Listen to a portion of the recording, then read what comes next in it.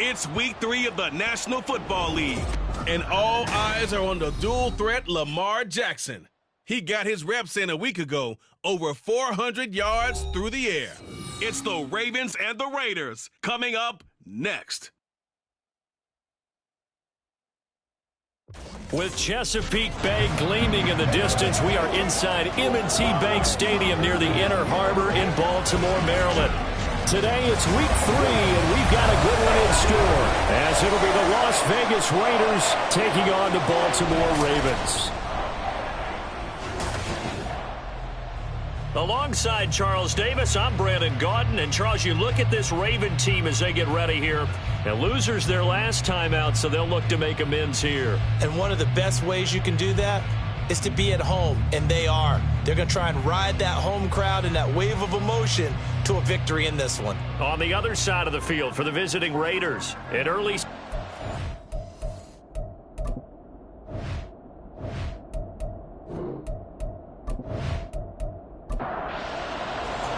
It's the first weekend of autumn, and the NFL is in full swing as off we go on EA Sports. Get this across the 20, but not much further as he's dropped it to 23-yard line. So here comes the Raiders offense now onto the field. They'll be led out by Gardner Minshew, 6th-round selection in 2019 out of Washington State. And frankly, this is the type of game that a great quarterback relishes, because 0-2 on the road, everything's against him and his team. No one can expect them to win. Sometimes you band together real tight in that situation, and if he plays really well, they've got a chance to get that done. They'll come up on a 2nd and 7 from the 27. Out of the gun is Minshew. It's Myers again with another catch. Second catch for him today, and it'll wind up a 1st down. So we just called his name on the previous snap, and they go right back to him, Charles, for a 2nd consecutive completion. Yeah, I think what we're discovering on this drive is that he feels like he has answers no matter what defense you throw up there. He reads it, finds the open spot, and is available for the completion. A check on Jacobs from a week ago. 17 carries, 121 yards, and a touchdown. And the way they ran the ball in last week's game has to be satisfying to their entire staff, because they're seeing not just a back gain big yardage, but they're seeing an offensive line really in sync. And he puts his head down and gets up to the 42 for a gain of about 6. Here's 3rd and 3. Trying to run for it with Jacobs. But he'll be tackled about 2 yards shy of the line to gain. A 1-yard pickup leads to 4th down.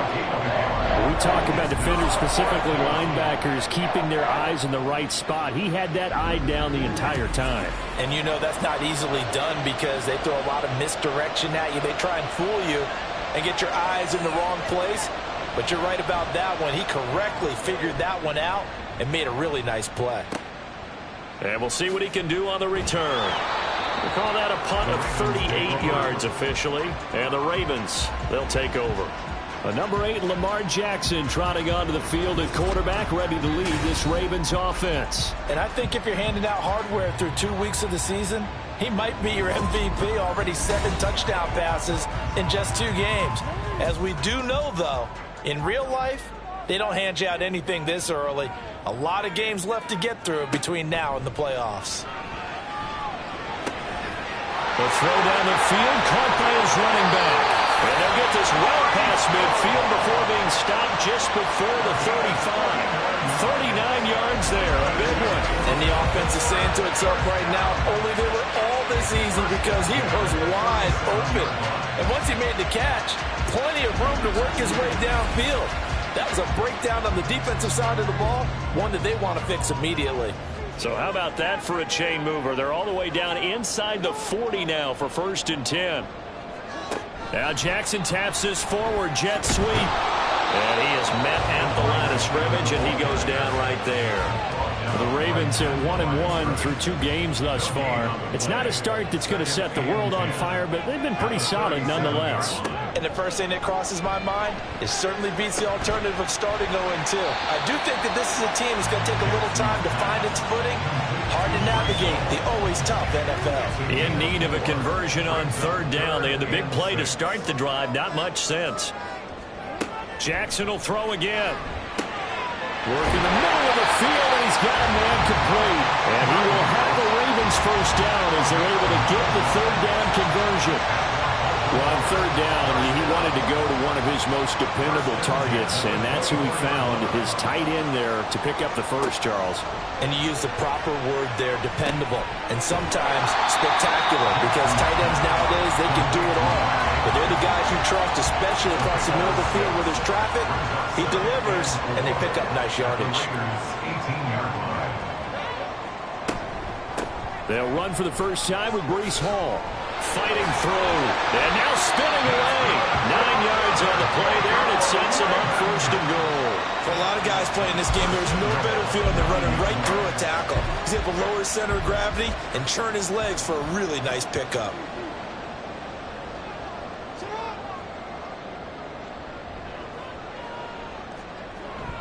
Off the play fake, here's Jackson. They'll take it into the end zone for a Ravens touchdown. Lamar Jackson, his 11th touchdown of the year. And the Ravens are on the board first here this afternoon. This defense, so many things to worry about in the red zone area, but you'd have to almost think that Lamar Jackson running the football, that might be number one. It should be number one, and in this portion of the field where things shrink a little bit because the receivers can't run past anyone because they'll run out of real estate, you should have all eyes on Lamar Jackson when the ball is snapped and try and keep him back in the pocket. Yeah, I don't think that they were surprised he was running it there. They just couldn't stop him, and he ends up in the end zone. Tucker now to kick it away following the touchdown. From a yard or two deep, here comes a return. And the decision to come out of the end zone is going to cost him 5 yards as he's taken down right at the 20. Second drive of the game coming up for this Las Vegas offense. The last series for him, a little disappointing, forced to punt. And now they'll try to do better here and come away with some points as they begin this drive. First and 10. And he'll take this ahead for about 4. Second down coming up. From the 23, here's second and 6. Open man right side, Myers. And a nice job to break free of one tackle, but it slowed his momentum somewhat, and he's taken down right after. Here now, third and a yard.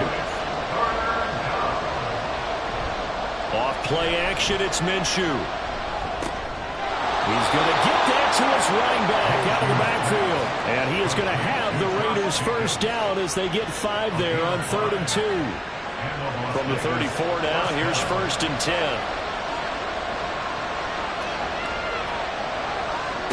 Minshew sets to throw. That one's complete out to Michael Mayer. And he'll be taken down, but not before he works it past the 50. Give him 19 there as the drive marches forward. When this offense can get their tight ends involved, they can move the football. Here, a nice route, able to look it in, and picks up the first down. So in Raven territory now, here's a first and 10 at the 48-yard line. Counter play with Jacobs. And that play going absolutely nowhere as he's belted before he could get out of the backfield. Call it a full 3 yards in the wrong direction there. Brings up second down.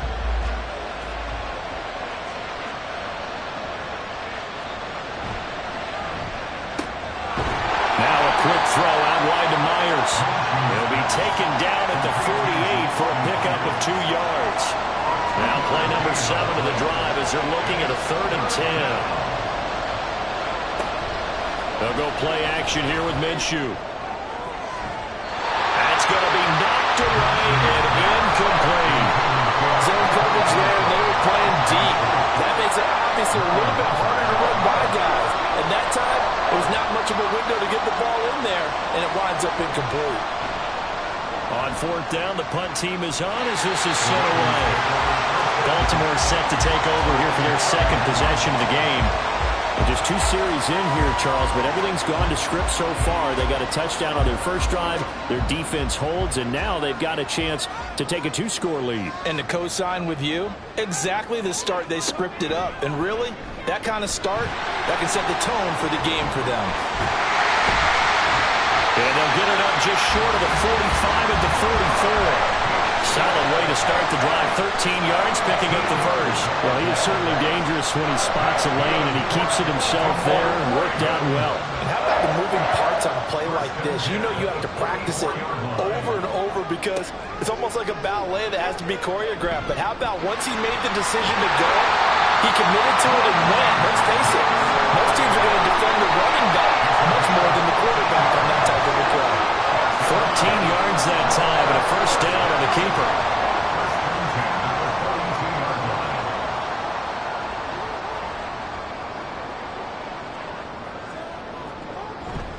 On 1st and 10, it's Hall. These are his numbers from last week's contest. 14 carries, 76 yards. I can remember the last time we did a game and the coach didn't talk about establishing the run first. But they've lost 2 straight games, so they still want to do that, but they've got to have some contingencies, some other options. Expect them maybe to throw it a little bit to open up things and maybe run it a little bit more later in the game. Now a throw out to his fullback is complete. Well, he is out of bounds, but not before he's inside the 30. 10 yards there, good enough for a Raven first down.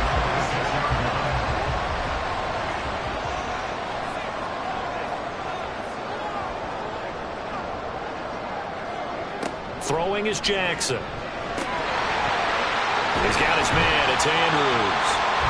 And that's good for a pickup of 10 yards. And they'll be left with a second and about a foot. 10 yards on the pickup. It's 2nd and inches at the 16-yard line. Jackson. And his throw is going to be incomplete. Quick hands that time to knock that one away. It sure looked like a short touchdown, but able to get a good break on the football and force the incompletion. And less than a yard. They'll run with Hall. And he will have the first down before he's tackled at the 12. The gain of 4 that time as the drive continues.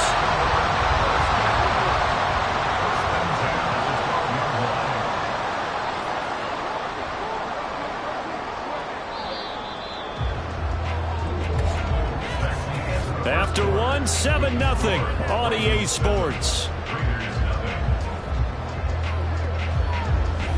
Second quarter now from Baltimore. It's the Ravens in possession. From down at the 12, it's 1st and 10. As they've got it as we resume action. On first down, right back to Hall. And they'll get him down after a pickup of 8, 2nd and 2. That's a strong pickup right there on first down. And as this drive goes on, we're seeing an offensive line and running game imposing its will. Now a first carry for their fullback. And he's able to get it down to the 2-yard line. Give him 2 yards. That sets him up 1st and goal.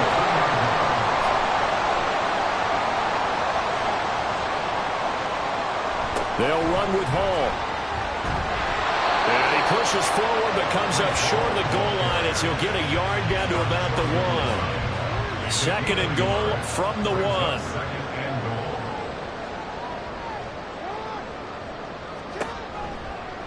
Jackson going to run. And maybe the wrong read there as he's going to go down immediately. That's going to go down as a loss of 5, and it brings up 3rd down.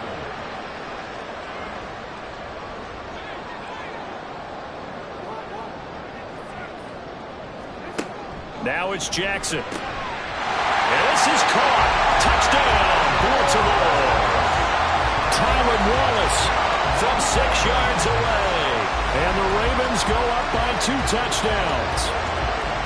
Another impressive drive. So they're 2 for 2, 2 touchdowns. Charles, a great start to this ball game for them.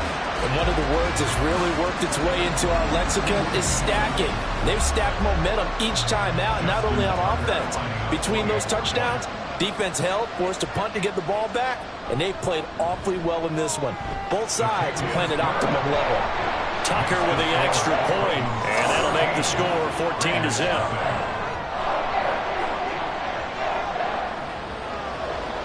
Tucker now to kick it away following the touchdown. And he'll elect not to return this one, so they'll bring it out to the 25 on the touchback. The Raiders offense now making their way back out onto the field. They're staring at a 2-touchdown deficit, 14-0 the score as they regroup with 1st and 10.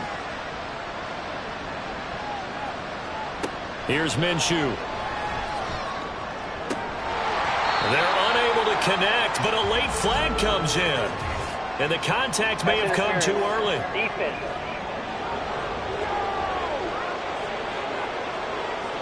So the yellow flag came out, and that leads to a new set of downs for this offense. 1st and 10.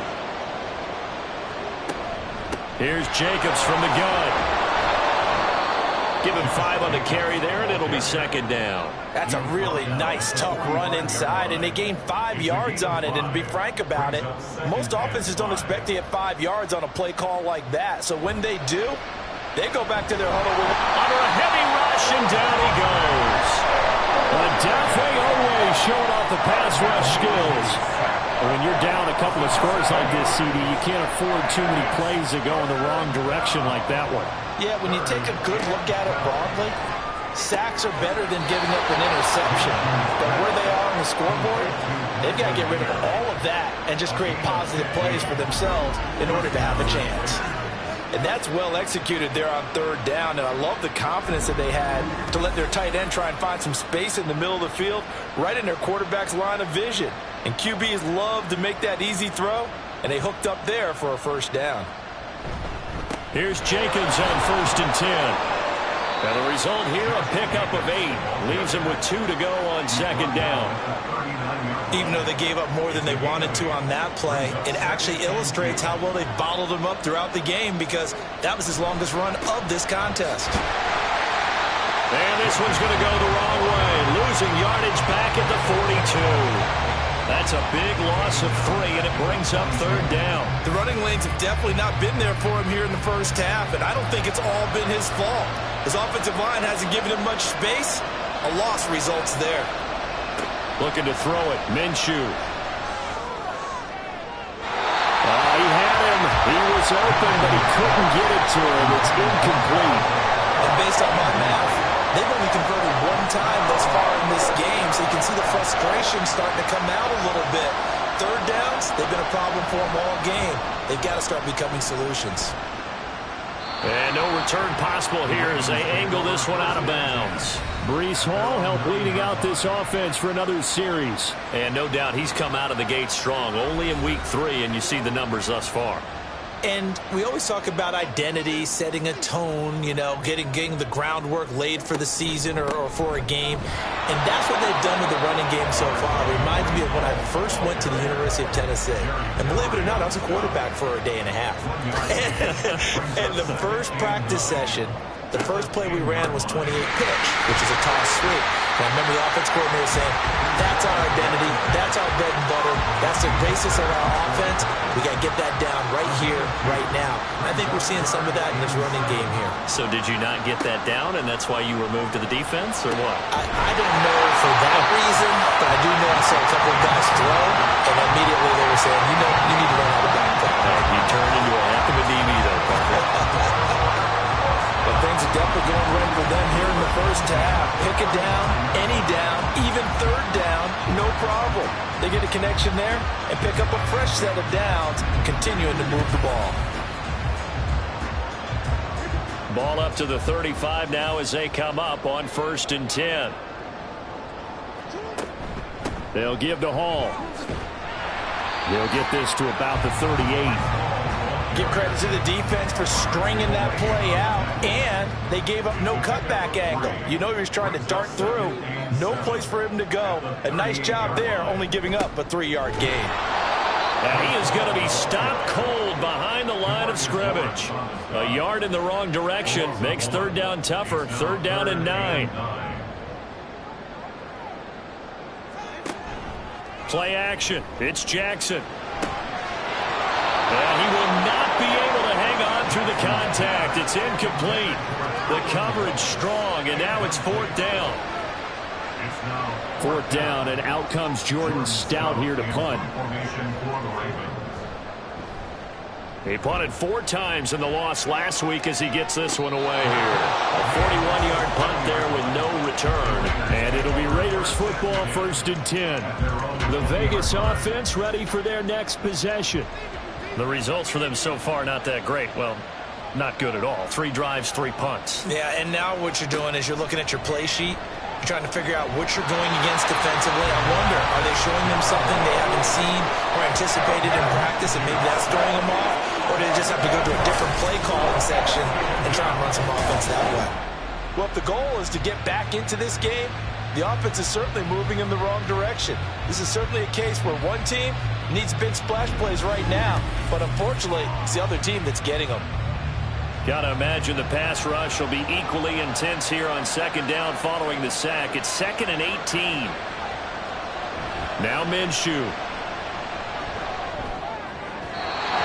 Quick throw there is incomplete. And this drive is almost over before it began, thanks to a great defensive effort. Sack on 1st down, followed by an incompletion. One more good rep, and they get off the field. Lets this go for Renfro downfield. Well, this is taken in. It's complete. It's a big play there for Vegas. 43 yards. So often when we're watching a football game, we see one with a lot of ebbs and flows, and this one is no different. And sometimes you just need a big play to wake you up a bit. And they get one right there. That shot of caffeine this offense was looking for. So the line of scrimmage moves all the way across the 50 now as they come up 1st and 10. Running straight ahead is Jacobs. And not a whole lot of room to operate there on the 1st down run. He gets maybe 3. If you're looking for glory, looking to get your name in the headlines, you do not want to play nose tackle. But how about what we just saw there? The ability to hold people up, take on extra blocks, and actually slip them and make a tackle on that run. That's big time. The Raiders on 3rd down. They've hit it 50%, 3 of 6 to this point. This is 3rd and 7. From the gun, Minshew to throw. He had a man open, but he missed him, and it's incomplete. How about the coverage we just saw break out on 3rd down? Dive defense, blanketed the field with extra defensive backs and speed, unable to find an open hole to complete that pass. Now on 4th down, on is the punt team sending this one away. And this is going to hit the goal line and continue on into the end zone for a touchback. The Ravens offense now, they get set and head back onto the field. It's been a good first half so far. They're up 14-0. Points here, they could really put them in command before intermission. Yeah, and it's all well and good what they're seeing and how they're feeling right now. But this is the NFL. How many times have we watched 14-0 leads evaporate and quickly? So how have we seen them combat it? Continue to run your offense, but don't back off at all. Don't start looking at the clock. Don't start thinking about, hey, just take care of the football. Keep attacking. Usually the best way to maintain control. Good, strong, explosive run that started inside, which means you've got to control those defensive linemen, the defensive tackles, the nose guards. Those guys have to be controlled. How about the offensive line, the job they just did? Yeah, key that A-gap usually on those runs, right? That's where it all starts because everyone wants to kind of control that area. It disrupts things from the defensive side and the offensive side. As we just saw, it opens up possibilities. 24 yards the gain there. Another 1st down as well.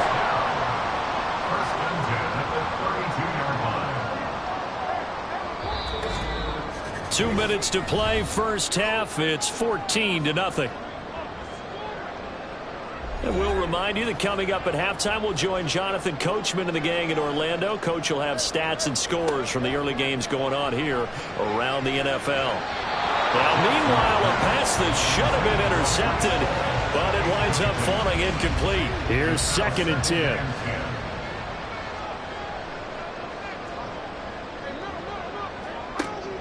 On 2nd down, a run with Hall. And nowhere to run on the interior of that defensive line. He'll get back only to the line of scrimmage. No gain on that one as it brings up a 3rd and 10.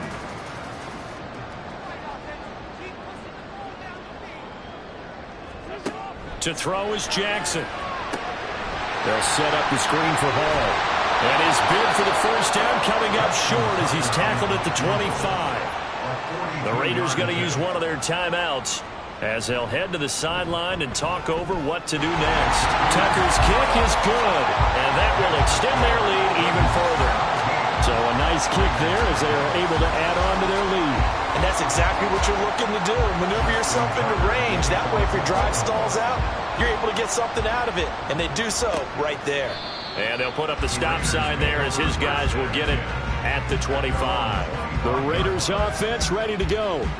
And Charles, we'll see what they can do here. Not a ton of time left, but enough certainly to get points out of this drive, and they need them right now because they're trailing. Yeah, and this is exactly why you practice a 2-minute drill all through camp and at least one practice each week before a game. A minute left, more than enough time to string a few completions together, reach the end zone, and then make that walk back to the locker room just a little more animated. An incomplete pass leads to 2nd and 10 from the 25. Minshew's throw pulled in by Renfro. And he gets this one just shy of the 40, down at the 39. Throwing on first down is Minshew. He finds his man, complete. It's Jacobs. Now you've got to hustle your guys to the line and get them set. A gain of 4. It's now It'll be Minshew again. at the 43-yard line. Same target. It's Jacobs again. Now the Raiders going to go ahead and use the second of their timeouts as the clock will stop with 33 seconds to go in the first half. From the midfield stripe, they'll look to throw. And that one will fall incomplete. Clock here now just under 30 seconds to go in this first half.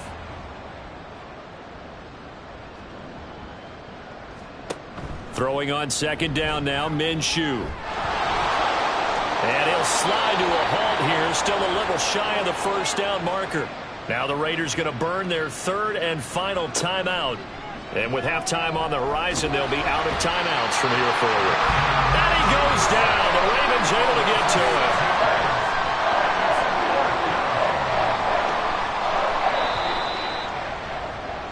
So we're at halftime here in the Inner Harbor with the hometown Ravens on top.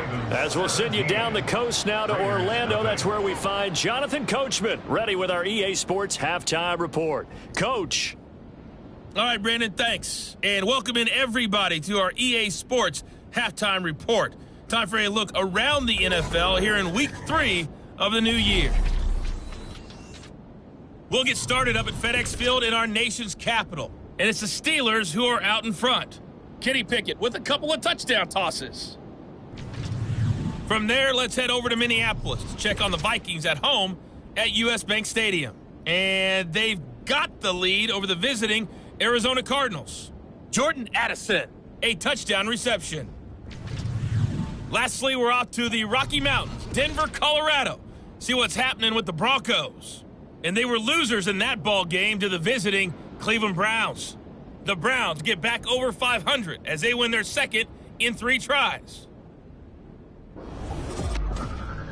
We saw a terrific first half from the dual-threat quarterback Lamar Jackson. He had a touchdown both in the air and on the ground to help push his guys into the lead at the break.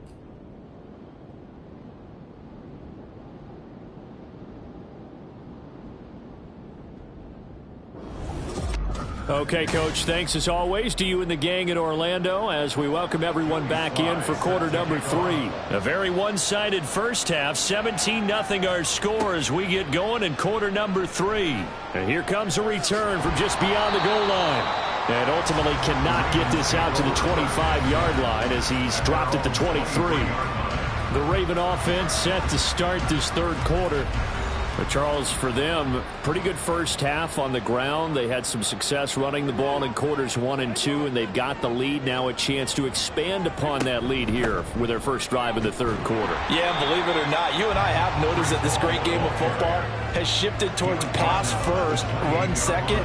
So for me, it's really nice to see some of these teams keeping the ground game as a big component of their offense, and it's working pretty well for them now. And let's face it, they can continue to do damage with it. And in addition, it sets up the pass game really well for them, too.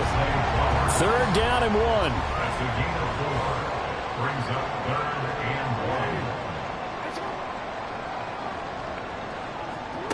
Here's Jackson. Pass taken in by his big tight end.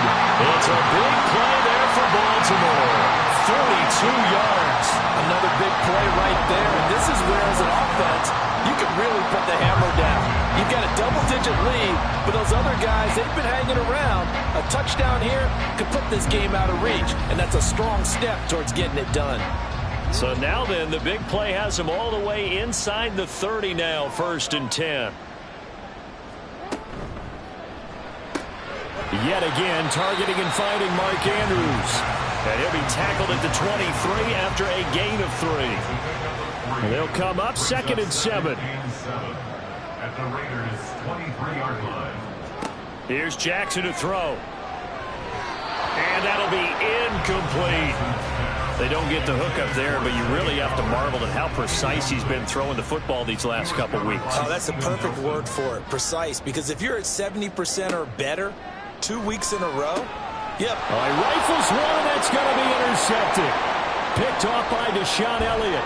And he will bring this across midfield to the 49-yard line. So it was a drive that had real promise here to begin the 3rd quarter, but ultimately derailed by the INT. And that was the position you wanted to be in. Coming out to start this 3rd quarter, get a nice drive going, looking for the end zone. Possibly got a little bit too greedy right there. So here comes the Raiders offense getting ready for their first possession of the 2nd half. And they just got a little help from their defense forcing the turnover. Now can they make that pay off in points? They need to, partner. They're down on the scoreboard. Need to take advantage of those opportunities. And this is a good one right in front of them.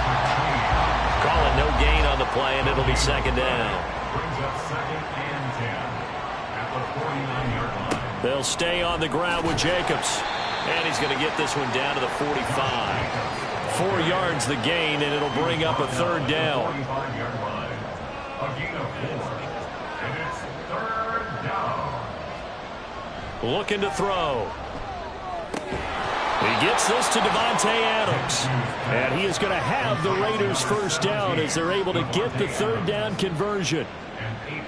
So he turned to a trusted, familiar face in that 3rd down situation. It paid off. Yeah, you go to your veteran receiver in that spot, so you can't underestimate him when he's on the field. Defensively, make sure you know where he is because he understands how to get open in key situations. 2nd and 7. 3-yard pickup brings up 2nd and 7.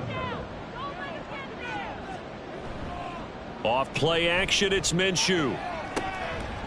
And it's incomplete. Took a shot, couldn't connect. We know it's not an easy job to go out and catch passes when people are trying to tackle you and knock the ball away. But the bottom line is, that's a pass he's got to have and a pass he should have caught. And now the 3rd down throw incomplete as well. Fine work by the Baltimore defense to help bring up 4th down. Sometimes it's just not your day. There's another failure right there on 3rd down. Joey Sly on for the field goal. A 52-yard attempt. That's leaking to the right, and he missed it by a foot or 2. It's no good, and the deficit will stay at 3 scores. Partner, this is certainly turning out to be one of those days. Here we are in the 2nd half. They're being shut out. Offense is doing nothing. And you're just saying, please, come on, give us something here to your kicker. But even this is no good. Good field position to start the drive after the missed field goal. Here's 1st down from the 42. They'll start on the ground. Hall. And nothing much materializing there on the 1st down run. He'll get a couple, and that's it. Well done to sniff that out defensively. He had it diagnosed pretty quickly. I love that description because diagnosed is perfect on that one. Read his keys, made the play, and he couldn't even get going moving the football. This defense not fooled one bit on that touch pass. And this has become one of those kind of in vogue plays, you know, kind of like the shuffle pass was a few years ago. This one never got off the ground, but you understand why a lot of teams are running it. These wide receivers, a lot of them, they run like running backs with the ball in their hands. Now the throw on 3rd down, knocked away and incomplete. How about some applause for the defense there? They forced him to throw that one into coverage, and just like that, they're staring at a 4th down. Well done. 44 on his first punt, and this is a good kick as well. Here's Ward to return. They'll call this a 41-yard punt, 7 on the return. And the Raiders will take over now, 1st and 10. Here's Las Vegas ready to take the field. And the last time that they were on the field, a little demoralizing. Missed field goal. You know, always feel like you want to get it in the end zone, but then, oh, well, at least we're going to get 3. Didn't go through the goalpost, though. It does test the mental processes of a team, though, doesn't it? Because when you miss a field goal, it's amazing how fast they want to turn on the guy kicking the ball. But you need to keep his confidence up, because how many times have we seen games where it comes down to the stretch, and guess what? You need that guy to make the big kick for your team to move on or to win a game. Make sure you keep him happy. Make sure you keep him comfortable. I'm sure you always treated the kicker nicely, though, right? You know, truthfully, I did. Good. I always did, because those guys, they won us a whole lot of games. And the Raven pressure too much. Down he goes. Roquan Smith with a big-time sack on 3rd down. It's a loss of 7. Here's the Raiders punter now as the drive goes backwards, so he's on to punt it away. Now a fair catch signaled for and made right about the 43-yard line. Just 34 yards on the punt there, no return. And they will take over 1st and 10.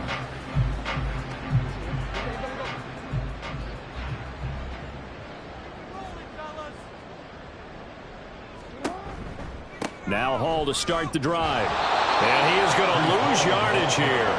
He'll lose a yard there, and it's 2nd and 11. Part of the thinking when you bring in extra tight ends, you're hoping that each of your guys gets those one-on-one blocks and creates a crease for your runner. You know what the converse is, though? You've got to win those one-on-one blocks, and when you don't, that's the result you end up with. And he'll be brought down right at the 45-yard line. He'll wind up with positive yardage. It's a gain of 3, but now it's 3rd down. Brings up 3rd and 8. They'll motion the tight end across the formation. They go play action now. Jackson. And that is incomplete. Whether that's a little grabbing, a little hand fighting, by any means necessary on 3rd down, he was able to get the job done in the secondary and swat that one away.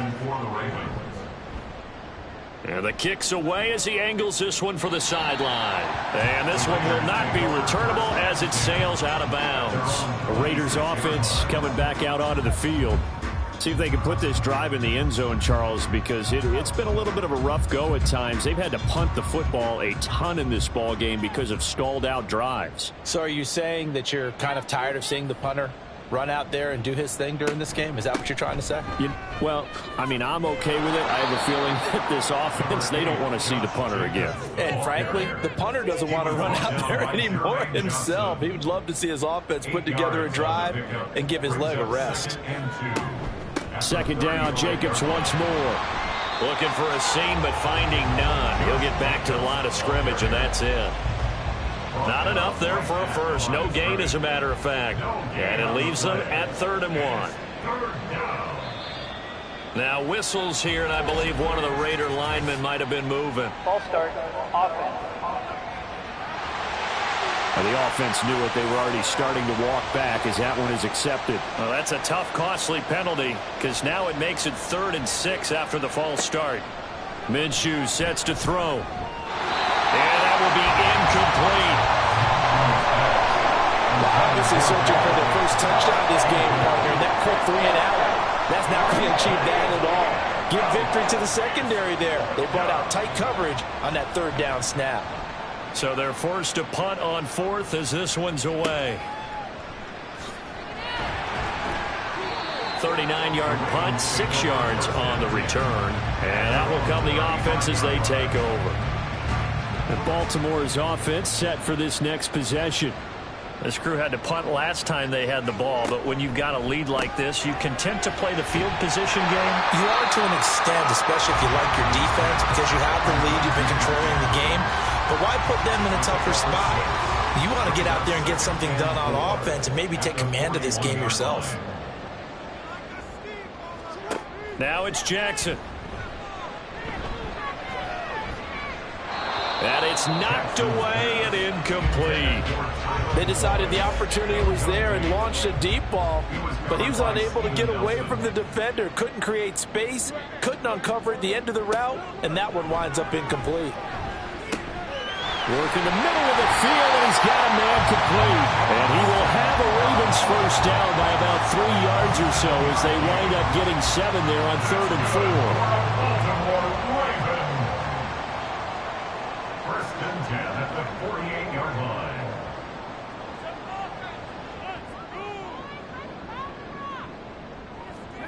Jackson. He'll go right back to St. Brown.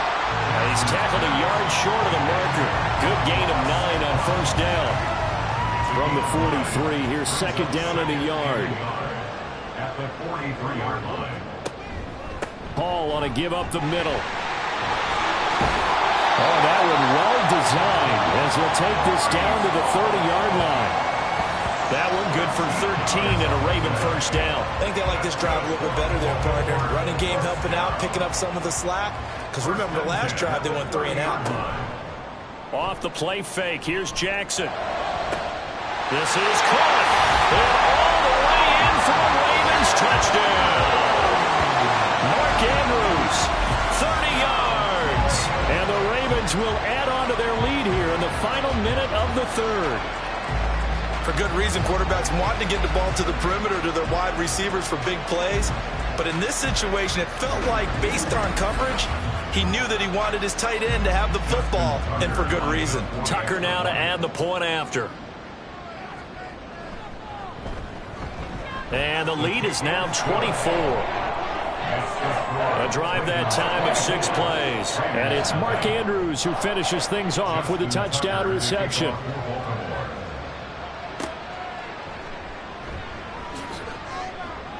And he'll get it up across the 20 to the 21-yard line. The Vegas offense ready for their next possession. Well, the disparity in this game, it just seems to grow with each possession here, Charles. They are really struggling.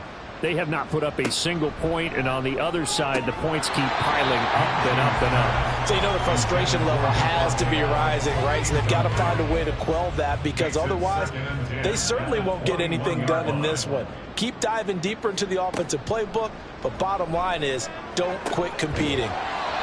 Another throw on 2nd down, and this one incomplete as well. We saw this a lot in the first half, and it continues. These receivers just not able to get much separation. So that means they have to win the 50-50 balls. They've got to go up with the defender and find a way to start coming down with them. And this now the pressure comes, and he goes down. Just inside the 10, back at the 9.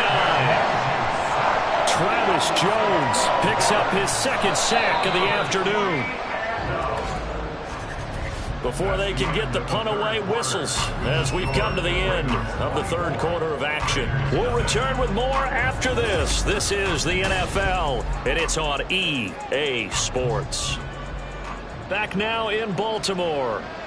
A lot of happy faces in the crowd at this point as their guys have a big lead here to start quarter number 4. He'll take it at the 42. Oh, good move. And he is out of bounds inside the 35. Nearly a huge return, as it is. Still a very good one. 24 yards. And the Ravens set up well to begin their drive, as it'll begin in enemy territory already. Room here to run. And all the way inside the 15 before they drop it. 96 yards rushing for him now, as he has been tremendous all day long. And carries like that, that's how they're going to continue to salt this thing away here, Charles, in the 4th quarter. Yeah, how about that? A new set of downs. Clock continues to move. No better way to close out a game than to tap those mastodons you have up front and say, guys, keep pounding them. Let's keep the ball, keep their offense on the sidelines, and let's close this one out.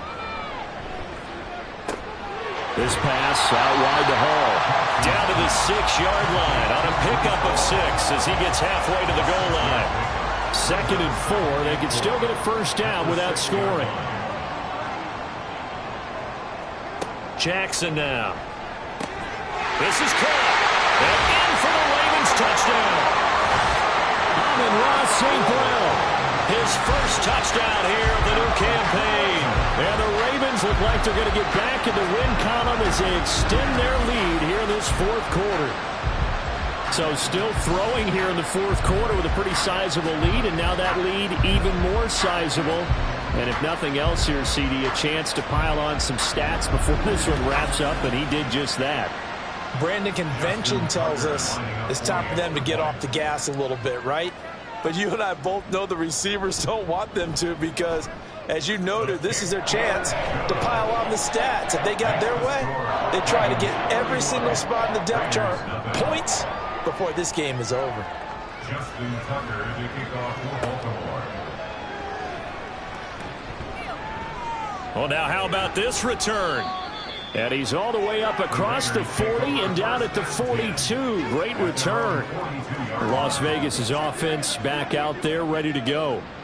And let's face it, this drive is not going to have any bearing on this game, but it's kind of important for one reason, isn't it? It certainly is. You got to get points. And, okay, all right, I'm being facetious here. That's caught at the 25. It's a big play there for Vegas. 55 yards.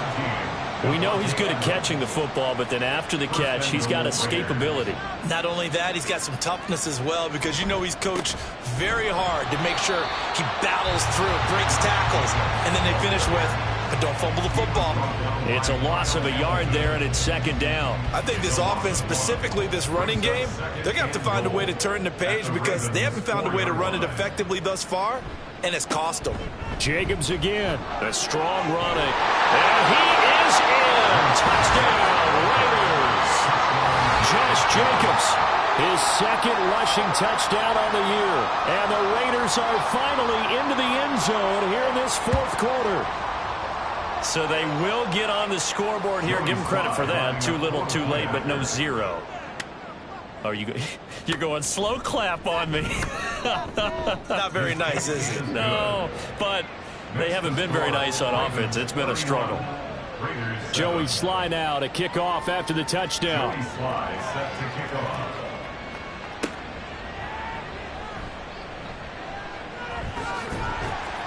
And they'll start this drive just across the 30. Pretty nice work on the return. Breece Hall helped leading out this offense for another series.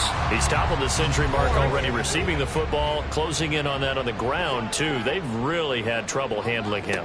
I think from what we've seen in this game, his success through the air has started to open things up for him on the ground because now he's loosened up the defense, right? They've got to play just about every snap as if another receiver can get downfield on them, and he's been that receiver. Now they bring him back to the backfield. I think his yardage running the ball will increase as this one goes on. Well, they might need to devote some extra attention to him, something just to stop the momentum he has. And they get it up just short of the 45 at the 44. 108 yards for him on the ground now on 18 carries. Hate to be blunt, but it is just continuing to prove to be the case that this O-line is manhandling this D-line right now. They deserve to roll up their sleeves and show up their biceps because they're doing exactly what you just described, manhandling the defensive front. They've got the leverage, they're powering through, and they're controlling this game. 2 yards the loss, second and 12. At the 42-yard line. They run it with Hall off the option. They're going to snuff this play out behind the line. We have not seen that much today. That's going to go down as a loss of 5, and it brings up third down. 37-yard line.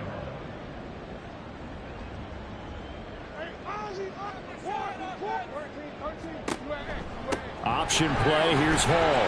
And he gets this only to the 44-yard line. Not near enough to keep the drive alive. A good pickup there, 7 yards, but it brings up fourth down. Well, partner, I know this type of running back. I mean, this size, this intensity usually gets better as the game goes on. And I just tell you from experience, the first few quarters, oh, you're eager. You come running up there, I'm going to tackle this guy. By the fourth quarter, you're coming up and thinking about it. And D-line wearing down fourth quarter. Yeah, that's not a guy they want to see consistently. The Raider offense now making their way toward the huddle. Their defense was able to force the punt a moment ago, but that's really the first of about 8 steps that need to go right for them to get back in this as they start here 1st and 10. The improv on the scramble there gets him 6, and it'll be second down. You know what I like about that play? He didn't try to do too much on first down. He took what the defense gave him, put together a solid gain to bring up second and manageable. Now they have a couple of plays to pick up just a few yards and a new set of downs. First target, first catch, and a first down. A 5-yard gain on the play. First down, Raiders. Looking to throw it, Minshew. A short throw, and that's hauled in by Mayer. Only able to gain a couple there, and it'll be second down. Out of bounds at the 34-yard line. A gain of 2 brings up second and 8. Here's Minshew. And his throw here's incomplete. At this point in the game, they've got to continue to try anything they can. They're still working at it, even though this one feels like a lost cause. Again, Minshew looking to throw. Oh, had his hands on it, couldn't bring it in. Pretty symptomatic of how this game's been going. Well, it just seems like all game long there hasn't been a lot of sync quarterback to wide receiver on this side of the football. They haven't been on the same page, quarterback and receivers. Heck, they haven't been on the same grease board when you draw plays up. They haven't been on the same surface tablet that you look at on the sidelines. Nothing's worked for them. They've got to find a way to start matching each other's movements. The Raiders try it on fourth down, but to no avail. And the Ravens get the football back and in great shape. Baltimore about ready to go on offense. Been a very strong performance for them, really, on both sides of the football. The turnover on downs, the most recent example, and now, obviously, they're in a great spot here. Yeah, if you're over on the bench right now, you're shaking hands with your teammate, you're hugging him, give him a little dap. Been a big, big performance for them. Now you just don't get careless. Take care of the ball on the way out.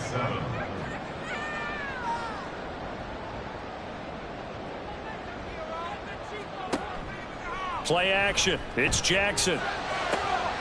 St. Brown making the catch on the out route. And they'll work it inside the 15-yard line before it's all said and done. Fifth catch of the afternoon, and that gives him a first down. Well, a clear running situation, trying to take time off the clock. You ran the previous play, set that play action up nicely. Boy, did they ever, because they'd shown the ability to run the football. So now you lose your keys as a defense. You dive for the running play, and they hit them over the top. 9 yards on the first down. Keeper, and it's 2nd and 1. Brings up 2nd and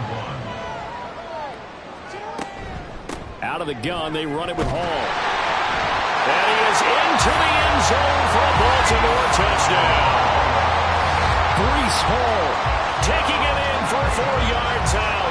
And the Ravens have sewn this one up as they add to their lead here in the fourth.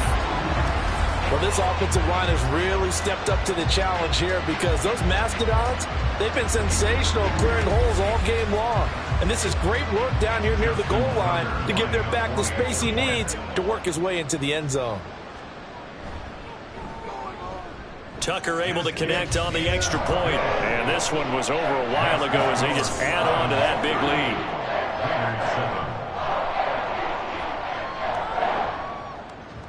Tucker now to kick it away following the touchdown. From a couple yards deep, he'll bring it out of the end zone. And the decision to come out of the end zone is going to cost him 5 yards as he's taken down right at the 20. Here's Las Vegas ready to take the field. Charles, we know that this offense is aggressive. We saw that last drive. They went for it on fourth down, didn't get it. Then they give up the touchdown. So now you feel like they really need to respond here. They certainly do, but let's face it. Sometimes when you take that risk, you understand if you fail, a little more onus goes back on your ball club to try and pick themselves back up. Line of scrimmage, the 28 now as they come up on 2nd and a couple. Minshew's got this throw brought in here by Mayer. And he'll be out of bounds across the 30-yard line. Line of scrimmage, the 31 now on 1st and 10. From the gun, Minshew to throw. That's caught by Myers. It's a big play there for Vegas. 46 yards. That is catch number 300 now for his NFL career. Throwing on 1st down is Minshew. Pass thrown to Adams. He's got it on the crossing route. Give him a gain of 5 on the completion, and that's going to bring up second down. Just 2 minutes remaining here in the fourth quarter of what has been a one-sided affair. So it's Raider football as we get you reset. They're looking at second down now as they search for a consolation score. Now Minshew. He finds his man complete. It's Jacobs. Just a gain of a couple there. And that'll leave him with a 3rd and 2.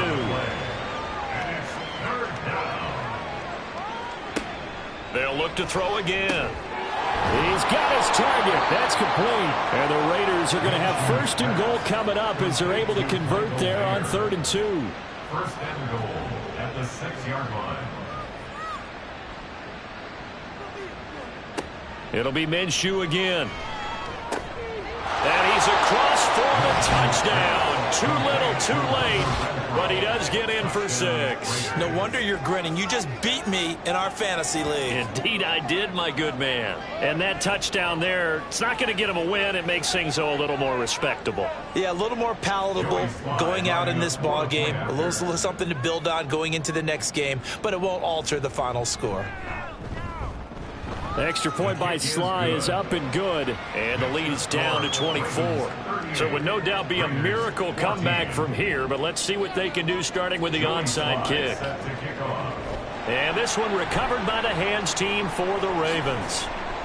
Now they're down big here in the 4th. They had to try the onside kick. Can't fault them for the effort at least. No, you can't at all. And if nothing else, now you've put something that you're trying to practice, right, that you've worked on into a game situation, and now you can go back and dissect it.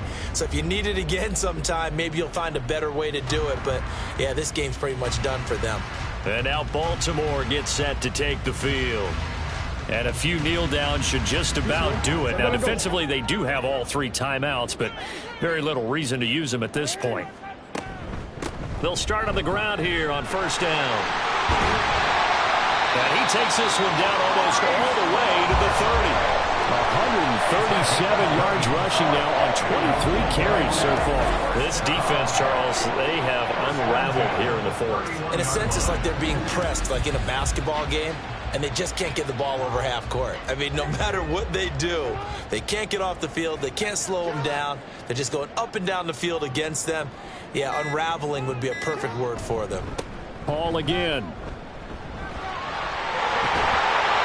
And he's taken down, but not before reaching the 10-yard line. It's another 1st down on what will be a gain of 21 yards. Brendan, every great running backs coach I've talked with has always talked about when you have great vision, you're not consciously thinking about your cuts and your moves. You're just doing them. And I think that's what we're seeing tonight. He's about to run them into submission, hasn't he? You took the words right out of my mouth. I was just going to use that phrase. He has run them into submission. Wave the white flag. So the final seconds tick away in this Baltimore victory. And they were buoyed, Charles, by a big second half to put this one on ice. And I know a lot of people watching this one were thinking to themselves, I bet halftime was really interesting. Probably took the paint off the walls with some of the words that were said. But I get the sense that it was much more of the adjustments they made. They came in with a game plan that we saw that didn't work in the first half. They made the adjustments necessary, went away from that, and then they got it together, got a spark, and then took off. It's really nice to watch in the second half. So for the Ravens, they get back in the win column as they move to 2-1 now on the year. And they will hit the road next week to take on the Kansas City Chiefs. Meanwhile, for the Raiders, the early struggles continue as they'll sink to 0-3. And they'll get a chance to redeem themselves at home next week. And for Charles Davis and our entire crew, I'm Brandon Gaudin. You've been watching the NFL on EA Sports.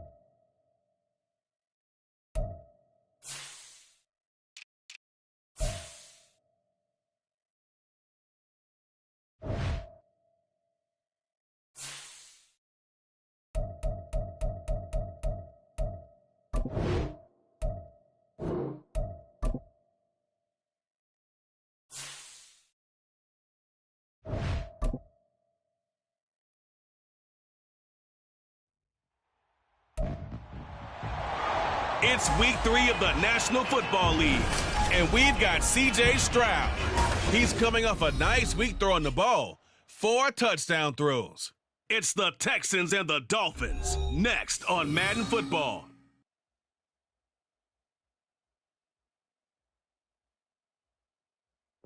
EA Sports coverage of the National Football League is on the air. Today it's week 3, and we've got a good one in store, as it'll be the Miami Dolphins taking on the Houston Texans.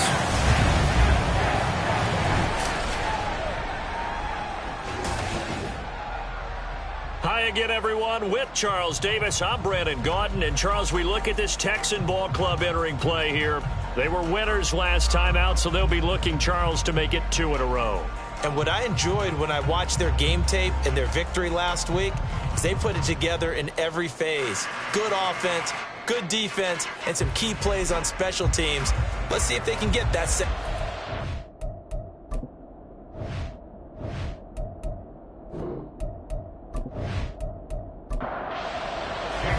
Two 1-1 teams here, each looking to move over 500, and we're underway here in week 3. Taking it about the 1. And he brings us out past the 20 to the 24. So out come the Texans for their opening drive. And a glance here at their quarterback, standing 6'3". And they are in rhythm on offense because of him. I mean, right now he's got everything going the way he wants to, finding the receivers the way he wants to, looking over defenses. No interceptions is the number I lock in on.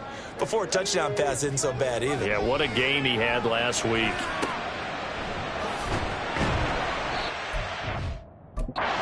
It's up past the 25 before he's out of bounds. The numbers on the ground for Pierce last week. 22 carries, 112 yards, and a touchdown. I think he's exactly where he wants to be coming into a game, partner, because he has to still be riding the momentum from last week when he broke the century mark in rushing and had one of his best individual efforts of the season. I would expect that there's more from him on the way after that type of a game, and I know his teammates and coaches, they feel exactly the same way. A tough spot here on their opening drive. This is 3rd and 7. Going for it with Pierce. And he's going to be brought down short of the first at about the 31-yard line. A gain of 4, not enough, and it looks like punt time on their opening drive as it's 4th down.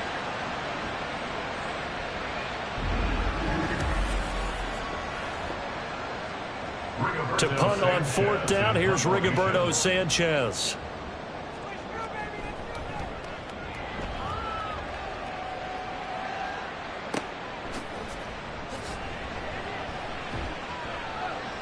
It'll be a 44-yard punt, 6 on the return, and it'll be Dolphin football. So out comes this offense to take over for the first time.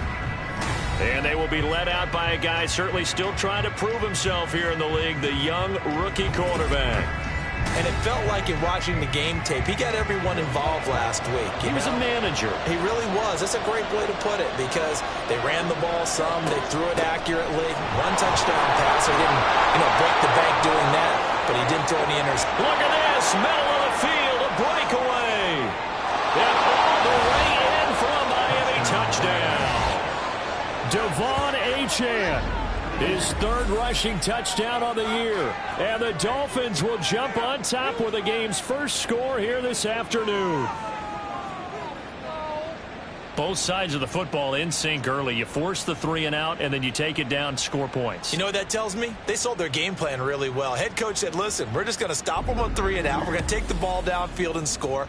But he also told them how it was going to happen. They're going to run this. We're going to stuff it. Then we're going to take the ball. They won't be able to keep up with us. And they got it done.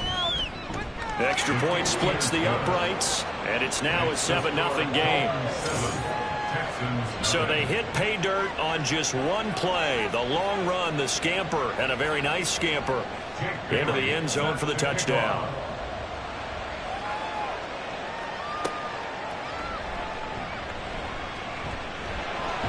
And able to get this out to the 25.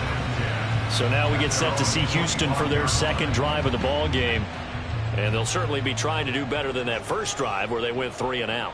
And sometimes the first drive is just simply to settle nerves. You know what it's like at the start of a game with the emotion, guys a little bit jumpy. You do. Oh, you understand the same way. Just like us calling one, right? Making sure we ease into the game, let it come to us. Well, you went and 3 now and they out. have that opportunity.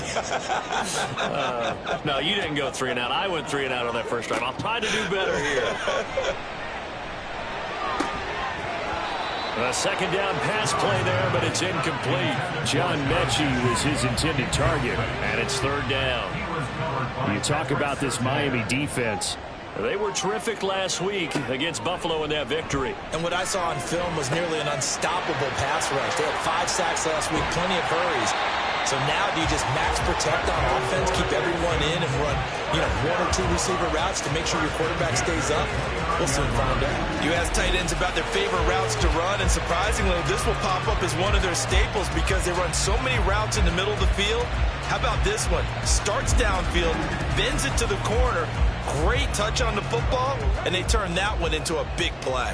So now then, the big play has him all the way inside the 30 now, 1st and 10. And he can only manage to get a couple. 2nd and 8 coming up.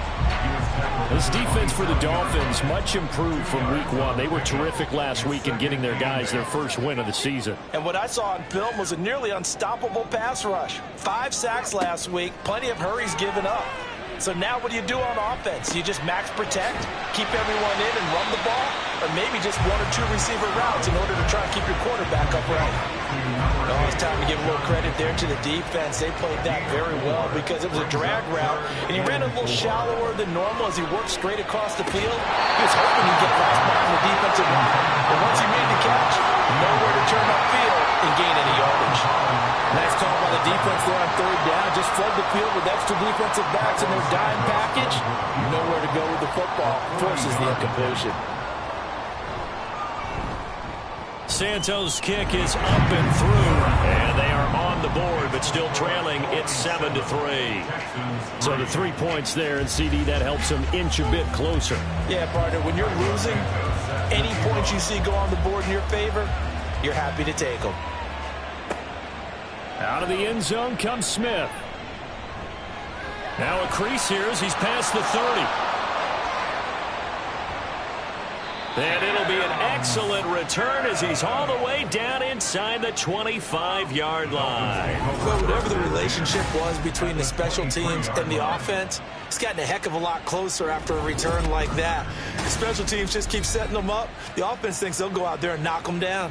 Devon Achane of the offense ready to go once again. And you see his numbers from a week ago. He was up over 100 yards then, and he's already hit pay dirt here once in this one. We always talk about quarterbacks and receivers getting into rhythm, right? Really feeling good, finding each other downfield. I think running backs operate the same. And he will take it in for a Dolphins touchdown. Devon Achane with his 2nd touchdown in this opening quarter. And the Dolphins are able to strike quickly to add on to their lead. And a pair of rushing touchdowns now for him in the first quarter. And I'm liking what I'm seeing from his big guys up front because they're winning the leverage game. How many times we talk about low man wins, right? Move the defensive front aside, create those gaps and holes. He's found his way through them for 2 touchdowns. And after both of those touchdowns, he went right up to that O-line and hit each of them on the helmet. He recognized. That's a smart man. You know what else he should do? If this continues, take them all to dinner.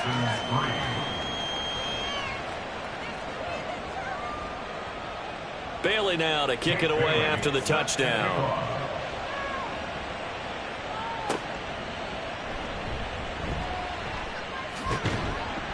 And a decent return out to the 27-yard line. But Houston's offense taking over again. And last time able to get 3. It's not what they wanted. They wanted 6, but they got at least something. They mustered something out of the drive. They'll take it. I like the way you've described it. Not ideal, but they'll take it. Anything to put some points on the board. But this time on offense, they don't even want to see the field goal kicker trot on the field. They want that ball in the end zone. Yeah, they'll be going for 6. Throwing on 1st down, but this one winds up to be incomplete. Now a 2nd and 10. 2nd and 10. Stroud looking to throw. The Dolphins get there this time, and they bring him down. Trenton Simpson. The blitz works to perfection as he gets in there to dump him for a loss of 8. You know darn well both of these teams reviewed the film and saw that this defense had 5 sacks last week. They got to keep their QB upright. And they're going to try their best to do exactly that. But they're facing a team where getting to the quarterback is a mindset. It's a mantra for them. And they play a game within the game. And you know what it is? Let's race to the quarterback and see who gets there first. Shakes off the sack. And this is going to be incomplete. That's well done defensively. They get the pressure they needed on 3rd down. All the receivers are locked up tight, and they force that quarterback to just throw it away.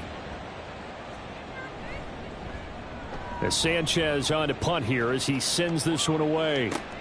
That's returnable now for Smith. 44-yard punt, return of 9. And it will be 1st and 10 as they take over. Out comes the Miami offensive unit now. They get set to take over.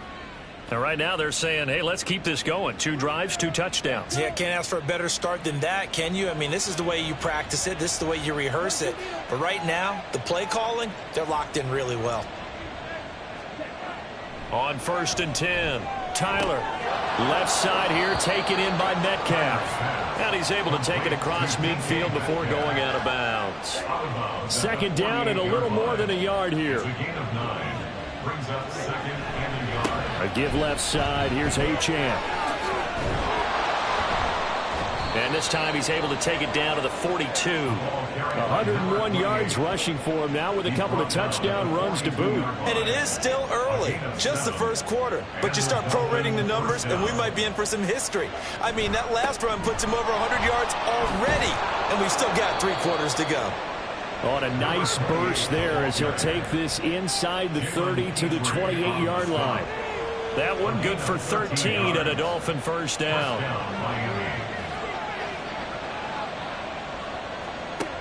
Operating from the gun, Tyler. That's going to be caught. Touchdown, Dolphins. DK Metcalf. His 2nd touchdown on the season. And the Dolphins had 6 to their lead.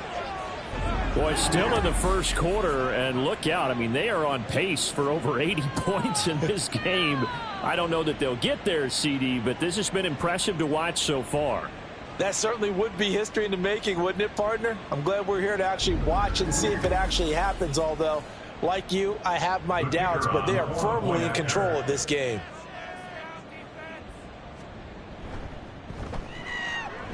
Point after, right down the middle. And the lead is up to 18 now. A drive there of just 4 plays. And it's DK Metcalf who finishes things off with a touchdown reception.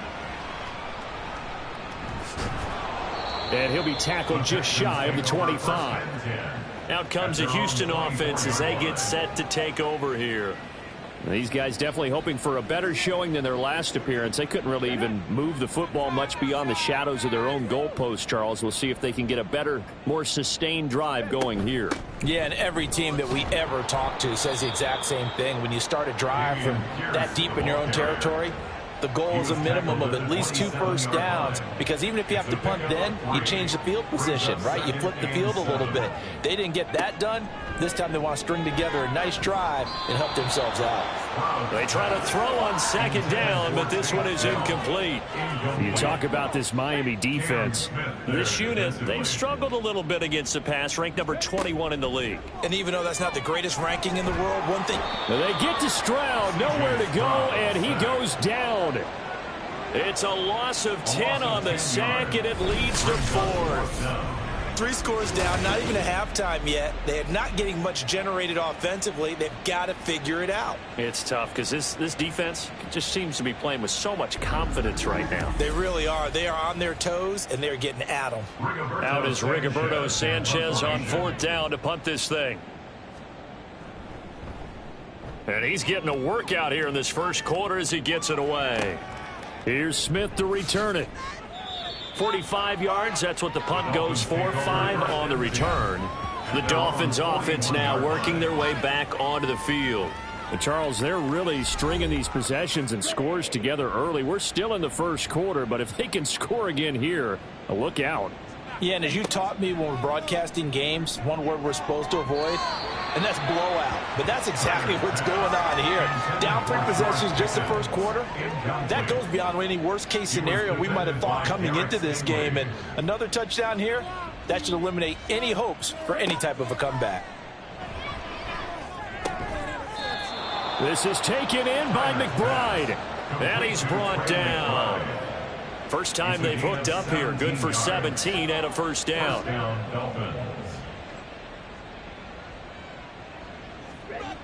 Back to throw. Tyler. And that is incomplete. He couldn't hold on through the contact. Brings up second down.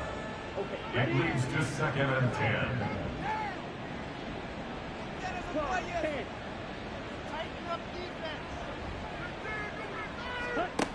Back to throw again. And on the left sideline, he caught it, but out of bounds, according to the head linesman. Incomplete, so the ball a little late getting there, and it's third down. They'll stick with the passing game as he looks to throw. Pass taken in by his big tight end. And he's going to be taken down with another first down as the stop's made at the Texans' 25-yard line. A pretty sizable deficit here in the first quarter. This defense probably need to get off the field in those situations on third down. And you and I both know in this huddle before that last third down play, that's exactly what they talked about. Let's make a play. Let's get off the field. Let's reverse the momentum. Instead, they got hit with another first down, almost back to the drawing board. A throw over the middle, taken in. Yeah, this will leave him a yard short. Nice pickup of 9 yards on first down. When you see zone defense and you know you've got a drag route on as your primary call, you got to be really careful as a passer about how far you let your guy go because he might wander into some tough coverage. On second down, a run by Achane. And he stopped after a gain of 1. Not enough. Still a yard to go on third down. This will be play number 8 here on the drive. It's 3rd and a yard. They'll run for it with Achane. And that'll hurt the average a bit as this time they're able to get him behind the line. A 3-yard loss. 4th down now. Well, that was one of the few times they've been able to contain him thus far. He's over 100 yards for the game, but he lost a bit off his total on that carry.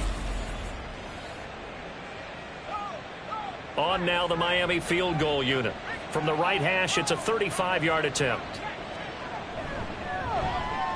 And his kick here is good. And the lead up to 3 touchdowns now. It's 24-3. So they put together a good little drive there, but ultimately stalling out in the red zone. Yeah, I know a lot of people look at it as a little bit of a negative. They didn't get 6 points out of it, right? Didn't get the touchdown. But that's actually okay. They got 3 points, able to give their defense a little bit of rest, let them settle down over there. So all in all, to me, that's a good drive. And not much happening on the return as he'll get this to about the 23. And they'll come out with a 3 tight end look on the first play of the drive. They'll start on the ground with Pierce. And he'll take it forward for about 5 up to the 28-yard line. This running game's so important for them, and they know that. It helped lead them to a victory last week when he was over 100 yards. Let's face it, it's their identity. And that's what they want to play to. They want to be that team that runs the ball really well each and every week. And right now, we're seeing a pretty good pattern of that happening. And he'll be taken down, but not before they work it across midfield. 23 yards the pickup there. But one of the ways that quarterbacks keep all the receivers alive in a play, never lock in on any one guy. Make sure you keep your eyes moving, scan the field. And here he finds the open guy for a nice pickup. 1st and 10, it's Pierce. And he's going to get a solid gain of 9 before being brought down. 2nd and right at a yard. Taken down at the 41. It's a gain of 9. Brings up 2nd and a yard. Stroud to throw it. Pass caught on the out route by Mechie. And he gets this down inside the 35 before going out of bounds. So they'll come up 1st and 10 now from the 33. Now Stroud. Oh, he dropped it. And that's pretty indicative of the way this one's gone. 2nd and 10. It's now 2nd and 10. A shotgun snap to Stroud. This is caught. Touchdown, Texans. Takedown. 33 yards. And the Texans are able to make some inroads here to that deficit. They haven't fully climbed the mountain, but they've started the ascent here with that score. I like that, right? I think they've left base camp now, okay? So they've started to move their way up the mountain. Long way to go, but at least they know it's manageable. Cairo Santos on to try the extra point.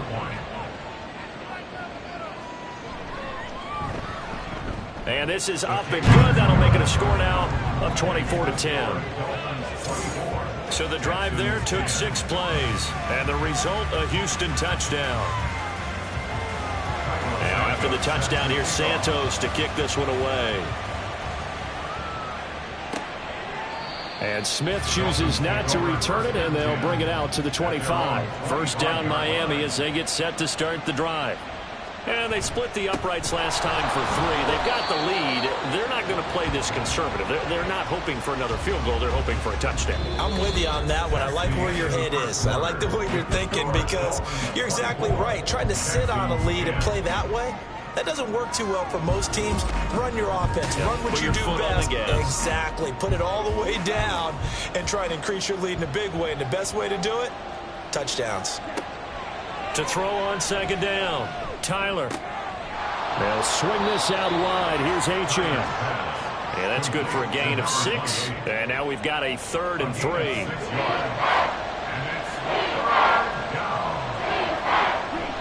Now a toss right side. Achane with it. That is not going to be any help as they dump it behind the line of scrimmage. A 5-yard loss there is going to bring up 4th down. And that's what I'd like to see out of this defense. A little fire, a little toughness. It hasn't been the best first half for them. They did do a nice job there, forcing a loss on that play. So on 4th down, here's Jake Bailey to punt for the Dolphins. He punted 5 times in the win last week as this one's away. A 40-yard punt, 1 yard on the return. And the Texans will take over. And the football going back over now to the Houston Texans. A strong showing their last time out. They scored the touchdown, but Charles, they look up and they're still down double digits, so you feel like just to keep pace, this drive probably needs to end in the end zone as well. Yeah, and I think the best move for them is to not worry about how far they are down on the scoreboard, but to just remember the last drive and how it ended. Go ahead and try and repeat that. Then you can look at the scoreboard and see where this game is.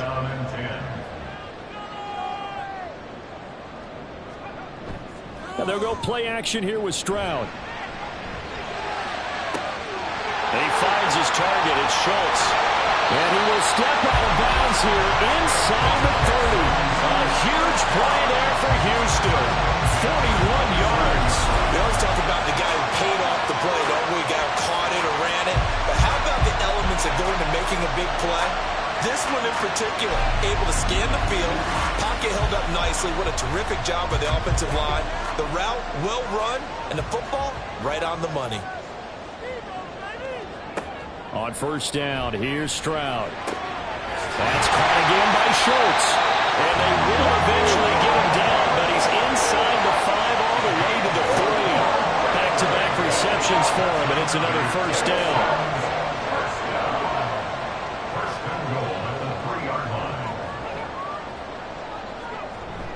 Pierce. Going to be hit and met at the line of scrimmage. They get him down at the 3.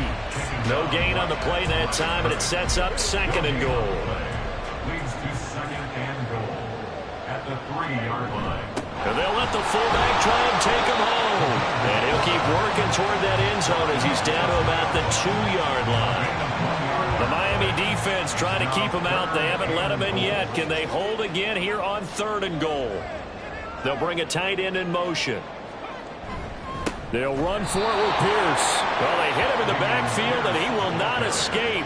And that is not going to get it done. He lost 2, and it brings up 4th. With the way things have gone in this game, I think they've got to consider going for it here. I realize it's just the second quarter, so they're not panicking, but they need something to give them positive momentum to get things going. Santos' kick is up and through. So a long drive gets him down inside the 5, but ultimately they settle for just the field goal. And I have to think that if maybe they were a yard closer, that would have made their decision tougher, and I think they likely would have gone for it. But in this situation, they just decided to take the 3, and I think it was a smart move. And he's up past the 20 to the 22-yard line. So now the Dolphins set to take over on offense. They were winners a week ago against Buffalo, and they lead here with a 1st and 10. The drive starts with a run from Achane. And they work this well upfield across the 45. 131 yards rushing for him as he has been tough to stop here this first half. A big hitter to start the drive has him up near midfield here for 1st and 10.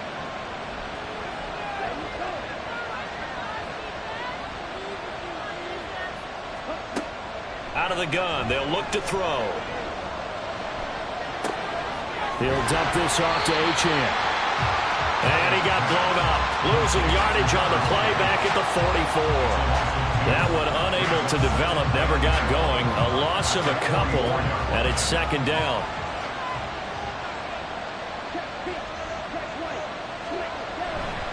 A give, running right, Achane. Look at the juke. And he'll be brought down at the 45-yard line. They get 11 back on that one. It leads to 3rd down. The Dolphins on 3rd down. Just 1 for 3 thus far.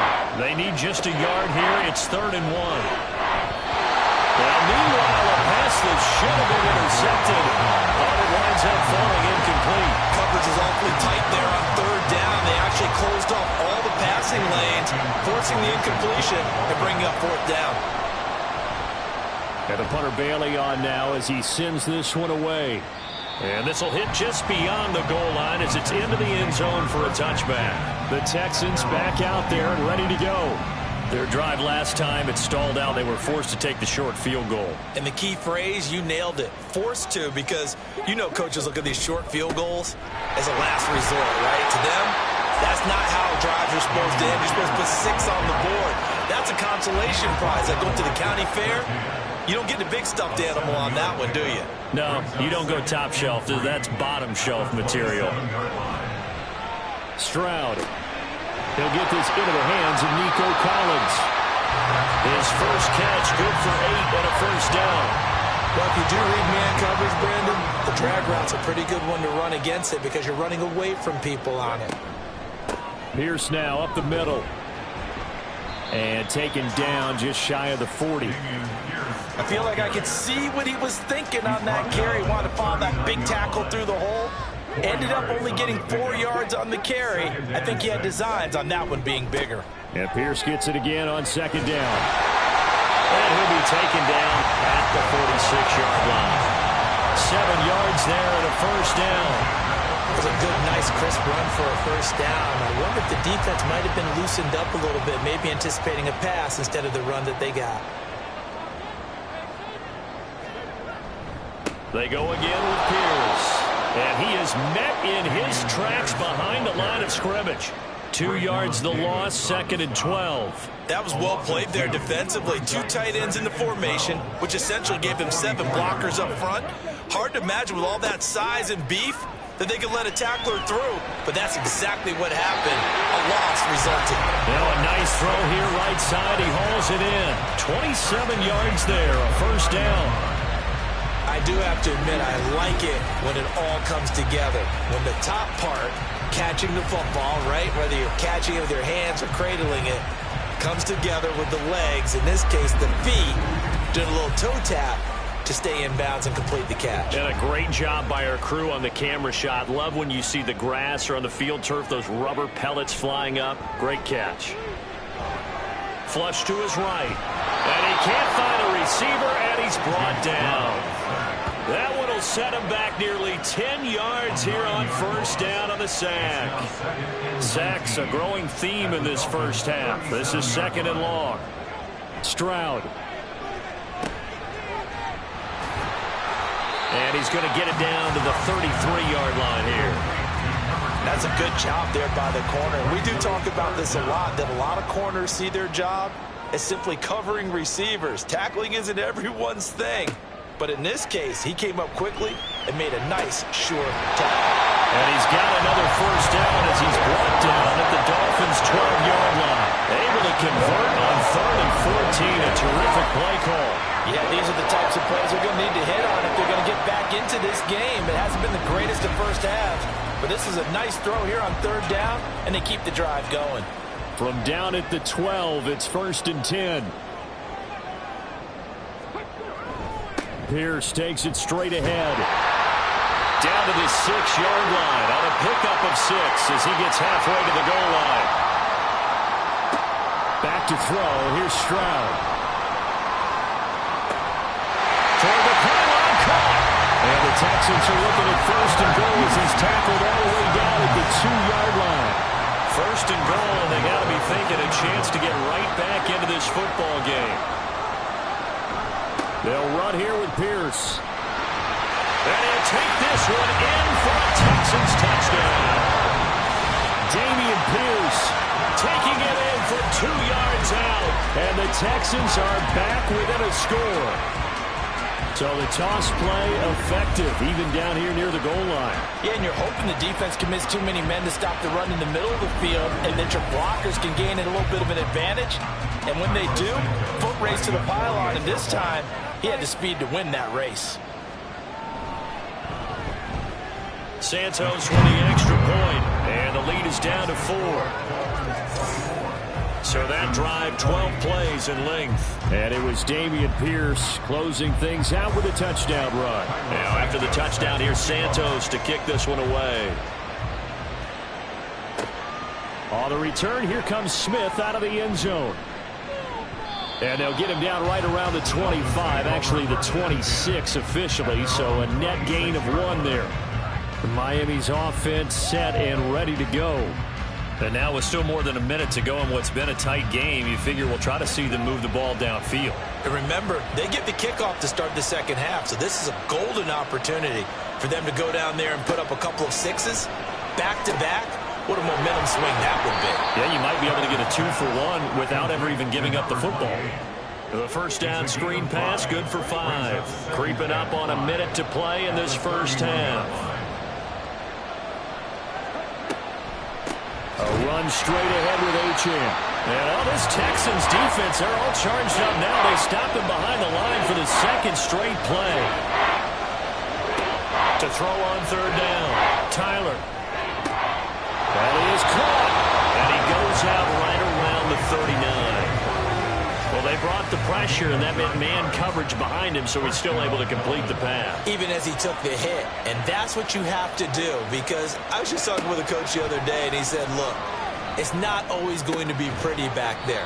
You're going to have to give me completions, even when you're taking some hits. Sometimes you have to be your own blitz control, for lack of a better term. Got to make completions, step up, and make those throws, and he did that.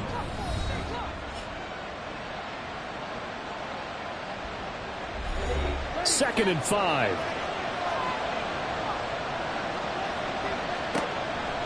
Looking to throw. Tyler. That's going to be caught by Pickens. And he's dropped just before the line to gain. 4-yard pickup leaves him with 3rd and 1. Now the Dolphins will use the last of their timeouts, as the clock will stop with 33 seconds to go in the first half. A yard all they need, but it's 3rd down. Again, he'll drop to throw. Finding Pickens for another catch. And he is going to have the Dolphins first down. At least it would appear that way. He didn't get it by much, but yes, they do get the conversion on 3rd and 1. From the midfield stripe, they'll look to throw. And that's to the left sideline and incomplete. And not a common sight, at least on this drive. A momentary setback, though, for this passing game that has been moving well this series. Good thing for them, though. Still 2 more downs to connect and try and pick up another first down. He's going to take a shot at the end zone. Why not? It's incomplete. Took a shot, couldn't connect. So we've reached halftime in a wild first half. We'll take a minute to catch our breath as we send you on over to Orlando for Jonathan Coachman at our EA Sports Halftime Report. Take it away, Coach. All right, Brandon, thanks. And welcome in everybody to our EA Sports Halftime Report. Time for a look around the NFL here in Week 3 of the new year. We'll start our tour out in the City of Angels, Los Angeles. And it's the Rams who have the lead in the second quarter. Cooper Kupp, a touchdown reception. From there, we head up the Pacific Coast to Seattle to check on the Seahawks at home at Lumen Field. And in that one, it's the visiting Giants who have the lead. Darius Slayton, a touchdown reception.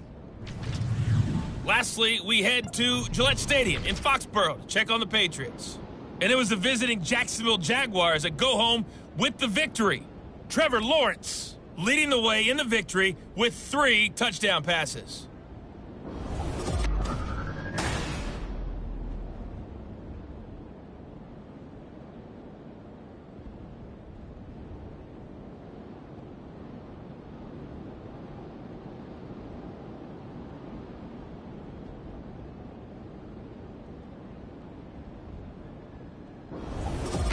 Okay, Coach, adjustments likely going to play a big role in this third quarter in what's been a tight contest so far. Both these offenses have been in fine form. What will the second half bring us as we are underway in quarter 3?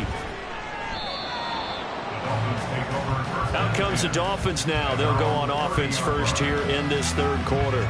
Now they've got the lead, CD. What do you expect from them in this second half? Well, I like what they were able to do on the ground in the first half because they had a lot of success running the ball, and I certainly think we'll see more of that. But I'd keep an eye on that defense, and I think their coaches up in the box will do the exact same thing. If they start to see 1 or 2 guys start to creep towards the line of scrimmage, that'll be licensed to take some shots downfield. Ball under 35. Here comes 2nd and 5. Back to throw. Tyler Completes this one to Pickens. And he's dropped just before the line to gain. 4-yard pickup leaves him with 3rd and 1.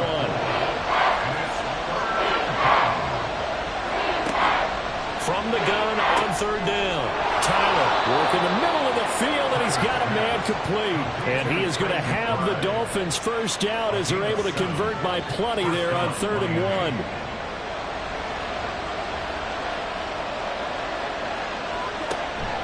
Up the middle, Achane. And he gets forward up the middle, but only for a couple. It'll be 2nd down. Well, any lane that might have been open there was closed pretty quickly, and that was because the defensive front, they won that battle at the point of attack at the line of scrimmage. They used great leverage, held their spot, and stacked him up.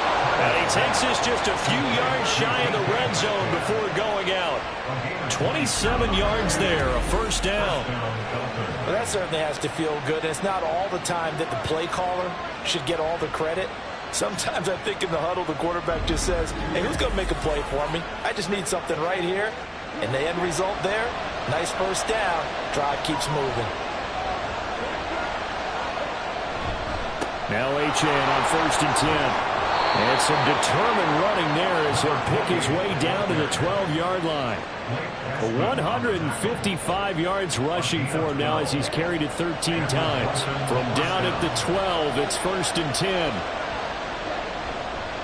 Again, it's Achane. And maybe a measure of revenge there. He's had his way in this one, but this time they get him behind the line. Officially, it's a 1-yard loss. That's going to bring up 2nd and 11. At the 13-yard line. Looking to throw. Tyler. Quick hitter here. It's complete. Touchdown. Devon Achane. His 3rd touchdown of the game and 5th on the year. And the Dolphins take the opening kickoff of the 3rd quarter and drive right down the field to extend their lead. That seemed pretty ideal there for the offense, Charles. You take a little bit of time off the clock here in the 3rd quarter, decent length drive, and you pad your lead as well at the end of it. And what it does is lets you feel like you're in control of this game, even more so than a 2-touchdown lead, right? Because you have taken that time off, as you noted, which means they couldn't get you off the field. You ran your playbook the way you wanted to, and you gave your defense some rest. What a big-time drive in that situation. And it'll come out to the 25 as he will not attempt to return. Here's the Texans offense now, readying for their first possession of the second half. They make their second half debut here, and things are looking a little bit tougher now. You give up the points there, Charles, that touchdown drive on the other side. So now it's a 2-score game here. Got to be careful. They certainly do, and I'm just wondering at halftime if those guys just looked into each other's eyes and realize what they've got to get done and come out a little bit more charged up, because if they don't get some kind of points here, that next drive, that could make this a 3-possession game. Now a handoff for Pierce. And boy, this defense again really making things tough on him as they stop him for no gain. So after the run for no gain, here's 2nd and 10. At the 38-yard line. A run for Pierce out of the gun. And the defense on him quickly there as they stop him at the 40 for a gain of just 2. This offense in desperate need of a conversion as they come up on 3rd down. Stroud looking to throw. He's got his target. That's complete. And he's got another first down as he's brought down at the Dolphins' 43. Texans passing game in rhythm right now, picking up another first.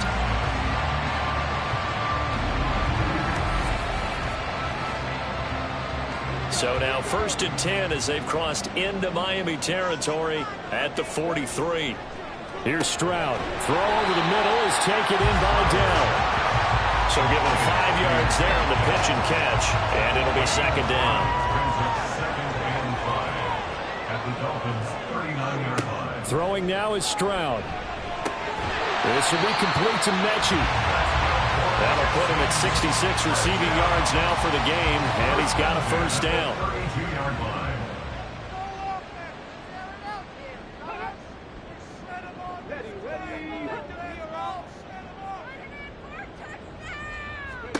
As Stroud now to throw. Under pressure, and down he goes. They sack him back at the 36. A loss of 4 that time on the sack, and it brings up 2nd. At the 36-yard line. Another try after the first down sack. Stroud.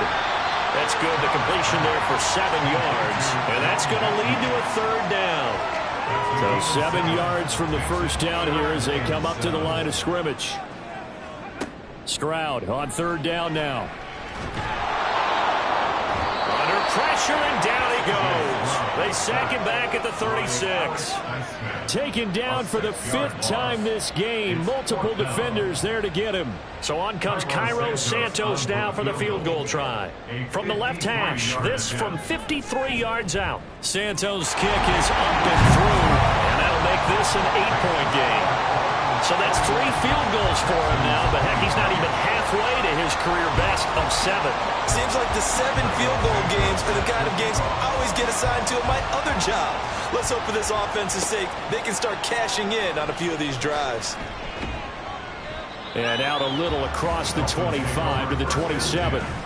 Now here's the signal caller getting ready to lead this offense again. How do you think he personally is evaluating his game so far? He was pretty good in the first half, been good so far here in the 3rd quarter. He's got to like it, right?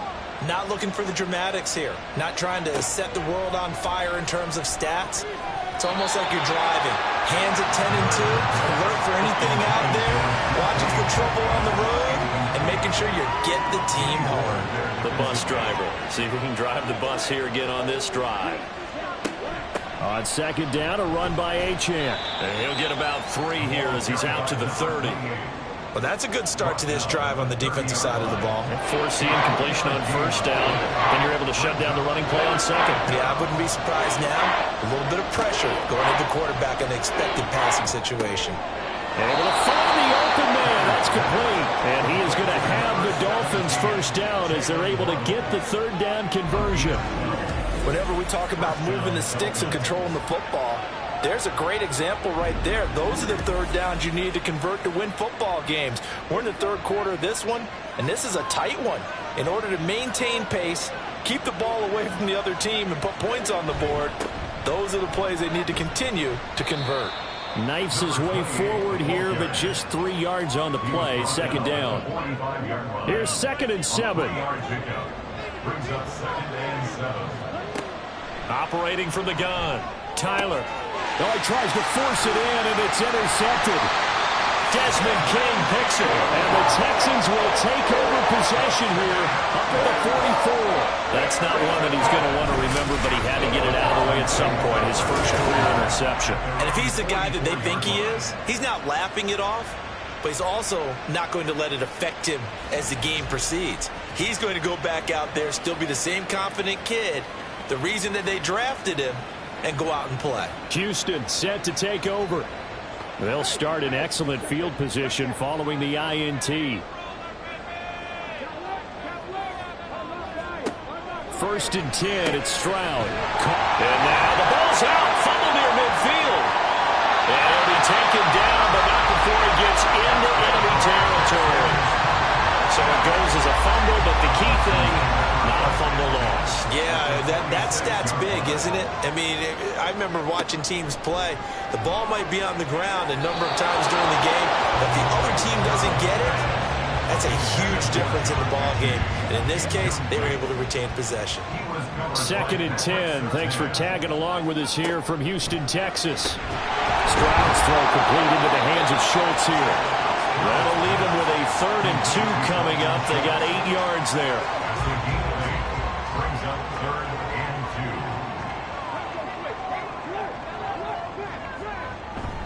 2. Pierce will try to pick it up. And they'll wind up getting this one all the way down inside the 20. 70 yards rushing for him now on 17 carries. But, partner, what do you think? Might have been 4-down territory if they didn't pick it up, but... Yeah, it's a moot point now. I was curious, so if they didn't get it there, would they have gone for it? I guess we'll never know. Yeah, we didn't have to make that call, but I have a feeling both of us would have said, go for it. First down, they go right back to Pierce. And not able to break away this time as they're going to stop him right around the line of scrimmage. Officially nothing on that last run. They'll try again 2nd and 10. At the 17-yard line. Now Stroud. He finds his man complete. That's Schultz. That'll leave him with a 3rd and 2 coming up. They got 8 yards there. So they'll get a little extra time to come up with his 3rd down play as we played 3 quarters. You are watching the NFL on EA Sports. Back now in Houston, trying to keep the drive going here. This is play number 7 on 3rd and 2. Stroud to throw it.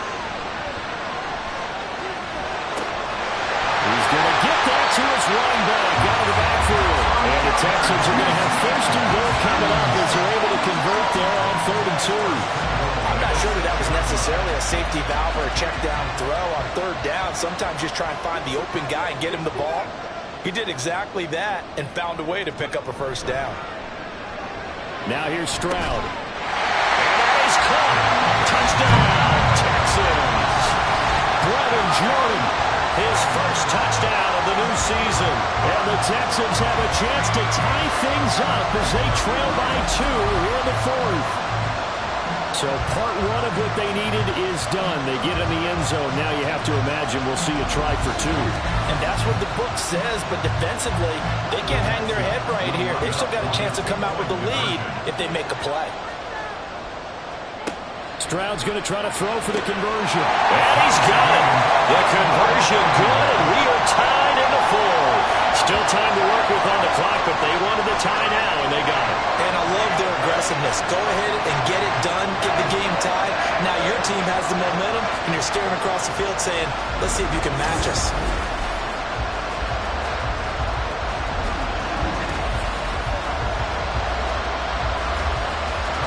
This one setting up for a great finish. All tied in the 4th as the kick's away. Here's Smith to return it. This taken in right around the goal line. And he won't quite make it to the 25. Miami set to take over. They no longer have the lead after that last touchdown. All tied up in the 4th quarter. And a chance for this offense to mount a potential game-winning drive right here. Here's Achane to start the drive. And maybe a measure of revenge there. He's had his way in this this one, but this time they get him behind the line. A loss of a full 3 yards, and now it's second down.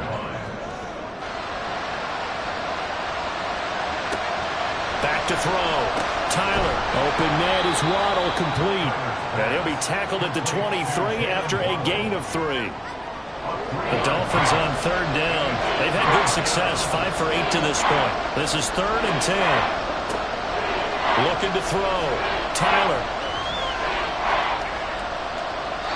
And he'll just toss it away. So he throws it away, and that brings up 4th down. And a smart play there. He's probably saying, I wish I would have done that on the last drive instead of throwing the interception. The Dolphins will send out the punter now, as he'll come on to kick this one away. And taken right at the 35. We'll call that a punt of 38 yards officially. And the Texans will take over with a 1st and 10. And now out comes Houston. Excellent job by their defense to force the punt and provide them with this opportunity, all tied in the 4th quarter. Over the middle, he gets it to Collins. And he'll have it past midfield almost to the 40 before being taken down. Great way to start the drive. 20 big ones and a 1st down.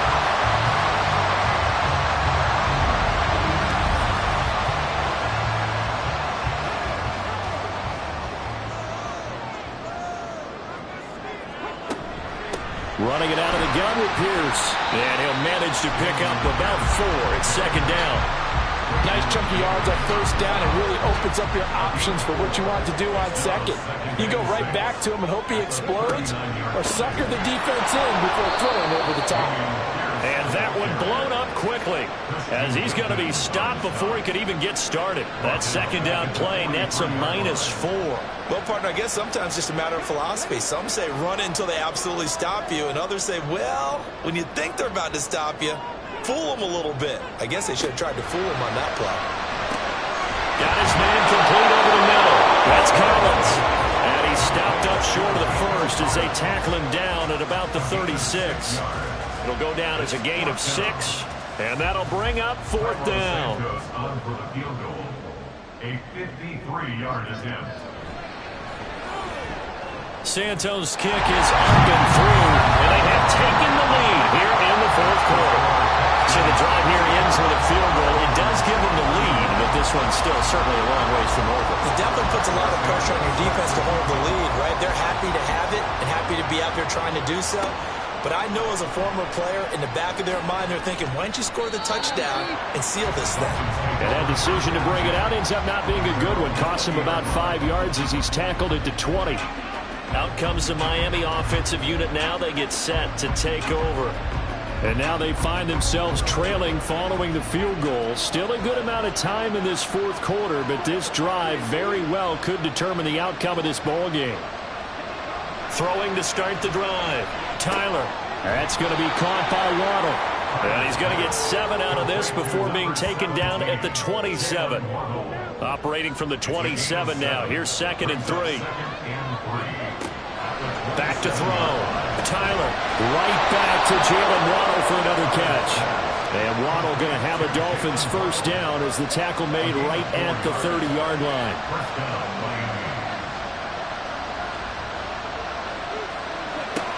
Looking to throw. Tyler.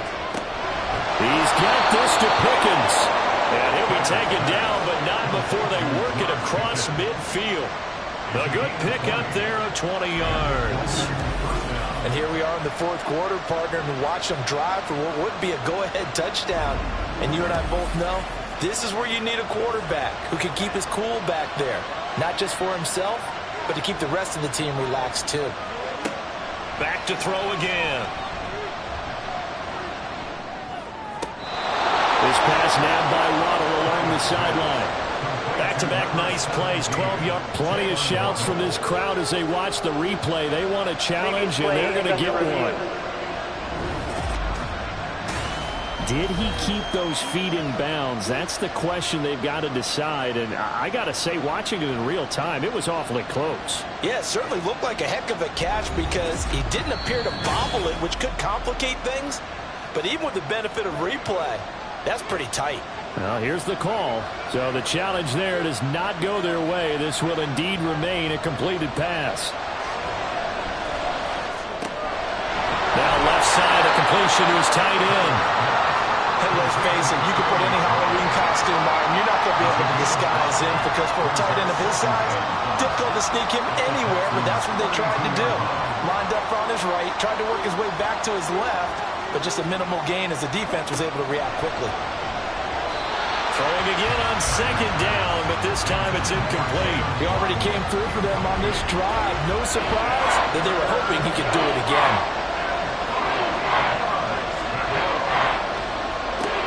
They'll look to throw again. That is caught, and they move this all the way down to the 9. They're able to convert on third down, and that sets up a 1st and goal. I love the drive they're working on here because they know they can take the lead with a touchdown.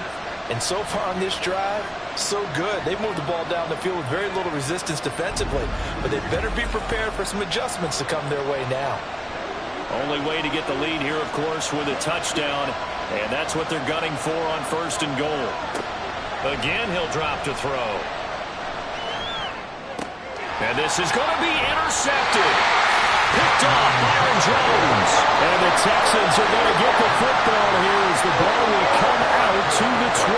Those INTs all sting when you throw one in the red zone. I think especially as a rookie, maybe it stings a little bit more. I think what you're saying is they don't all count the same, do they? Right? Interceptions in the red zone that you've given up points now, those are precious. So you have to learn from those and in a hurry. Out comes a Houston offense as they get set to take over here.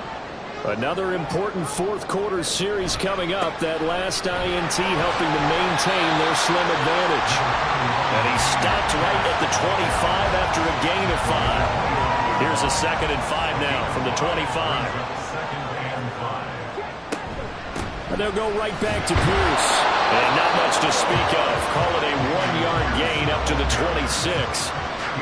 Just not a whole lot of room to operate there on that carry. No, not at all. They did a really nice job staying in their proper places and not allowing any lanes to open up. And the Dolphins rush gets home. Down he goes. He could not get away that time, and it'll be a loss of 11 on 3rd down.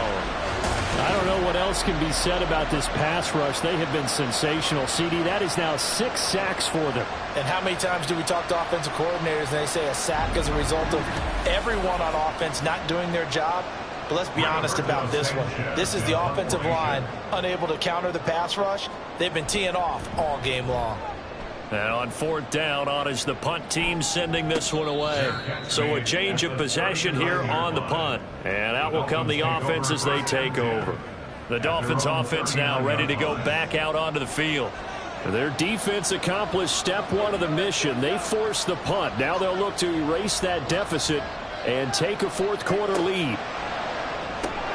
They go over the middle, and it's complete to start the drive. It'll be a gain of 5, and it'll be 2nd down. It's a gain of 5.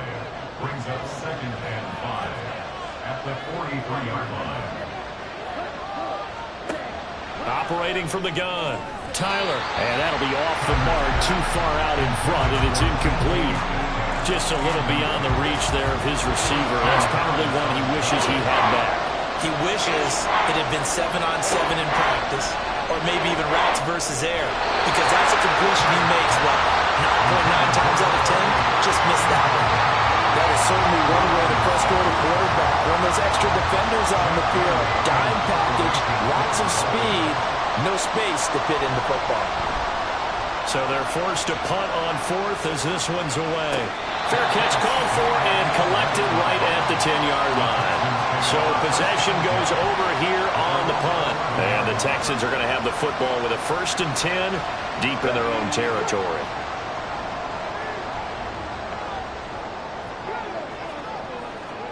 Stroud to the air on 1st and 10. Catch is made. It's Schultz on the out route. And he almost gets this to the 30, taken down about a yard shy. An excellent way to start the drive there, 18 yards. And these guys certainly are not hiding what their intention is. They're absolutely showing it. They're definitely not going to sit on this lead here in the 4th quarter. And Not totally home free yet, but it's looking good as they come up 1st and 10.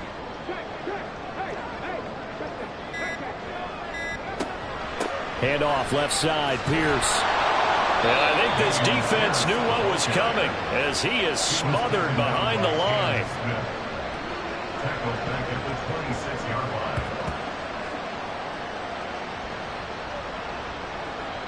Gotta figure the rush is going to be fierce again as they come up 2nd and 13. Less than 2 to play with just a field goal separating these two sides.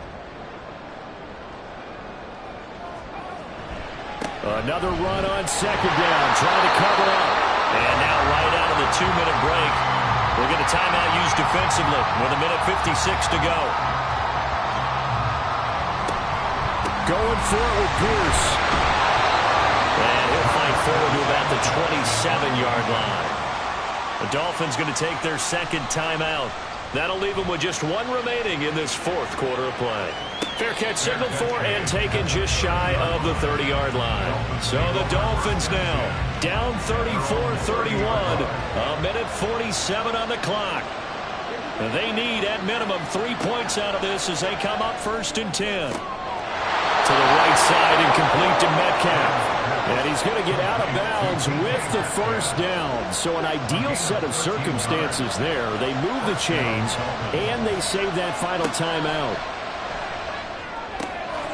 He's got McBride here over the middle. And they'll get this well past midfield before being stopped just before the 35. And his throw is going to be incomplete. So many times we talk about coverage, we're just talking about a defender running with a receiver, but a big part of it is understanding where the football is, finding it. In this case, when it arrived, it wasn't a surprise, and he was able to bat it away. Another throw on 2nd down, and this one incomplete as well. Well, this crowd is making an impact right now. 3rd and 10. He's back to throw. Work in the middle of the field, and he's got a man complete. And he's going to be taken down with another 1st down as the stop's made at the Texans 16. Brandon's okay what they're doing right now. Still able to work the middle of the field, but you know sooner or later they're going to have to stop the clock.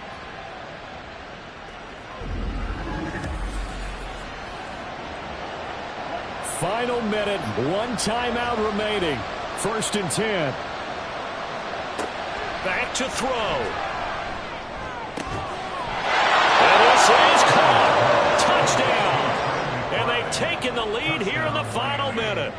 What a game this has been, and what a drive that was, Charles, to take the lead here late in the 4th quarter. And, partner, that's a job well done by everyone, from the players to the guys calling the plays. And if I may introduce just one downside to the mix, might be a little bit too much time left. Enough on the clock for a final last-ditch effort to try and steal this win away. Now the extra point.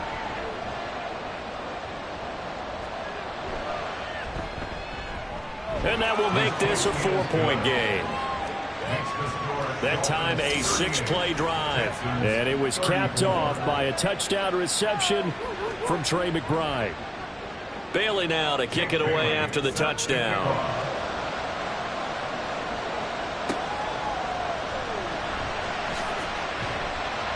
And makes it across the 20 as his guys will set up shop at the 23-yard line. Now the attention turns to the Texans, trailing by 4, 37 seconds to go. Stroud. How will this thing pan out? We'll watch as they come up on 1st down. And that is incomplete. Oh, the coverage a little too good there, and it's 2nd down.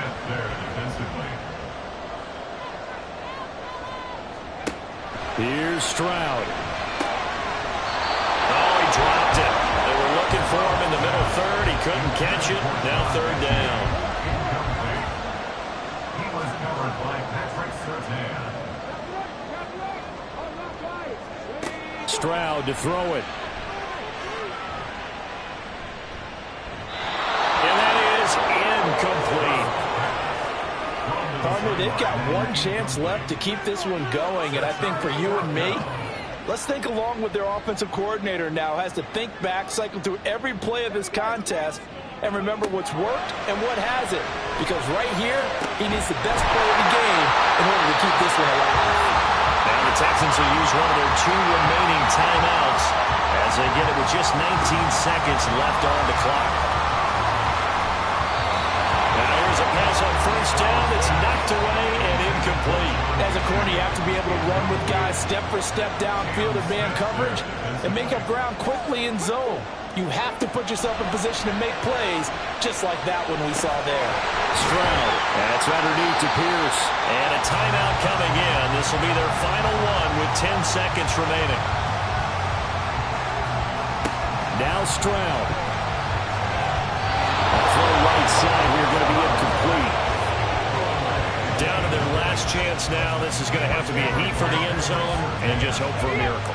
And I don't sit back with everyone back defending. I've got to have somebody rushing the quarterback. Don't make it easy for him to set up and throw the ball all the way downfield. This for all the marbles. And that is going to be incomplete.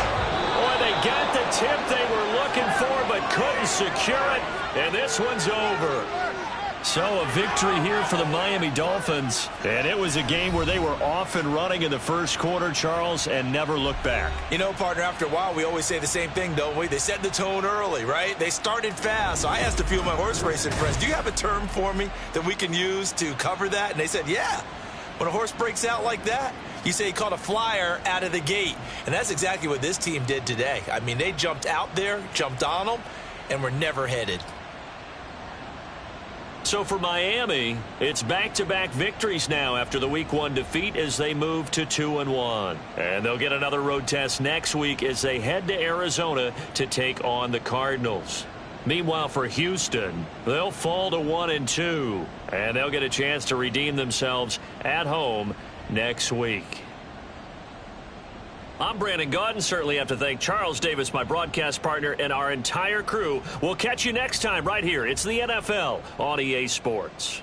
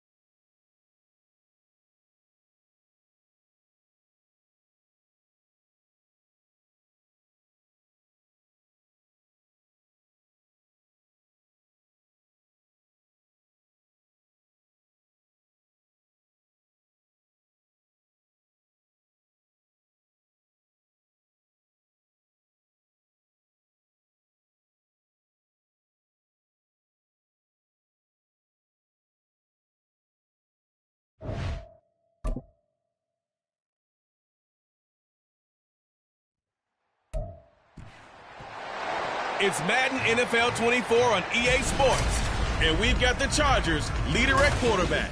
He got his reps in a week ago, over 400 yards through the air. It's the Chargers and the Panthers, and it's all up next.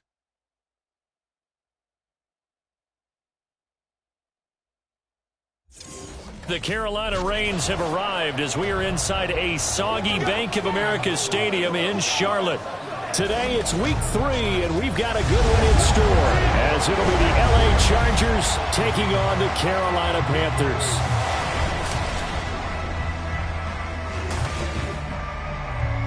Alongside Charles Davis, I'm Brandon Gaudin. And Charles, we look at this Panther ball club as they enter play here.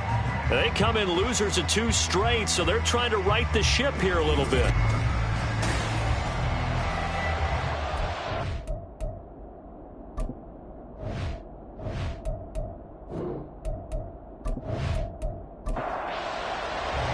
Two weeks have come and gone. It's off to week 3, and we're underway on EA Sports.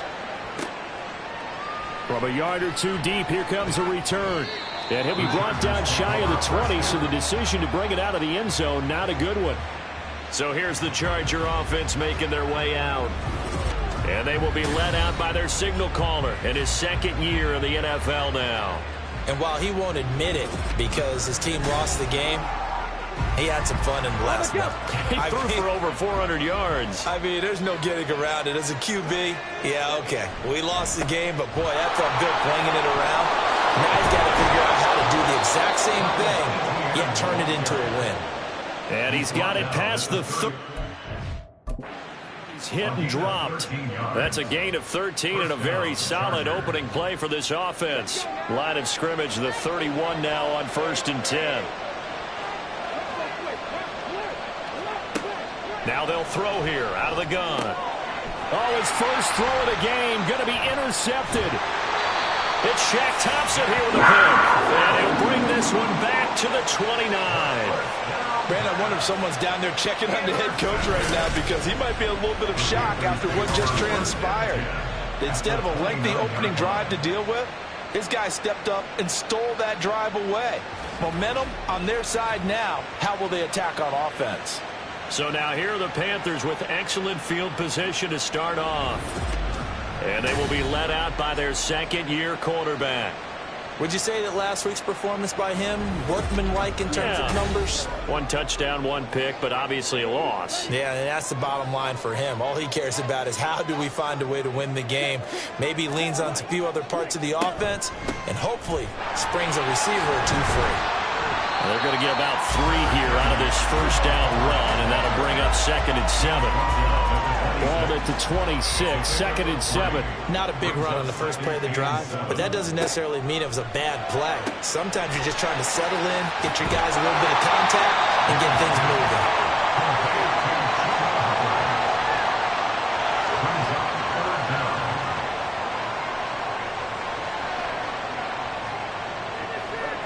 3rd and short yardage. Young able to find the open man. That's complete. And able to get this down inside the 15, either the 13 or 14 before he's out of bounds. There's a 1st and 10 at the 14-yard line. 1st and 10 at the 14-yard line. Young off the bootleg. Catch here, left side, Thomas. 2 yards on the pickup there, and that'll bring up 2nd down. It's 2nd and 8 at the Chargers' 13-yard line. It'll be Young again. On the throw, led him too much that time. It's incomplete. Quarterbacking 101. Never force the ball into double coverage, especially not this close to the goal line. The windows are so tight, you just don't want to force it in there because it could be tipped up and picked off.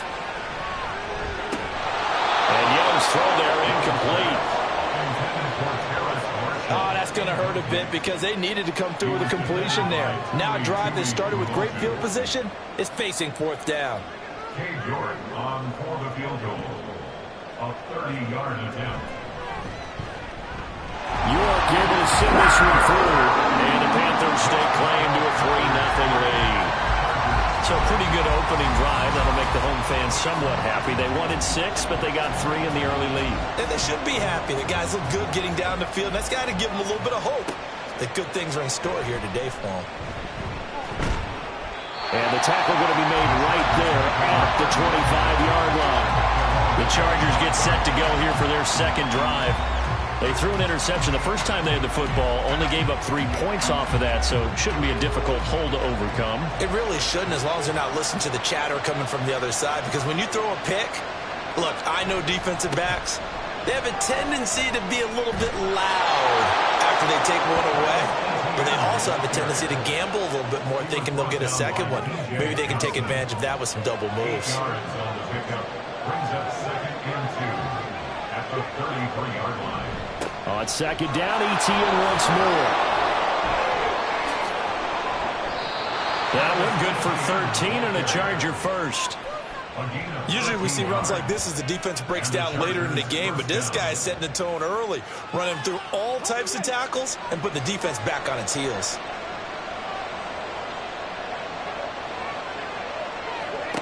They'll look to throw now on 1st down. And he's got his man out of the slot, complete.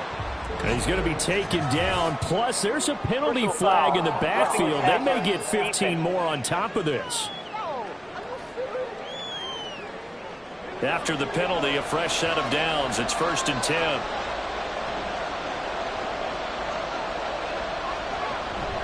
Straight ahead, ETN.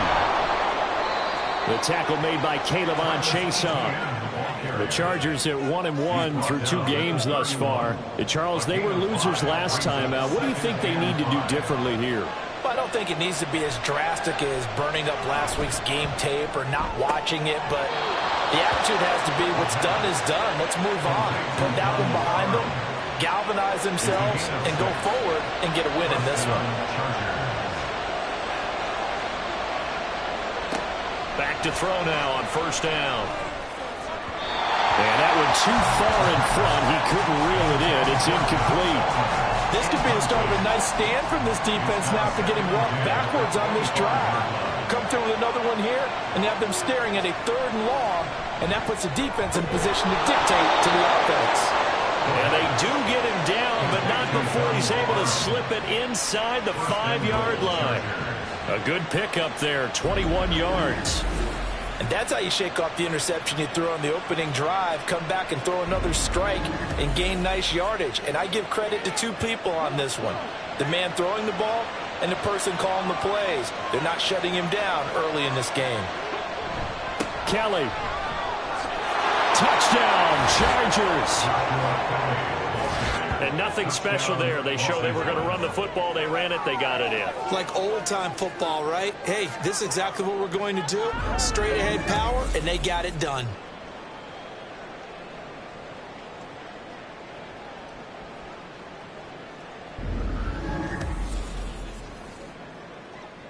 For the extra point, Cameron Dicker.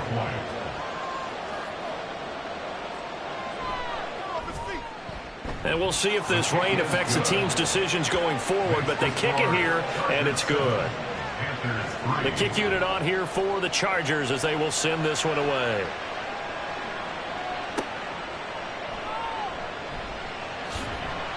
And he'll get it up past the 20 to about the 22. The Panthers coming back out onto the field for their second drive. And last time they got 3 points, but it was a chip shot field goal. And when you go to the sideline after a chip shot field goal, maybe the offense not too happy. It's a balancing act, isn't it? Because you're exactly right. They're none too pleased that they didn't punch it in for 6 points. But they also have to remember they did put points on the board. 3 points is 3 points. And in this league, you take points when you can get them. Not easily done. From the 31, here comes second and a yard. On play action, Young. Throwing quickly there, but it's incomplete. Tommy Tremble, the intended target. And it's 3rd and short. But you talk about the defense for these Chargers. They're just below the cut line for top half of the league, 17th in the NFL against the run. For some defensive fronts, playing the run is not the priority. It's playing the pass, right? They get upfield, they rush the passer, and sometimes neglect stopping the run. That's something that they have to work on and reverse a little bit. Make sure you play the run on your way back to the quarterback. Yes, it's the first half, but we'll see if that stuff there on 3rd and 1 comes back to haunt them. I hope you don't mind, but it's not going to stop me from putting a check mark next to this play. Let's look back as this game progresses and see if this is one of the key plays in the game, even though it occurred early. Yeah, call it 38 yards on the punt, no return. And it'll be Charger football here as they take over. They'll come out throwing here to start the drive. He completes that to Garrett Wilson. And he takes us beyond the 35 before going out of bounds. Line of scrimmage, the 37 on 1st and 10. First down, Los Angeles. ETN up the middle. And a 5-yard gain gets him to the 42. Not a huge play, but I think they're more than happy with how it turned out. Don't be surprised to see them revisit that call because there was a lane there for more than just 5 yards. Put it in your back pocket and break it out when you need it later. A throw over the middle taken in. Second catch for him today, and it'll wind up a first down. First down, Chargers. Running out of the gun with ETN. And he is swallowed up right at the line of scrimmage. Stopped on the play by Colby Wooden. No gain on the play. 2nd and 10. At the Panthers' 47-yard line. Now he'll look to throw here on 2nd and 10. They get 7 out of that, so they're left with a 3rd and 3. Brandon, perfect defense in this situation would have meant that there was an incompletion. They would have picked it up. Okay, so they gave up the completion. But I really enjoyed watching how the defense stayed in sync, stayed in great communication. And as he dragged across each zone, you see him pointing, communicating. There he is, and they passed him off to each defender. Ended up making a nice play, even though it was complete. As an unbiased observer, I think it would have been interesting to see what they would have done if they hadn't gotten the first down there. But since they did, I guess the point is moot. Yeah, they're right there in that middle ground, field goal range, punt, go for it. But as you said, they picked it up. On first down, he'll drop to throw. And he's got his man on the out route. And he'll be out of bounds, able to get it down to the 25 there. Out of bounds at the 25-yard line. A 6-yard pickup brings up 2nd and 4. From the 25, here's 2nd and 4.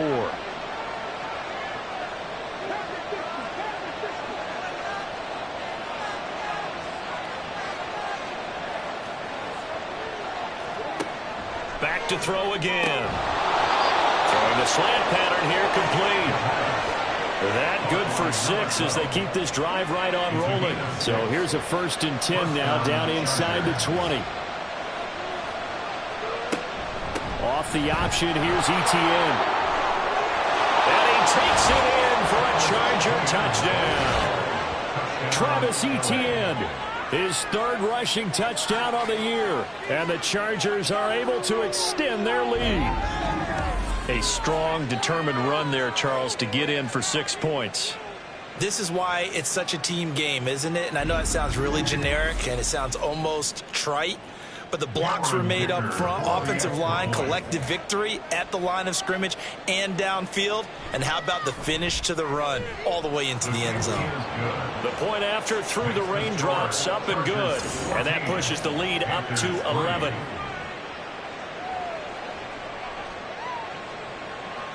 Out is the kickoff unit as they run up and send this one away.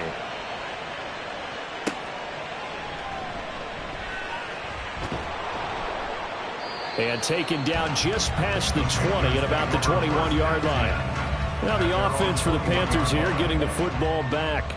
Still in the first half, but this offense has struggled. Haven't really been able to get anything going, not only in the points category, but in the yards category. We'll see if they can do better. Oh, that's into a sea of bodies, and it's intercepted. Picked off by the linebacker, Eric Kendricks. And they are going to set up shop at the 32-yard line. CD, I know it's just his second year in the league as a quarterback, but that's going to be one when he flips on the tape. He's like, I shouldn't have thrown that ball. No doubt about it, and his coaching staff will be emphatic about he shouldn't have thrown that ball. But remember, second year, as you noted, on-the-job training. So he's got to take this feedback that he's getting, negative or otherwise, and turn it into positives moving forward. From the 32 now, here's 1st and 10. Here's a give to Etienne. And he'll go down at the 26 following a gain of 6. I think we all suspected that they were going back to him after he found the end zone on his last carry. And they kept the positive momentum going there. Another nice run by him. That's going to be caught. Touchdown, Chargers. Josh Palmer. His first touchdown here of the new campaign. And the Chargers are able to strike quickly to add on to their lead.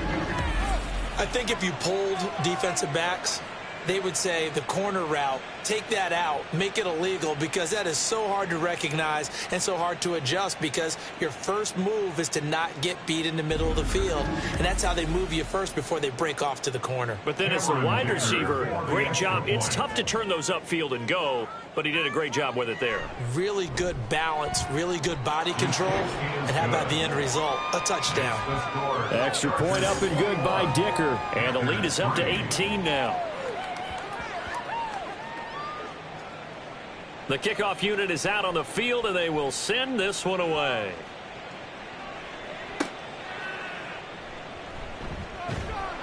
And no alley to be found. The coverage was solid, and he's dropped at the 18. The possession of the football goes over to Carolina. And for this offense, Charles, you got to think kind of crucial here to put something together on this drive, because remember, last time out, they threw the interception on the very first play. And you can't afford to let this defense keep building any more momentum. They're playing awfully well, and they're awfully confident right now. To me, it's time to attack and take some of that momentum back. But make sure you're selective in doing so. Understand where you want to throw the football and make sure it's open before the ball leaves your hands. On second down, here's a run with Hubbard. They do get a yard there, but only a yard. Leaves them with 3rd and 9 looming. Pretty good little two-play sequence there. You force the incompletion, then a very short pickup. Yeah, now maybe you bring in an extra defensive back or two, because you want to try and defend on 3rd down.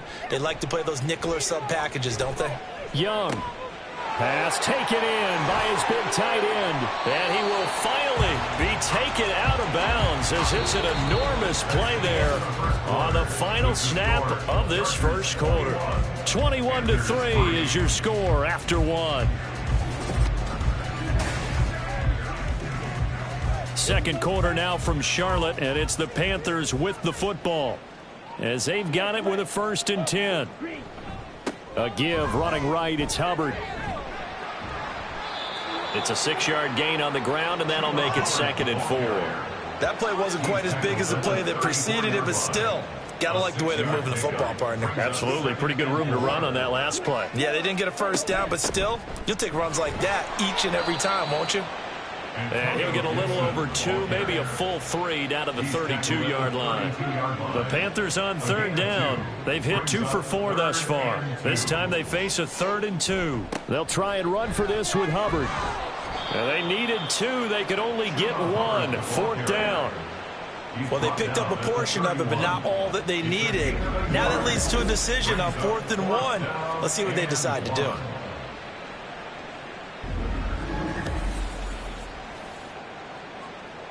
And no move to get the offense off the field. They'll stay put on 4th and 1. They'll run for it. It's Hubbard. And boy, is he close. Did he get there? No, they're going to say he's short of the line to gain. And the Panthers turned away on 4th down. And the Charger defense stands tall, and they get the football back. And defensively, they were ready for that, a full-on blitz on 4th down, and they stop them short of the marker. Oh, and someone's got to feel really good about that, and that's the defensive coordinator. He dialed up a great run blitz defense, and they hit it just right. Stack that thing up. They're going to feel awesome going to the bench after that big play. They will get 4 yards here on the first down run, and that'll make it 2nd and 6. From the 35, here's the 2nd down and 6. 2nd and 6. And they'll go again with Etienne. And he'll get about 2 there to the 36. But not much on that run, Charles. No, that's exactly the way to execute a run blitz there. They guessed correctly that they would move the ball on the ground, honed in on it, and stopped them. Mark that down for a win in the defense's column. And he is going to have the Chargers first down as they're able to get the 3rd down conversion. Good strong throw and catch right there. And so far in this game, the alleys have been open for them to get completions, and they're taking advantage of it. Now a play fake here on 1st down. And he's got his favorite target yet again. It's complete. Another connection between the two. This one good for 12 and a first down. First down, the Chargers. On the counter, Etienne.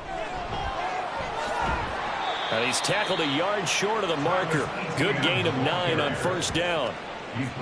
Good yardage there on 1st down. Exactly what you want. Get yourself set up to keep making first downs, keep the clock running. And if they're smart, you're starting to milk the clock. No hurry before you run your 2nd down play. And nothing doing. He's immediately taken down at the line of scrimmage. Play number 7 coming on this drive. It's 3rd and inches. Off the play fake, he'll look to throw. Oh, he had him. He was open, but he couldn't get it to him. It's incomplete. They sure went against conventional wisdom, calling a pass on 3rd and inches. Had to be thinking to themselves, the defense is going to overcommit against the run. Should be an easy pitch and catch. Didn't turn out that way. And his kick is right there. It's good. And the lead up to 3 touchdowns now. It's 24-3. So they're content to take the 3. Somewhat of a conservative call there, opting not to go for it on 4th and inches. And that's from a team that you and I know is not usually playing it close to the vest. It's a little bit of a surprise that they opted for the 3 instead of going for it. And good coverage there on special teams as they'll get him down shy of the 20. Carolina getting set to take the field. And this not an easy situation. You're down early, in the elements, you're on the road. How do you get the mojo back? Well, one thing is to remember that as an offensive player, you have a much better idea of what you're trying to accomplish and where you're trying to go than the defender. So in this case, because you know it, you can make your cuts with a little more decisiveness, maybe a second fake, some double moves, things of that nature, to go ahead and try and put some pressure on the defense. And able to get this across the 20 before going out of bounds. 4 yards the gain, and it'll bring up a 3rd down. Brings up 3rd and 6. Young will set to throw. They'll set up the screen for Gibson. And he is going to have a Panthers first down as they're able to get the 3rd down conversion. Line of scrimmage, the 31 now on 1st and 10. 31-yard line. Straight ahead with Hubbard. And he'll work this one up to about the 38. A solid run on 1st down. Gain of 7 leaves him with a 2nd and 3. Brings up 2nd and 3 at the 38-yard line. Now Young. He'll air one out deep from Mingo. And he knocks the ball away, and it falls incomplete. Thus far, they have been able to move the line of scrimmage very well in the running game. Almost felt like they said in the huddle, can you guys pass protect? Let's take a big shot downfield. Didn't get it on that one, but they may come back to it again. And he'll be taken down, but he does have first down yardage. Able to get what they need to keep the drive going with a 6-yard pickup on third down. Young on first down. His throw incomplete. Offense was moving it a little bit, back on their heels, but they earn a brief pause by forcing the incompletion. That gives them a quick chance to regroup and try and mount a stand before they're backed up even further. Over the middle, and there's a diving catch. And he's brought to the ground with another first down at the Chargers' 44-yard line. Panthers, first down. First and 10 at the 44-yard line. They go play action. Young. Short throw hauled in by Trimble. So 5 yards here, 5 on the play. And that will bring up second down. Brings up second and 5 at the 39-yard line. It's Young off play action. And that is taken in by Hurst. And he's brought to the ground with another first down at the Chargers' 15-yard line. 23 yards the pickup there. And I don't think there's any question that this offense is going to need to hit on a few more plays like this. It's been a difficult first half for them, to say the least. And I do believe if they want to get back in this game, they need to start right now. It's kind of like making adjustments. If you try and wait until the half, it's probably too late. They need to get going right here. And he's going to be hemmed in and brought down right at the line of scrimmage. Here's second and 10. Brings up second and 10 at the Chargers' 16-yard line. Right back to Hubbard. And he's brought down just outside of the 10 at the 11. 5 yards on the carry there, and it leaves him with third and about 6 yards to go. Third and 6. Young to throw it. He's got his target. That's complete. And the Panthers are going to have first and goal as they try to finish off this drive with 6 points. But with the score where it is, you're not thinking field goals right now. You need touchdowns. So that was a much-needed conversion there on third down. The play fake. Now Young. And he's going to go down just outside of the 5, right around the 6-yard line. Eric Kendricks in there to take him down on what will take us to the 2-minute warning. Second and goal from the 6 this time.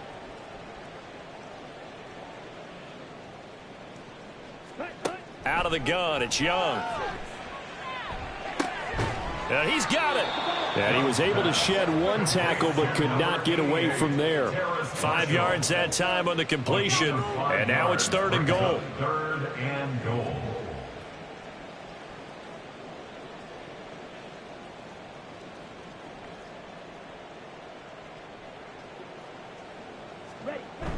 And they'll let the fullback try and take him home. And I don't think he got there. No, they stop him right where it all started. Young to throw on fourth. And it's incomplete. They cannot convert, and they turn it over. And they've now made 2 trips to the red zone and still looking for their first touchdown. Not able to punch it in, and if you're on defense, your confidence is sky high. Because mentally, you're saying, hey, you're in the red zone. We're thinking we're giving up 3. We just want to give up 6. In this case, they end up not giving up the touchdown at all. They've got to feel great about what they... And nothing but green grass here, middle of the field. And they'll get him down up past the 15, just shy of the 20. 102 yards now for ETN, and he's got a first down. This guy's well on his way now to a big game on the ground. It's another good run there. Puts him over the century mark in yardage, and we're still in the second quarter. Now on first down, he'll drop to throw it. He'll get this over the middle here to Palmer. And he'll get this one way up just shy of the 45-yard line. Now the Chargers will use the second of their timeouts as they'll stop it with a little over 30 seconds to go in the first half of play. Back-to-back good plays have them on the move on first down. They'll set up a throw. He'll wind up getting right about 4 there on the scramble, and it's second down. Chargers going to use their third and final timeout as the clock will stop with 21 seconds to go here in the first half. 2nd and 6.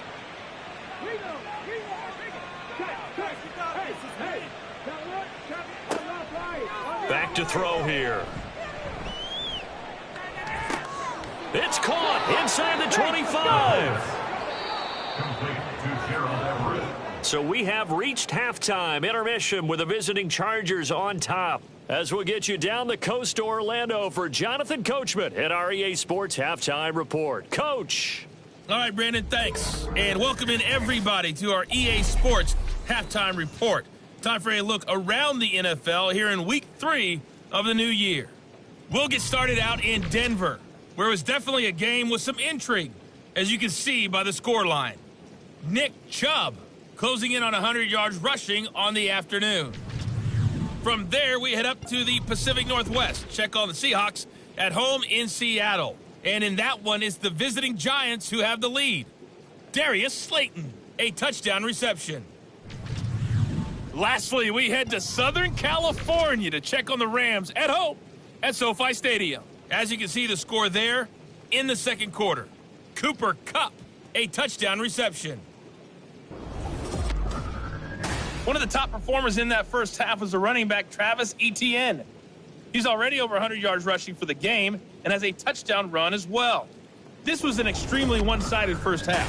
One team showed up ready to go. The other's been in a daze thus far, but there's still plenty of time left for this one to tighten up significantly.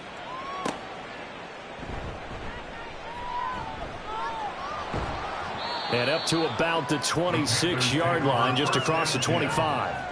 But the Panthers going to take over here to start quarter number 3. And you have to think, Charles, down 3 scores already. They need to play an almost perfect second half to have a solid chance.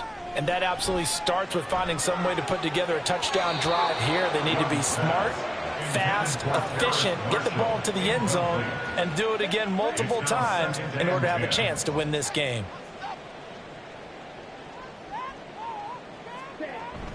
A give up the middle, Hubbard. 5 yards, now it's 3rd and 5. Running lanes were at a premium in the first half, but he's able to find some room there, and he's hoping that that's a precursor of a big second half. 3rd down, Young from the gun. Chargers able to get the pressure and bring him down. It's Jeffrey Simmons that time who got in to record the sack. Looks like another empty possession here, partner, and I don't think with 3 scores down in the third quarter, they can truly afford any more the rest of the way. No, especially the way their offense is sputtering. I think you're exactly right. They got to find some answers quickly. 37 yards on the punt with no return. And they will take over 1st and 10. From the 32 now, here's 1st and 10.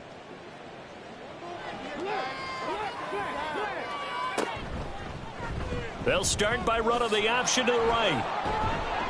And just not a big enough hole to break this one. He gets it to the 35 after showcasing that tough running of his. 2nd down and 6 now. 2nd and 6. Now back to throw. And his throw is incomplete. This defense trying to do its part. Active hands on that play, but their offense hasn't given them much to work with. So they're not going to worry about it. On their side of the ball, all they're concerned about, can they create some scoring opportunities and help out that offense? And he is going to have the Chargers 1st down as they're able to get the 3rd down conversion. Well, a lot of times when you get a manageable 3rd down situation like this, you have to think about your tight end, and he comes through for him, picking up the 1st down.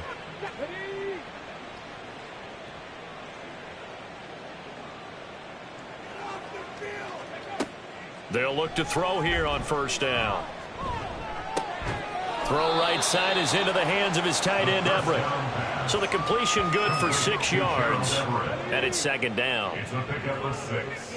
Brings up 2nd and 4 at the 48-yard line. A handoff for Etienne. And this time he's able to take it down to the 42. 108 yards rushing for him in the ball game now on 14 carries. Well, they had a 3rd down play on standby just in case, but he says no need with that carry. Runs like that will continually earn him more work in this and future contests. They'll look to throw now on first down. Oh, there's that man again. It's complete. And he'll get this one down near the 20-yard line, just shy of the 20. An excellent pickup of 20 yards.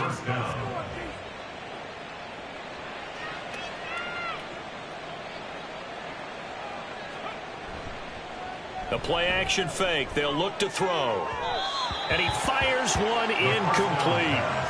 They had their backs up against the wall a little bit, and they come through by forcing an incompletion. Now they've got to continue to ratchet up the intensity a couple of more times and get off the field before giving up any more yardage. Now a second down throw for the end zone, but it's incomplete. What would look like a march to the end zone has hit a momentary roadblock with that incompletion. No need to panic. They just got to come up with a high percentage play call and see if they can get their offense back on track. Meanwhile, on third down, they take a shot at the end zone, but it's incomplete. And those two just haven't been in sync thus far. They've done a nice job against him, but still, with his talent, you would expect them to have more completions to him in this game. A 39-yard attempt. And his kick is indeed good, and that will extend their lead even further. So this drive maybe didn't end with the same kind of success they had in the first half, but they do add 3 to their lead. And defensively, I think they went in there at halftime and made a pact with each other and said, look, we can't let these guys keep driving it right down our throats. Not perfect giving up 3, but a much better start than the way they played in the first half. Solid return, pretty good field position. They'll start at the 32.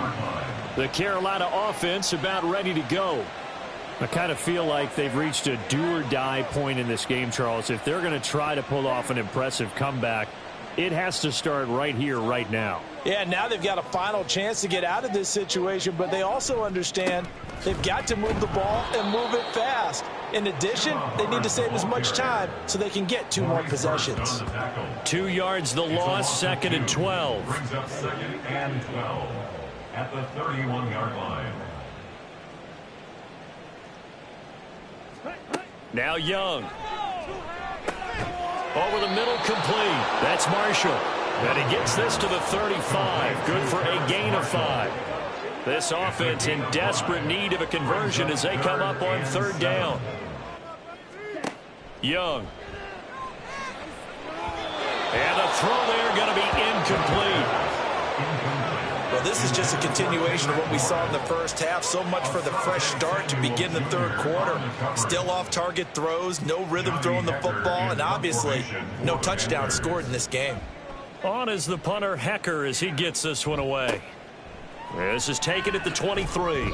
A 39-yard punt, a return of 5. And it will be 1st and 10 as they take over. So here are the Chargers to take over. They were losers to Kansas City a week ago, but they are out in front right now.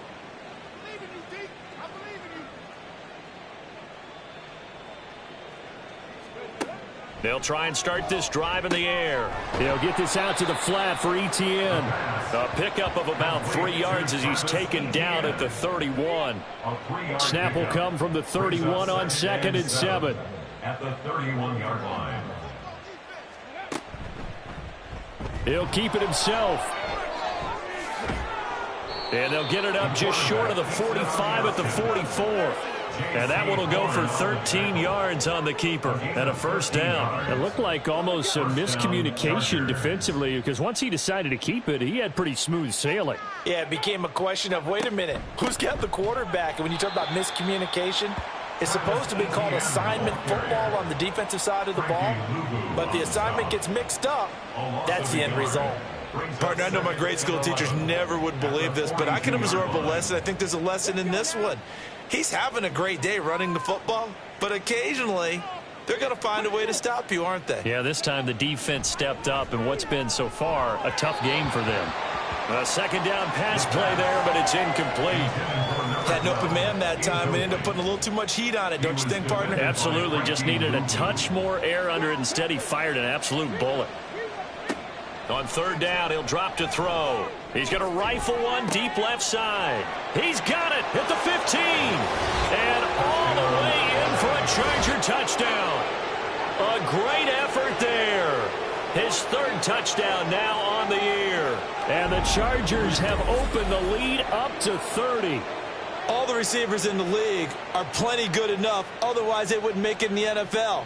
But the ones that go to the Pro Bowl, they have refined route running ability.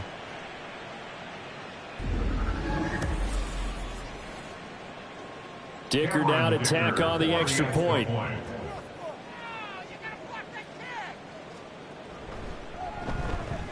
And the lead grows even larger here in the third quarter. The drive summary that time, 5 plays. And it winds up with a touchdown for Los Angeles. Oh, a good return up past the 30. And a good return, able to get out across the 35 to the 36. The Panthers offense here, they get ready to head back on the field. Well, we haven't exactly been treated to a nail-biter in this one, CD, and if they cannot score here, this one's pretty much all but over. Are you saying that you feel like people are starting to think about getting out of here, maybe beating the traffic in order to get home or to their final destination? Yeah, I don't think there's a whole lot of reason to hang around, especially if they can't score here. Yeah, you're right about that, because it has been pretty clear who the better team has been in this one. And in a league that we talk about every game being a one-score game as we go into it, watching this blowout, let's just say it's been unusual. No gain on the play there, so they're left with a 3rd down and 6. Third down and 6. Now here's Young. Quick throw on the slant, but that's behind his man and incomplete. And you can tell just by looking at him that this offense is a frustrated unit. Things are really unraveling here, and as a head coach, time to earn your paycheck. You've got to find a way to keep it together as that brings up another 4th down. This is taken at the 15. A good kick that time, but also a pretty good 15-yard return. The Charger defensive unit making their way back out there. A long drive last time out for this offense, Charles. If you remember, they started basically in the shadows of their own end zone, marched it down the field, and a lot of that was through the passing game. And partner, as a former defensive back, I'm having almost a physical reaction watching what's happening right now, but let's give credit where it's due, because they've done an excellent job moving the ball through the air. Secondary getting picked apart pass by pass. Obviously, they need to make some adjustments there on the back end. Yeah, because offensively, we know that they're not going to be shy about throwing that football. A big hitter to start the drive has him up near midfield here for 1st and 10.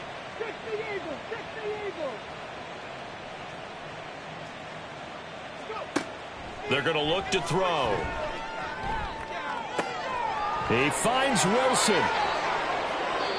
A big play there for L.A.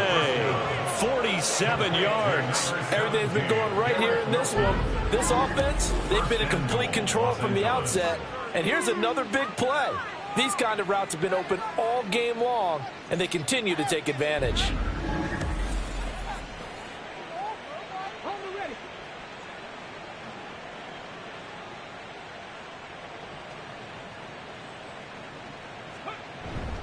And they'll run with Etienne. And he gets halfway there from the 6 to the 3 on a gain of 3. Well, Brendan, we always know that once you score 1 touchdown, you're without a doubt. And so far today, he's got 1, but was denied as he tried to get the second one. On 2nd and goal, here's the option. And the second wave of tacklers is going to get him as they stop him behind the line. It'll go down as a 2-yard loss, and it brings up a 3rd down.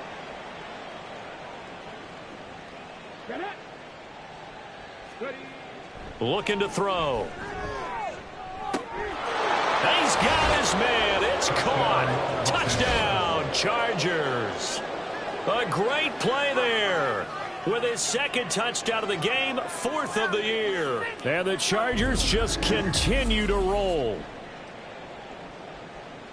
There was no going through the progressions on that touchdown pass. Yeah, nor was it necessary. His receiver won that route early, presented himself. No reason to wait. Go ahead and put it on him and score a touchdown. Extra point up and good by Dicker. And the lead grows even larger here in the 3rd quarter. Panthers 3.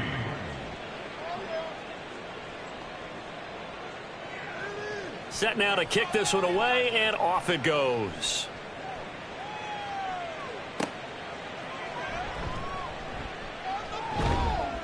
And he's up across the 25 and down at the 28. Here's the Carolina offense as they get ready to take over here. Well, we're still in the third quarter, so there's some time to kind of clean this up and make it look more respectable. Now, a win, that's probably gone out the window, Charles, but I don't know. Do you look at this as a time to just improve and maybe start to look towards the future? I think you have to find something to play for, something to grasp onto until the clock runs out. But, Brandon, we've been around this game a long time. This is an outlier. You don't get many blowouts like this no matter how the game looks on paper going in. This one has turned out to be everyone's worst nightmare realized. That throw by Young incomplete. These guys have punted 4 times already, and they're staring at a 5th, barring a conversion here on 3rd down. Being chased out left. And he will slide to a stop. He does have the 1st down. The 3rd down conversion is successful. Give him 12 yards that time. 1st and 10 at the 40-yard line. They run the option here on 1st and 10. And he will be brought down at about the 43 that time. Give him 3 on the keeper there, and it is 2nd down. Brings up 2nd and 7 at the 43-yard line. To throw, Young. And that one too wide and incomplete. A misconnection there. He's hit on just 50% of his passes thus far. That's not where you want to be. Now you see the evolution of the game. You go back to the quarterbacks of old, 50% would be terrific because they threw the ball downfield almost every time they threw it. Now with the short passing game, you should be above 60% just to be in the average range. We have played 3 quarters. This is the National Football League on EA Sports. And we're back now in Charlotte. And this is a blowout so far as we get set for the 4th quarter. A very one-sided affair. It's desperation time. Young on 4th down. And it's incomplete. They cannot convert, and they turn it over. And the Panthers turned away on 4th down. And the Chargers will get the football back in excellent field position.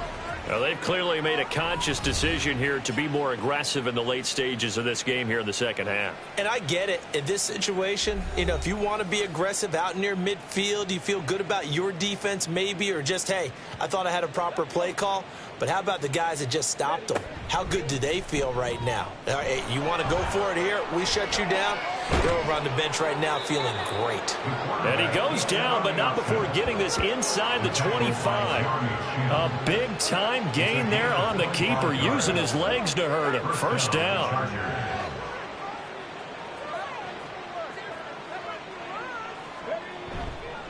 Off the play fake, he'll look to throw. He's got his man. That's Everett, the tight end. Touchdown! Gerald Everett, 23 yards for the touchdown. And the Chargers look like they're going to get back in the win column as they extend their lead here in this 4th quarter. When coaches come into a game preaching total team effort, CD, I think this is the type of ball game that they're dreaming of.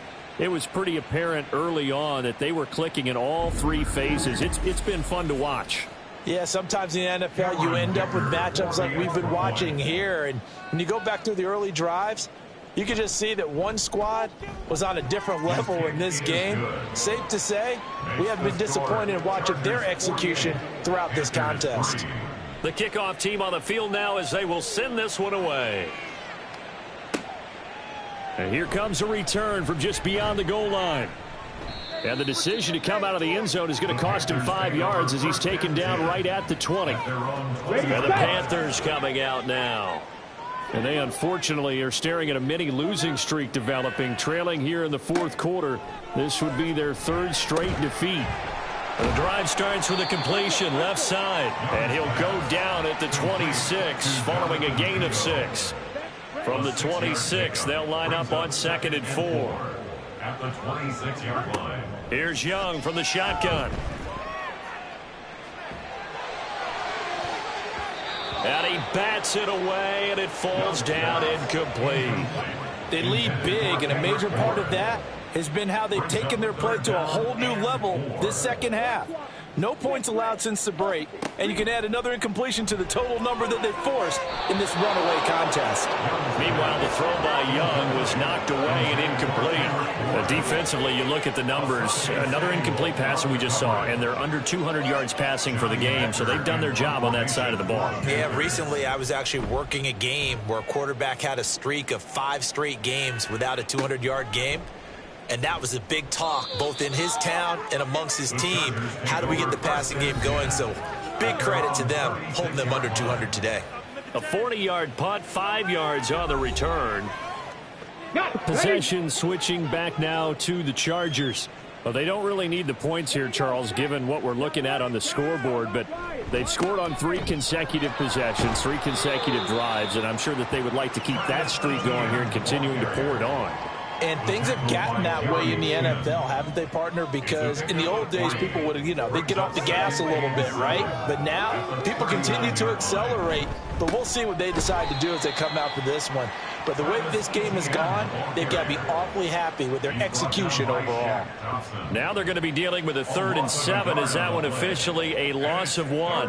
Run blitz there defensively, something we might see more of here in the 4th quarter. I think we'll see a lot of it. And the difference between that and a pass blitz, you're just trying to get to the quarterback. You're trying to scheme someone open who will get to the QB and make sure he gets on the ground. In a run blitz, you're actually trying to cover up gaps, trying to cover up holes so they can't run the football.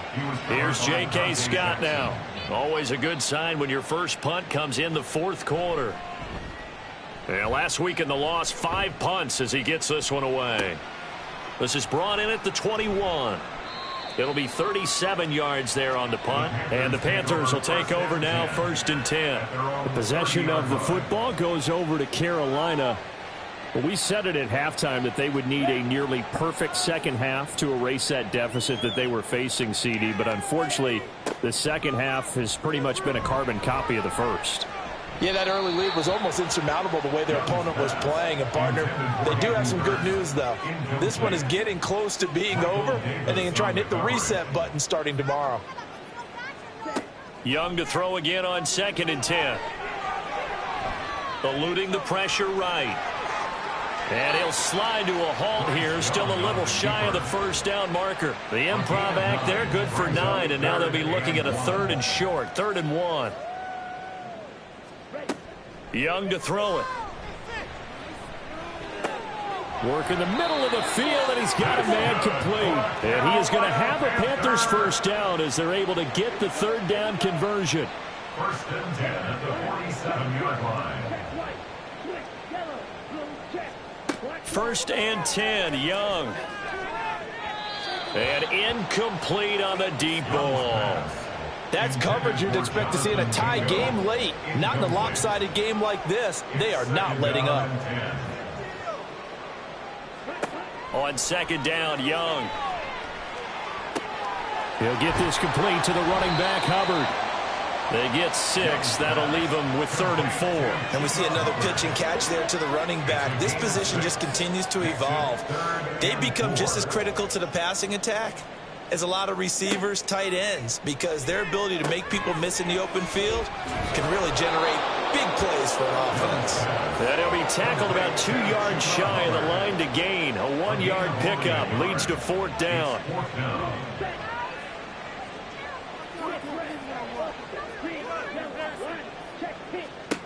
As expected, they're going for it to keep the drive alive. Pass taken in by his big tight end. And he is going to have a Panthers first down. And they pick it up rather easily. A gain of 9 on 4th and 2. They go play action. Young.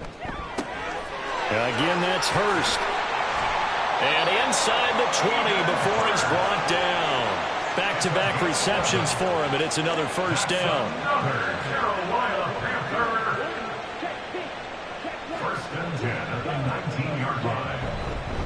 On the handoff, it's Hubbard. And he'll take this into the end zone. Touchdown, Carolina. Chuba Hubbard scampering going home from 19 yards out. And the Panthers are finally into the end zone here in this fourth quarter. And CD, they just haven't had a whole lot to cheer about here. But it may be cliche, but give them credit for this. They've continued to fight and scratch and claw, and they get the touchdown here in the fourth quarter. And I'm okay with that cliche, all right? Maybe it'll alleviate the sting a little bit because at least they can look in the mirror and realize they fought all the way through. Horrible game for them, not one they'll want to remember, but at least they'll keep their heads up and have some pride when they leave this stadium. Taken at the goal line. And it's a pretty good return here as he'll get this up to the 29. Here comes the Chargers offense now back out onto the field. You just kind of feel for the defense right now. This deficit, they have not been able to stop them the entire game, Charles. And some hands on hips, some long faces out there on the defensive side. They're like, oh, my gosh, we got to face these guys again here. Yeah, people don't understand how hard it is when you're on the side that's being dominated to keep your head up and continue to play hard. And that's what they're going through right now, trying to find that pride inside of them to allow them to continue to fight, even though they are down huge in this game. And the hole closes quickly. He gets it across the 35 to the 36-yard line. The Chargers on third down. They've had good success, 5 for 8 to this point. Here it's 3rd and 2.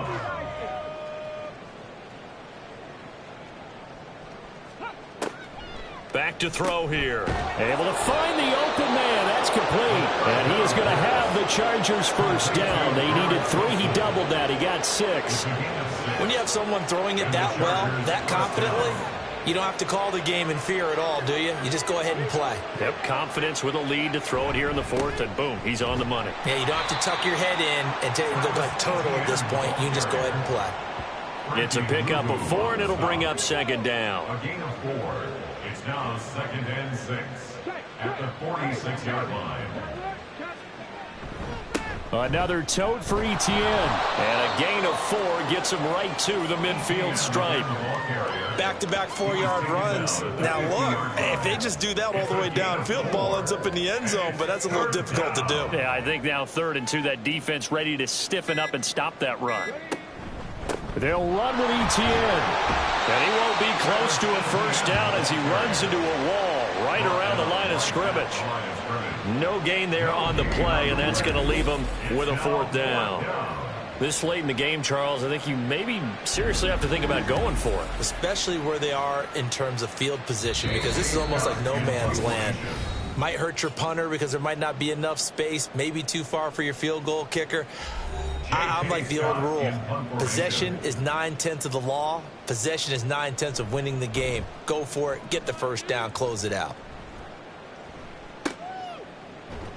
That'll go as a punt of 34 yards that time. And it will be the Panthers' ball, 1st and 10. Now this offense back out and set to go for their next drive. Well, CD, it's all window dressing at this point. I mean, the best they can do is in the game with a nice drive to maybe build some momentum to move forward into their next contest. And shedding the tackle, and now some room. And up to the 35 before they're able to knock him down. This drive starting off on the right foot, 18 yards. Up to the 35 now as they come up on 1st and 10. Now Young. And that one's going to come up a little short. It's incomplete. That was a nice job defensively of disguising their coverage and making it difficult for the quarterback to lock in on a receiver, and it results in an incomplete pass.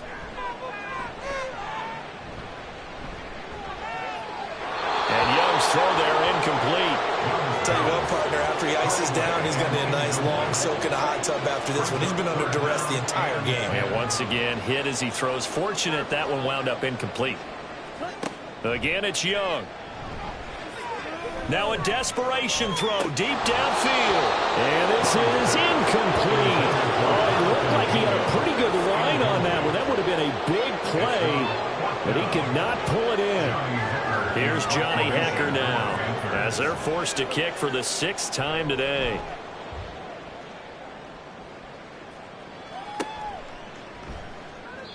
We'll call it a 42-yard punt, 3 on the return. And out will come the offense as they take over. The offense for Los Angeles returns to the field. Now they are really in the driver's seat here, enjoying this lead late in the fourth quarter. The defense does have all 3 timeouts, but at this point, doesn't look like it's going to matter much. They'll start on the ground. Etienne. And he's going to get this one across the 30-yard line. 139 yards rushing now for the ball game on 24 carries. Well, we're beyond the tone setting right now. This guy's been the bell cow all day, and they'll continue to rely on him to move the chains, drain the clock, and lead his team. On first down, right back to Etienne. And he'll get this up to about the 40. 7 yards on the pickup there, and it'll leave him with a 2nd and 3. Charles, a lot of happy faces heading into the tunnel as this one ends, and understandably so. Not only did they get the win, but boy, their offense was on fire in this ball game. And, partner, I have no idea what the top speed is on one of those high-end sports cars. What's the top gear you can get into? This offense, they certainly were there in this one, huh? Everything clicking for them in this contest, the kind of performance that they're going to cherish. So for the Chargers, they get back in the win column as they move to 2-1 now on the year. And they'll get another road test next week as they head to Cleveland to take on the Browns. Meanwhile, for Carolina, the early struggles continue as they'll sink to 0-3. And they'll get a chance to redeem themselves at home next week. So for our entire crew, alongside Charles Davis, I'm Brandon Gaudin. Thanks for watching, everybody. We'll see you next time.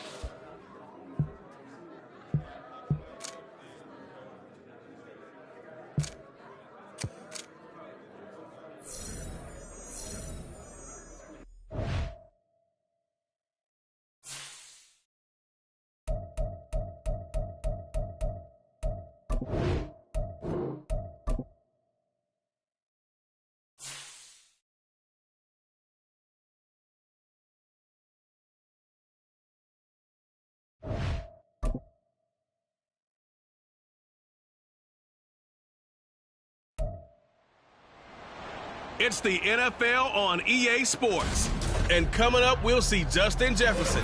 He's coming off a week where he stuffed the stat sheet in both yards and touchdowns. It's the 49ers and the Packers on Sunday night.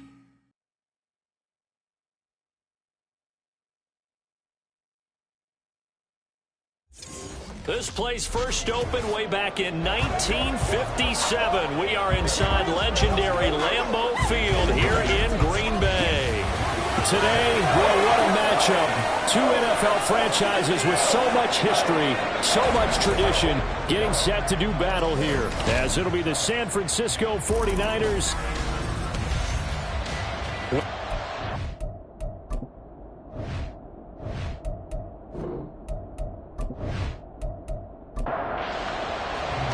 Two 1-1 teams here, each looking to move over 500, and we're underway here in Week 3. Go as a touchback, and they will begin things at the 25. So here comes the Packers offense now onto the field. They'll be led out by the former number 3 overall pick back in 2021. It's Trey Lance. In recent years, we've seen a lot of love for North Dakota State in the NFL draft, and Trey Lance, he's a great example of what the Bison are sending to the league each and every year. This guy looks like a franchise quarterback. He wants his opportunity to prove it to the rest of the league. And the big boys up front, they're going to stop him right at the line. Well, they had the run for no gain. Now they'll try again from the 25 on 2nd and 10. Now a draw play. This is Jones. And this may be a carbon copy as he'll again be stopped right at the line of scrimmage. So now an early 3rd and 10 here on their opening drive.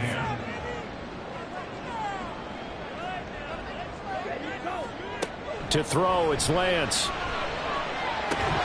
And this pass broken up. Excellent coverage there on 3rd down, as that was not an easy one to hold on to. Against a team coming off a win just as your team did the previous week, you talk about being physical all game long. Sometimes being physical is just being on the spot and helping force the incompletion. Now Hill to return it. And just a net of 31 here, 40-yard punt, 9 on the return. And the Niners will go on offense, 1st and 10. So out comes this offense to take over for the first time. And leading the charge, their lefty QB. And he's off to a fantastic start to the season. Already 8 touchdown passes in just his first 2 weeks of the year. Now, I don't think that's a pace he's going to be able to sustain, but at the very least, he's got this offense humming here to start things out. To the 43, 2nd down. The numbers for Walker last week: 23 carries, 126 yards. Just an excellent performance from them on the ground last week, and that speaks to an offense that is operating at a high level on all fronts. Of course, that man running the ball, he's just seeing the field so well. But don't forget about his offensive line. They've really asserted their will out there and are confident they can repeat it again this week. Now a throw here, hauled in. And he's able to get this one out closer to midfield across the 45. They'll come up now 3rd and 3. He'll look to throw.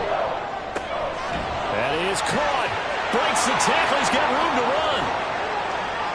Touchdown, 49ers. Justin Jefferson. His 5th touchdown now on the year. And the 49ers have taken the early lead on the road here at Lambeau. Well, you've got to like that start on both sides of the football. You force the 3 and out, and then you score on your first drive. Well, I know someone who doesn't like that start. Well, yeah, the other side. Yeah, they don't like that at all, right? This is not the way it's supposed to be. But what you just described, that's team football, all right? When you get a 3 and out, you're supposed to take advantage of it on the offensive side of the ball. You said, thank you very much for getting us the rock. Let's put it in the end zone, and they did exactly that. Moody good with the extra point. And that makes the score 7-0. Here is Wishnowsky to boot it away following the touchdown.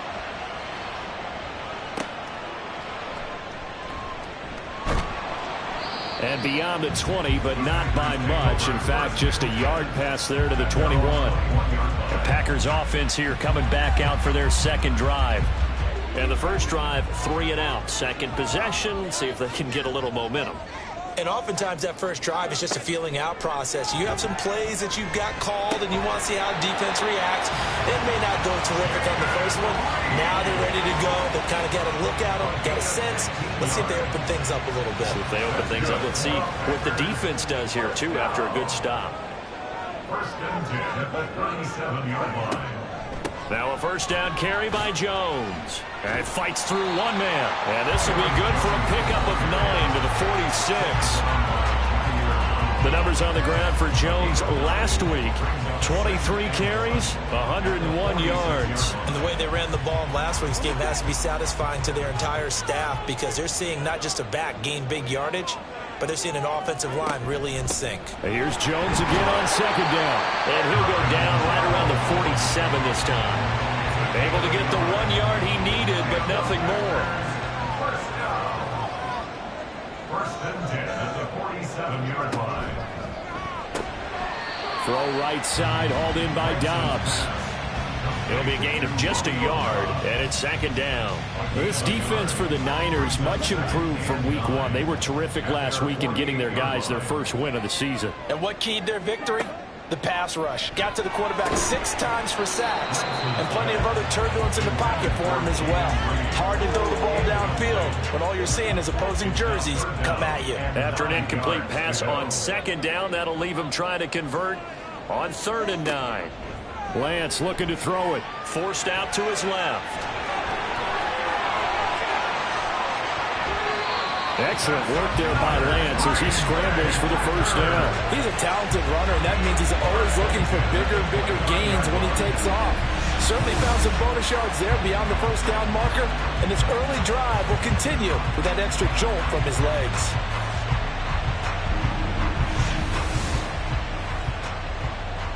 So from inside Niner territory now, this is 1st and 10 as they're down to the 29-yard line.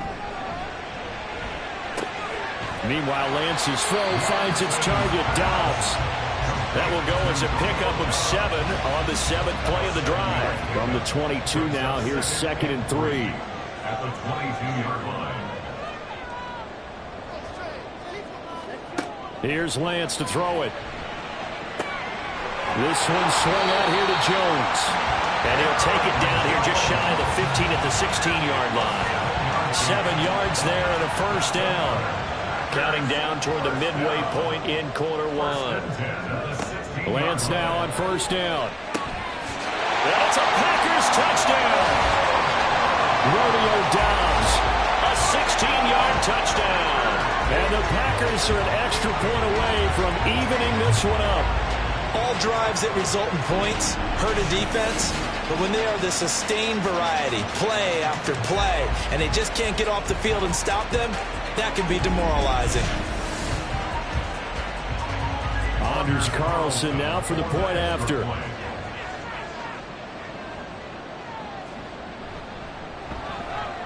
It's up and good. So these teams match touchdowns here in the first quarter, and we're tied 7-7.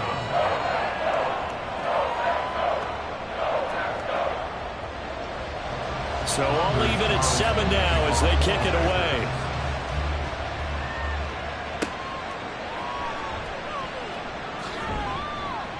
And able to get this across the 20, but not much further as he's dropped at the 23-yard line.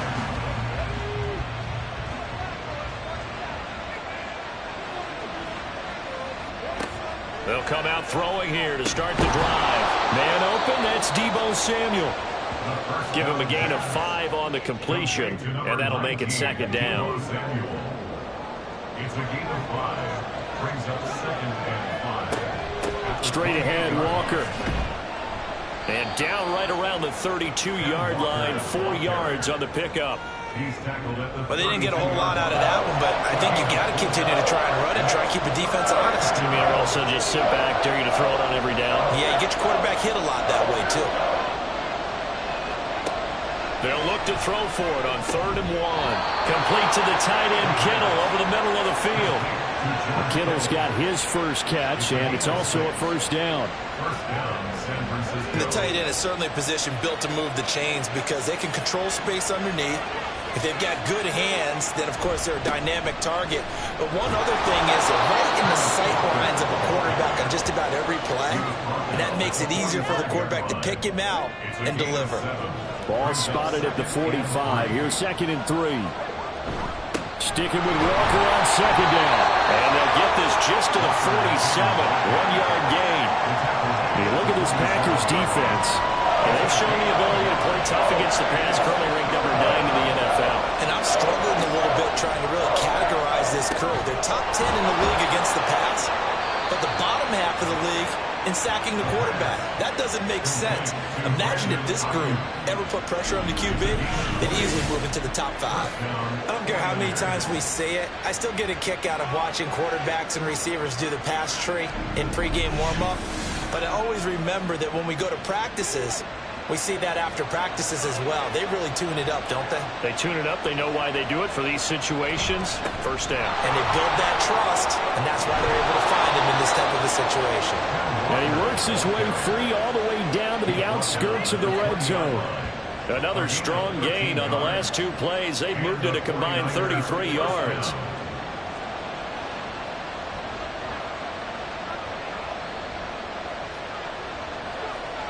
Now on first down, he'll drop to throw it. Looking for the out route. He's got it. Complete to Kittle. And able to get this down inside the 15 to either the 13 or 14 before he's out of bounds. Now 2nd and 3. They'll look to throw. Oh, that's into double coverage and intercepted. And he'll get this back across the midfield, striping down the 47-yard line. And as we've seen, points have been precious so far, and they just threw some away on that snap. And look, let's face it, as we advance further into this game, that play will be on the minds of everyone who's watching it. They wonder if this is the turning point. Is this the spot where those points were given away and could cost them a ball game? The Packers ready to take over offensively. That last drive, it was a good mix. Run, pass, defense on their toes. And what really helps out in a big way is when you're doing the run-pass mix and everything's working, that means that they're guessing wrong every time on defense. They think you're going to pass when you run and vice versa. I would continue that, and when they finally draw a bead on him, maybe you mix it up a little bit, a little play action, and throw the ball. And will they maintain that balance? Time to find out. Throwing on first down is Lance. Throwing over the middle, but it's incomplete.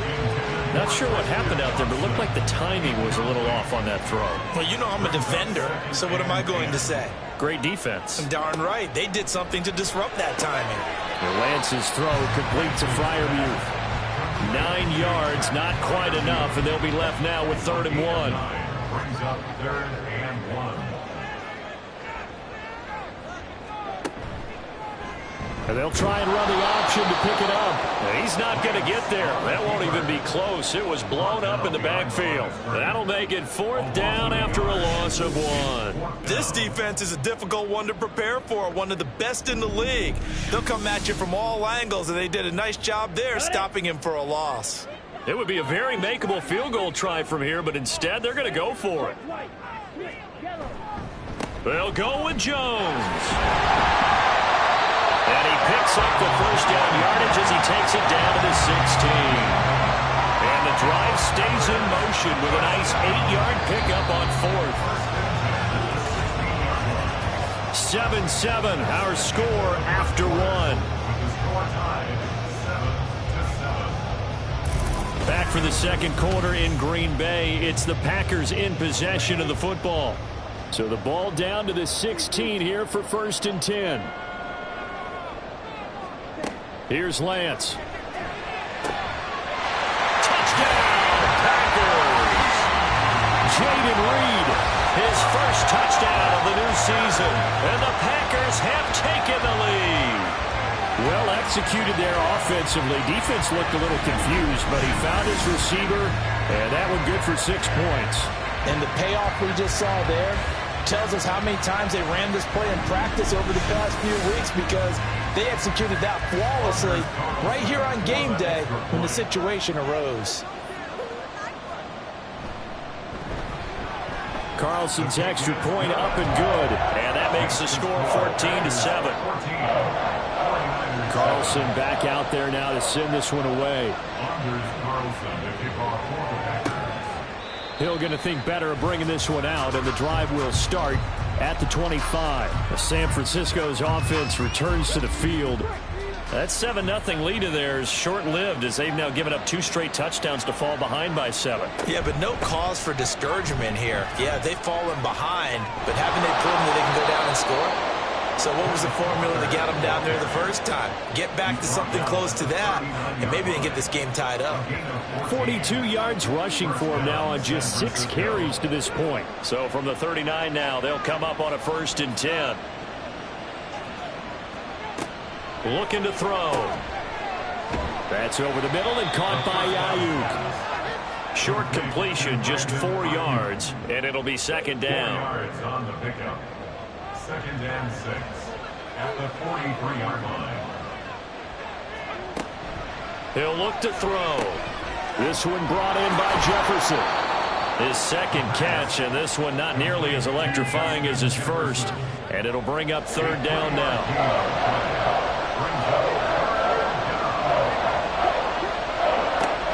Now back to throw. Throw right side is going to be caught by Samuel. And able to pick up the first across midfield to the 47. An effective 7-yard 3rd down conversion. And Brandon, from our time in college football, where receivers weren't running the traditional NFL route tree, one thing they did learn, find open areas, find soft spots, and set up and catch the ball. And I think we just saw that there. Yeah, we saw that indeed, picking up the first. And he goes down, but not before getting this inside the 25. Good work after the catch. Going to net him 23 and a first. And this was a nice example of an offensive coordinator scheming his guy open. Just a little underneath route, just trying to free up some space. And it worked awfully well. Got him not just space, but plenty of room to run after the catch to pick up really nice yardage. Walker now on 1st and 10. And he is brought down at the 22 after a gain of 2, and it brings up 2nd down. He was taken down at the 22. Here's a 2nd and 8. A gain of 2 brings up 2nd and 8. Now they'll throw here out of the gun. Middle of the field to Jefferson. And he gets it inside the 10 to the 9. He's up to 70 yards now in this first half receiving as he's got a 1st down. And that's a more than acceptable read right there because it's zone coverage, so timing is everything. This time he waits for his man to come open, puts it right on him, and they pick up a 1st down. That's caught by Deebo Samuel. Touchdown, San Francisco. A 9-yard touchdown there. And the Niners are within an extra point of tying up this ball game. That's why you've got your star out there. Throw the ball to him. They did. That's simply saying we don't care what coverage you put out there. He's so good. We're going there with the football anyway, and there's not a thing you can do about it. Inside the red zone, they go to him. He gets it done. Now Moody for the PAT.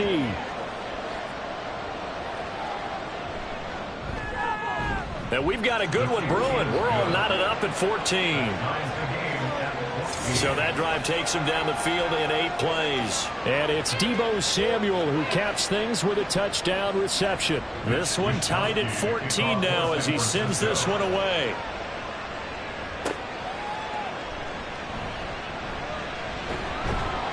And he'll be stopped up at the 25. Green Bay's offense ready to go again. But right now, we've got a little bit of an offensive masterpiece going on both sides, moving the football, scoring points. It's almost like somebody put the defense on rookie mode in this one. I mean, we haven't even left the first half, Charles, and we're certainly on pace for a shootout. An excellent start for both offenses. The fans have to be enjoying this to seeing all these points go up on the board. As a former defender, you know I'm not enjoying this at all. But right now, both these teams just trading haymakers. Let's see if anyone slips up first. Can anyone counter with a nice little jab and get things going in their direction? The Packers on 3rd down. Just 1 for 3 thus far. This time they face a 3rd and 2.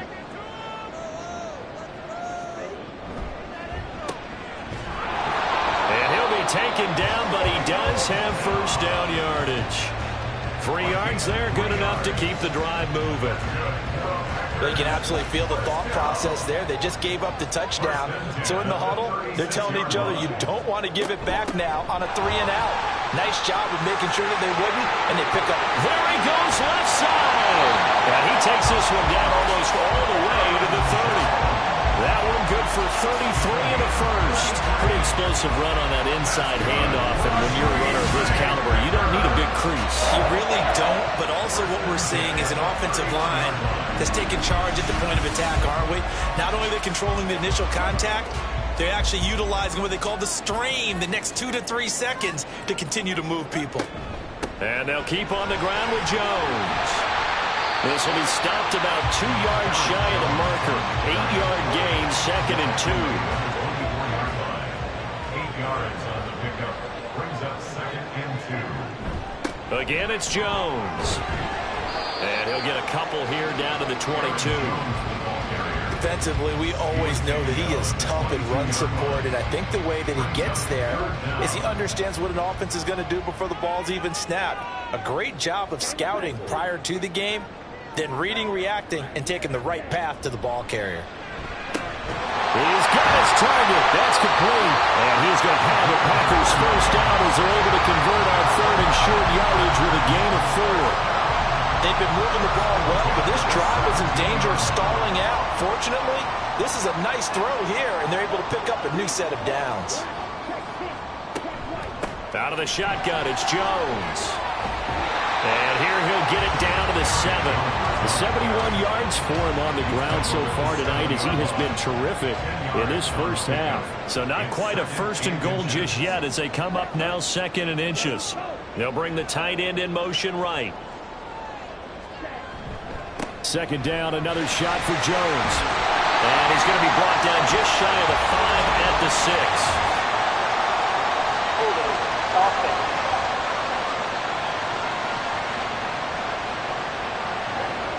So they cite the right guard this time with a holding penalty. And so many different assignments you can have at that position, and sometimes you might just be a step too late and have to grab and hold on.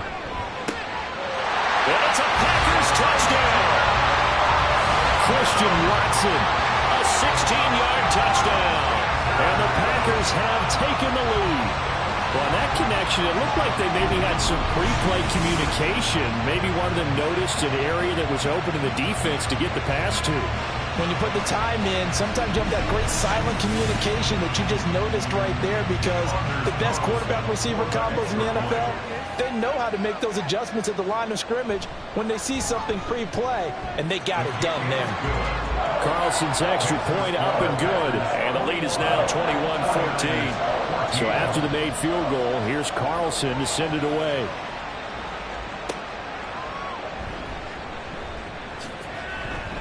And he brings us out past the 20 to the 24. He threw his 10th touchdown on the year last time they had it. And he'll look to keep it going here with a 1st and 10.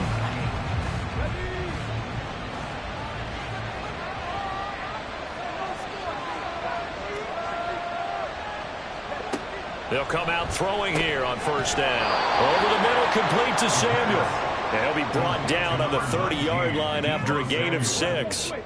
And the ball on the 30. Here's 2nd and 4. Toss left side for Walker. Now he's free at the 35. And he will take this all the way down to the Packers' 20. A big play there for the Niners. And even 50 yards. He was over 100 yards a week ago, and he's well on his way once again. Say it with me, partner. Encore, encore. This guy's headed towards getting it done one more time.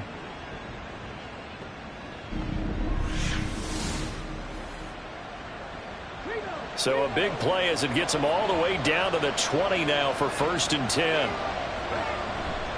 And Walker once more. And this will be a gain of 6 when it's all said and done. Down to the 15 from the 21. 2nd down and 4. Brings up 2nd and 4. They're going to look to throw. And a quick throw here, that's complete. And the Niners are going to be set up with a 1st and goal coming up as they get him down at the 6-yard line. At the 6-yard line.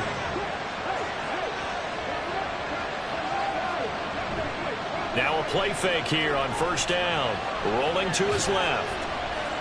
It won't be a sack, but it's no gain, and it brings up 2nd down.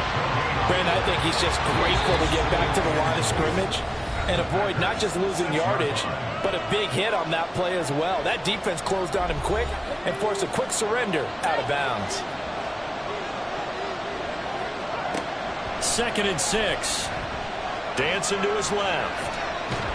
And he's going to take it in. Touchdown, San Francisco. It's their quarterback. His 3rd touchdown of the game, number 11 on the year. And the Niners are an extra point away now from tying this ball game.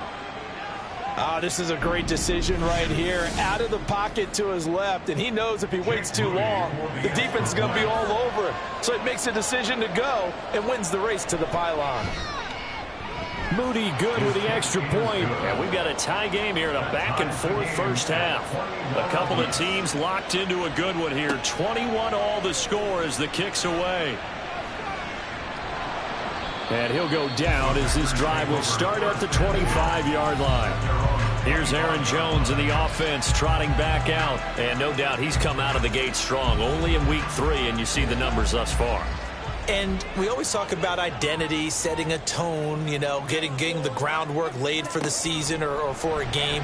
And that's what they've done with the running game so far. It reminds me of when I first went to the University of Tennessee. And believe it or not, I was a quarterback for a day and a half. And the first practice session, the first play we ran was 28 pitch, which is a toss sweep. And I remember the offense coordinator saying, that's our identity, that's our bread and butter, that's the basis of our offense. We got to get that down right here, right now. And I think we're seeing some of that in this running game here. So did you not get that down, and that's why you were moved to the defense, or what? I don't know for that reason, but I do know I saw a couple of guys throw, and immediately they were saying, you know, you need to learn how to backpedal. Hey, you turned into a heck of a DB, though, partner. Throwing again on 2nd down, but this time it's incomplete. I think he could have scanned downfield forever, but there wasn't anything available. Ends up throwing an incompletion, and I think he'll take that.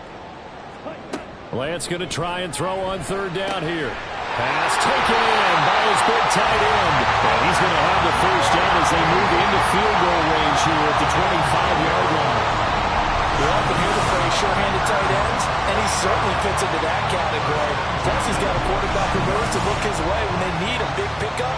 And on this play, he finds it for the 1st down. On 1st and 10, here's Lance. And that's going to be incomplete. Too tough to hold on to that one. It's 2nd down. It's now 2nd and 10 at the 25-yard line. Again, they'll throw it with Lance. Well, a quick throw there, but it's going to be incomplete. They haven't been able to stop them so far this series, but getting a nice little stand from their defense now. This offense was on the move. Now 2 straight incompletions have them looking at 3rd and 10. To throw, it's Lance. And he will be brought down at about the 6-yard line. Now the Packers going to go ahead and use the 2nd of their timeouts as they stop it with 19 seconds to go in half number 1. Now a throw to the end zone on 1st down, but it winds up incomplete. They may be snapping the ball near the goal line, but all you're thinking defensively, keep them out of the end zone. Force the incompletion, force them into going for 3, and not giving up 6. And a minuscule gain of maybe a yard from the 6 to the 5. Now the Packers going to burn their 3rd and final timeout. And with halftime on the horizon, they'll be out of timeouts from here forward. A big play forthcoming. Here's 3rd and goal.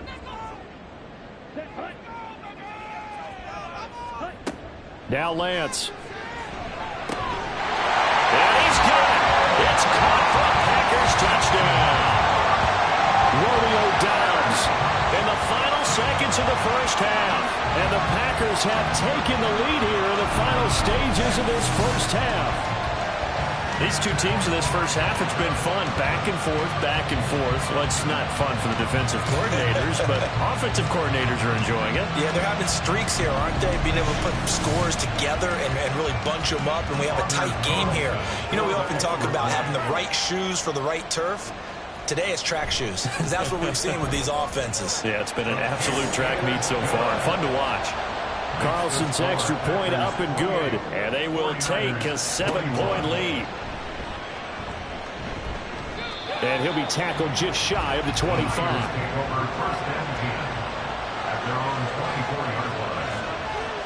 And with time running short here, they'll simply take a knee, and that should do it for half number 1. So we've reached halftime in a wild first half. We'll take a minute to catch our breath as we'll send you down to Orlando, and we check in with Jonathan Coachman for our EA Sports Halftime Report. Coach. All right, Brandon, thanks very much. We'll get back to you and Charles in a minute. But first, time to give the folks at home a look at what's going on around the NFL. We'll start up at Gillette Stadium in Foxborough, where you see the final score there. Trevor Lawrence leading the way in the victory with 3 touchdown passes. From there, let's head over to Minneapolis to check on the Vikings at home at US Bank Stadium. And they were winners in that one over the visiting Arizona Cardinals. Jordan Addison, a touchdown catch in the victory. And then finally, a good one on Monday Night Football to wrap up the week between the Buffalo Bills and the Indianapolis Colts.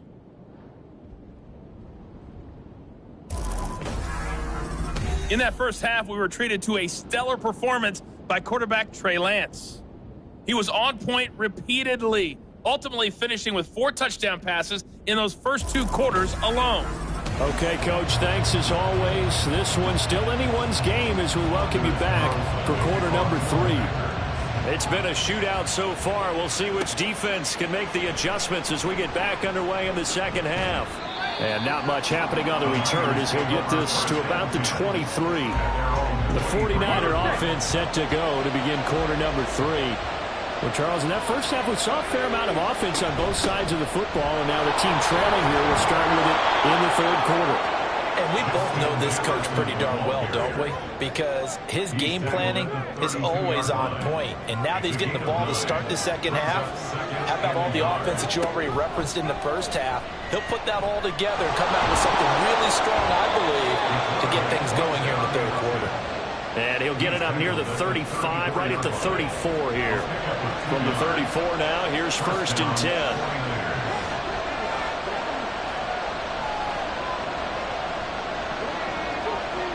They'll set up to throw.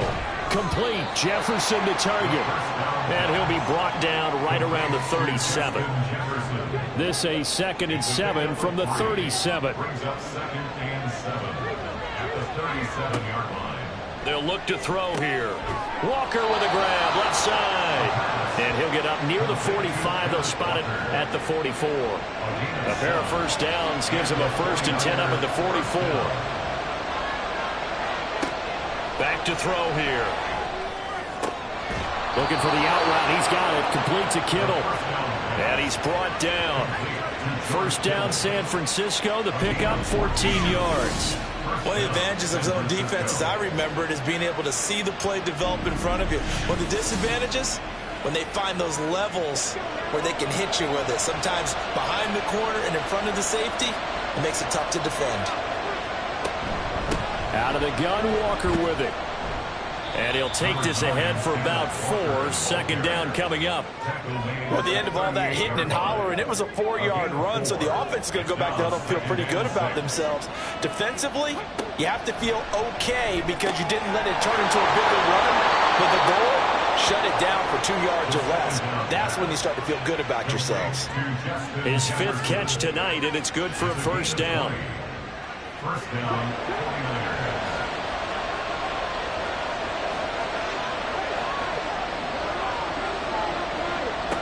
They'll drop to throw. His throw caught right around the 6. And the 49ers are going to be set up with a 1st and goal coming up as they get him down at the 6-yard line. They'll bring one of the tight ends in motion left. Here's Walker. And for one of the first times tonight he's going to be held up at the line of scrimmage. They come up here with another shot from the 6-yard line, and it's 2nd and goal now. Again, Walker. And across the chalk into the end zone. It's a 49er touchdown. Ken Walker, his 2nd rushing touchdown on the year. And the 49ers are an extra point away from drawing level. Well, he finishes off the drive with a touchdown run, Charles. Remember, he also had a catch on this drive as well. And that's what running backs want to be in today's NFL, a complete back. 3 downs, stay on the field, run it, and catch it. And he gets it done. Moody good with the extra point. And we are all tied at 28.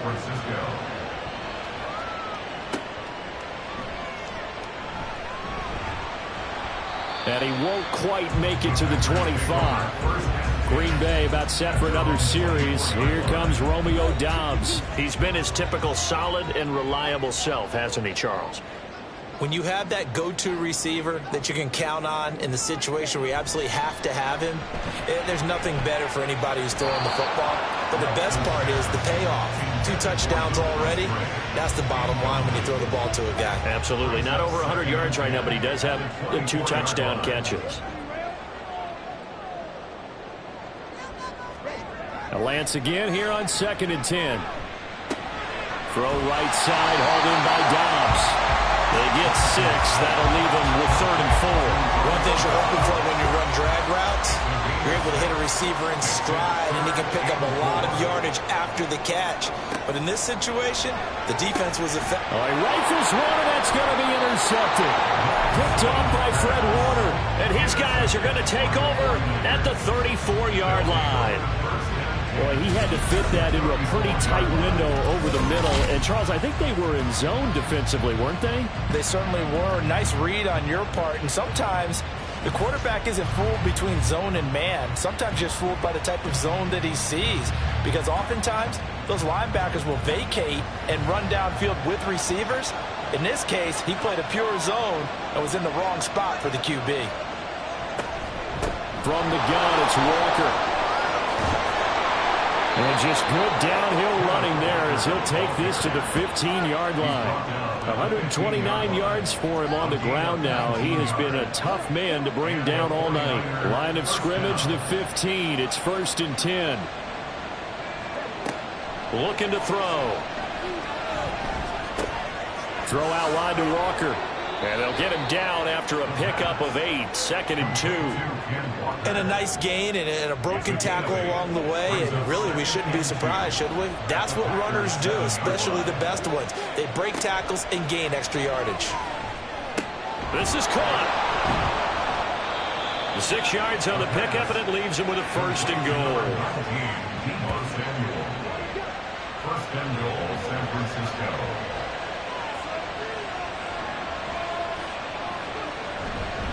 Walker is in. Touchdown, 49ers. Sometimes offenses can get too cute down near the goal line, but there's nothing fancy about this one. As Coach Lombardi would say, we get a seal here, and we get a seal here, and we run this play in the alley. And that's good work to hit the hole hard and finish in the end zone.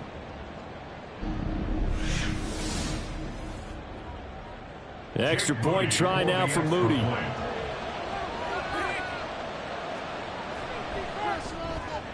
It's up and good, and they've jumped back ahead, 35-28. Just a 4-play drive that time. And it was Kenneth Walker finishing things off with a touchdown run. And some good special teams coverage as they bring him down just outside of the 15. Now the Packers get set to go. We have seen a lot of points here in this quarter. For us up here in the booth, it's been fun to watch. The defensive coordinators probably scratching their heads. Yeah, they're going a little bit crazy right now. But let's face it, all of our friends who play fantasy, they're enjoying the heck out of this show because most of them are creating and getting a bunch of points. Yeah, points certainly not at a premium here. Now a 2nd and 2. They'll go again to Jones. And he'll get it up to the 33-yard line. 9 yards to pick up there, and it's a first down. Second and 2 is prime time for a little bit of a gamble, isn't it? Open up the playbook, go play action, toss that bad boy deep. But in this situation, go ahead and give it to your back. Let him pick up a first down. Keep the sticks moving. Jones with a nice gain there on first down as he takes his forward and call it a pickup of 6. They'll bring out 4 receivers. 3 of them being sent to the left, 1 to the right, second and 4. At the 39-yard line. Throwing now is Lance. This one completes Alec Pierce. This has to go down as one of the simpler routes in the playbook, but oh so effective. Nice completion there. Keeps the sticks moving. First and 10 at the 48-yard line. On first down, Lance. A short throw to Musgrave. And they get to him after a gain of 6 to the 46. Nice rhythm throw there on first down. He located his tight end, made it a nice easy pitch and catch. Hoping he can break a tackle or two. Wasn't able to do that there, but still good yardage. Here's Lance to throw it. And that falls to the ground, incomplete. A nice job of bodying him up defensively. And now it brings up third down.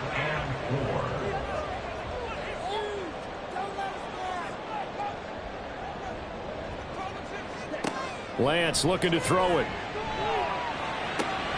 Able to find the open man. That's complete. And this will move the chains again as the tackle's going to be made at the 49ers' 24-yard line. They convert on third with a gain of 22. Partner, this is one of the best routes anyone can have in their offensive playbook. Tough to defend because you think it's a go route, and then he breaks it back on the comeback. There's one other thing you need as well. A well-thrown ball. Exactly right. Got a guy who has some precision in throwing the football because of the timing of the route. An inside give to Jones. And he is going to be stopped cold behind the line of scrimmage. He'll lose a yard there, and it's second and 11. That's a play to take note of there for the defense, I think, in the future. If you're going to try and block him, maybe you get a guard to help double team him and try and steer him out of the play. They should have done it on that snap. A second down pass play there, but it's incomplete. He shook his head right when he released that throw. He knew it was going to be a little off target. Yeah, the excitement got him on that one. Wasn't able to control the fact the receiver was open, and it would have been an easy throw.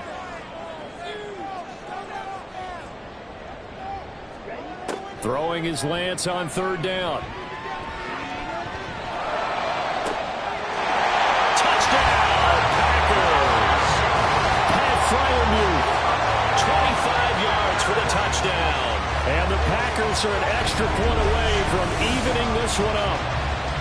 And he is a reliable target. They like to get him involved. They got him involved there for the score. And they should. He's a very good player. Remember, they can use him in certain positions, so many different spots, and he usually comes through for them. Carlson on for the extra point.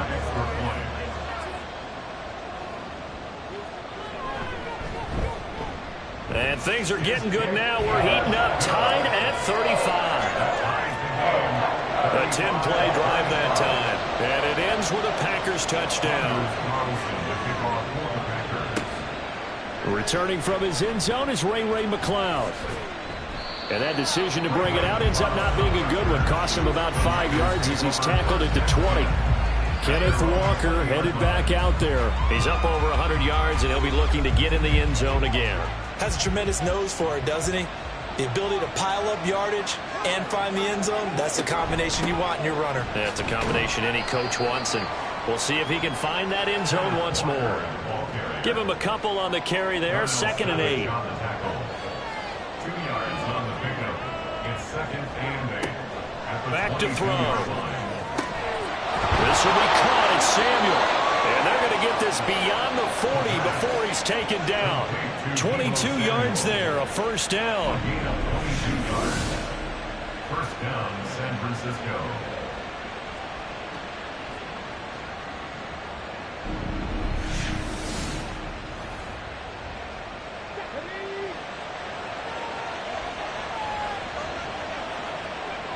They'll set up a throw. Back to Deebo Samuel for consecutive catches. And the result here, a pickup of 8. Leaves him with 2 to go on second down. 1 quarter remains here on a Sunday night. We'll return with more after this. You're watching the NFL on EA Sports. Back now at Lambeau. From just across the midfield stripe, here's 2nd and a couple.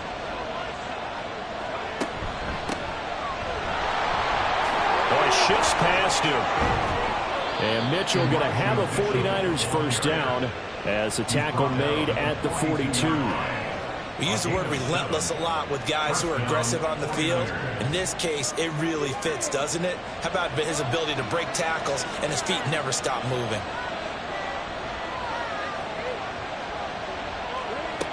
Back to throw now on first down.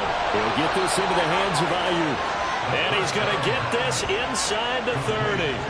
The Niners passing game in sync now. They've got another first down. And the 49er first down.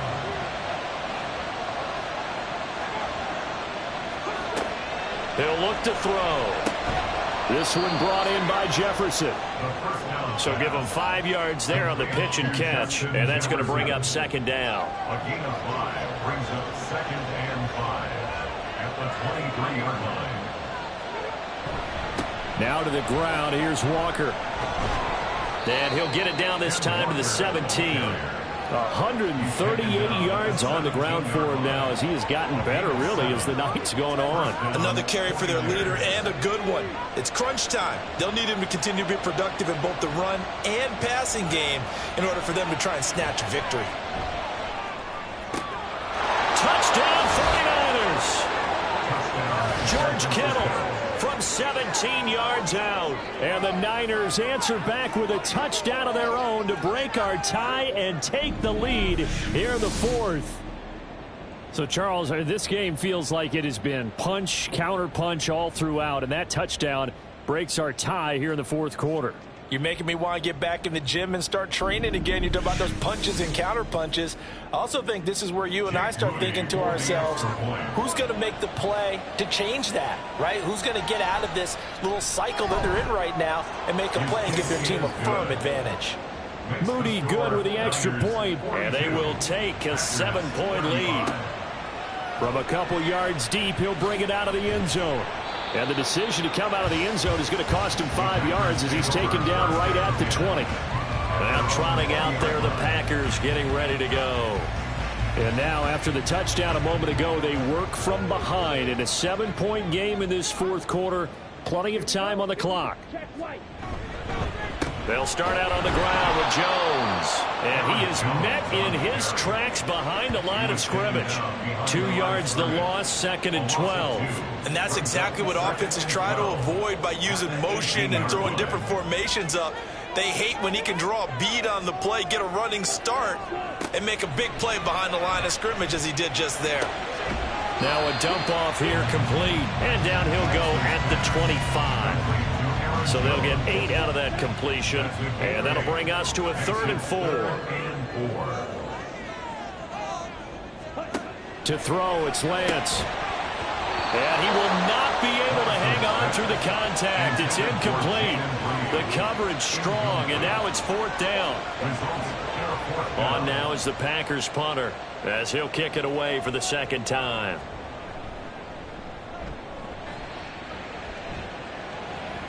Fair catch called for and taken right near the 30-yard line.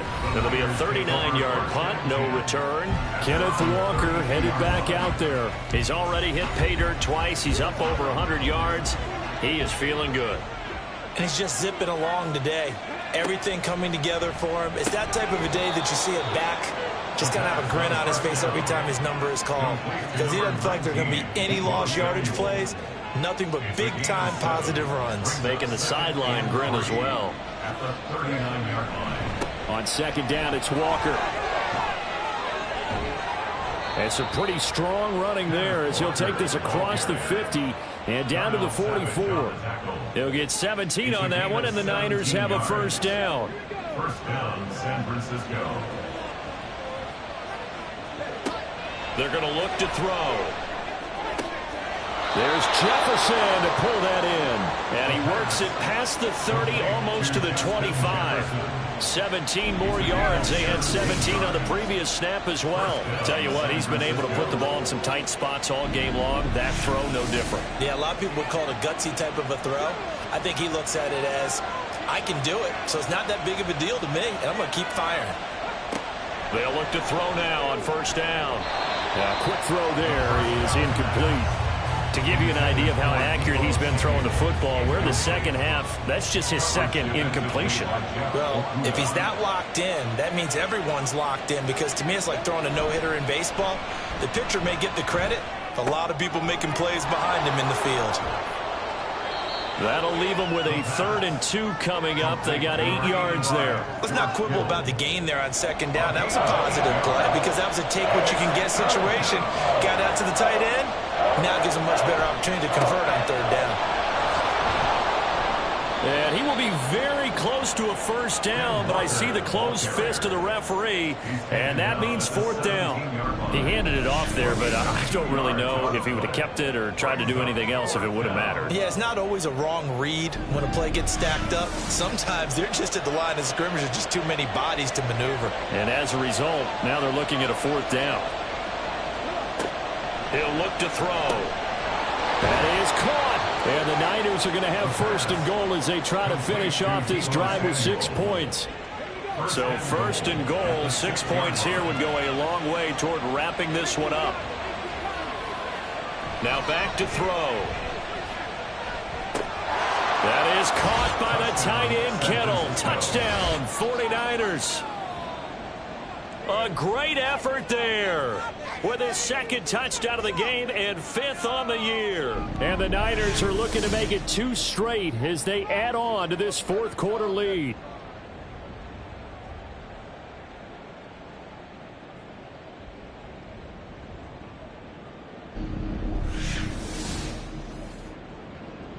Now Moody for the PAT.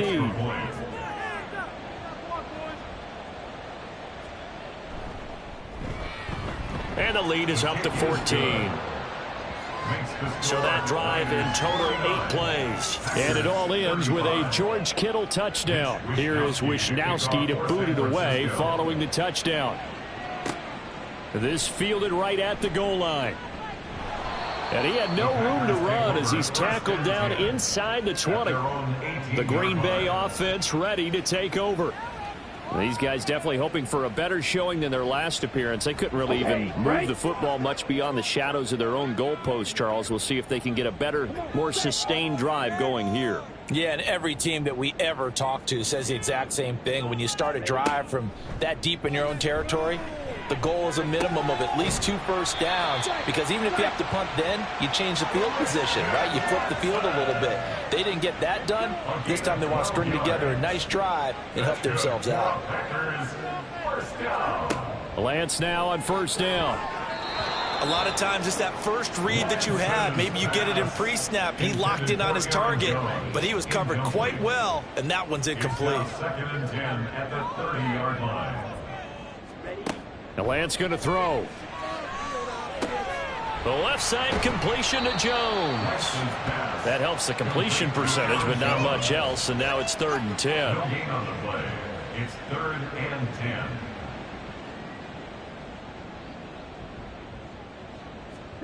Now Lance again. That one finds Pierce right side. And he's going to come up a few yards short of the first. They get him to the ground at the 37. So the completion good for 7 there. And that's going to make it 4th down.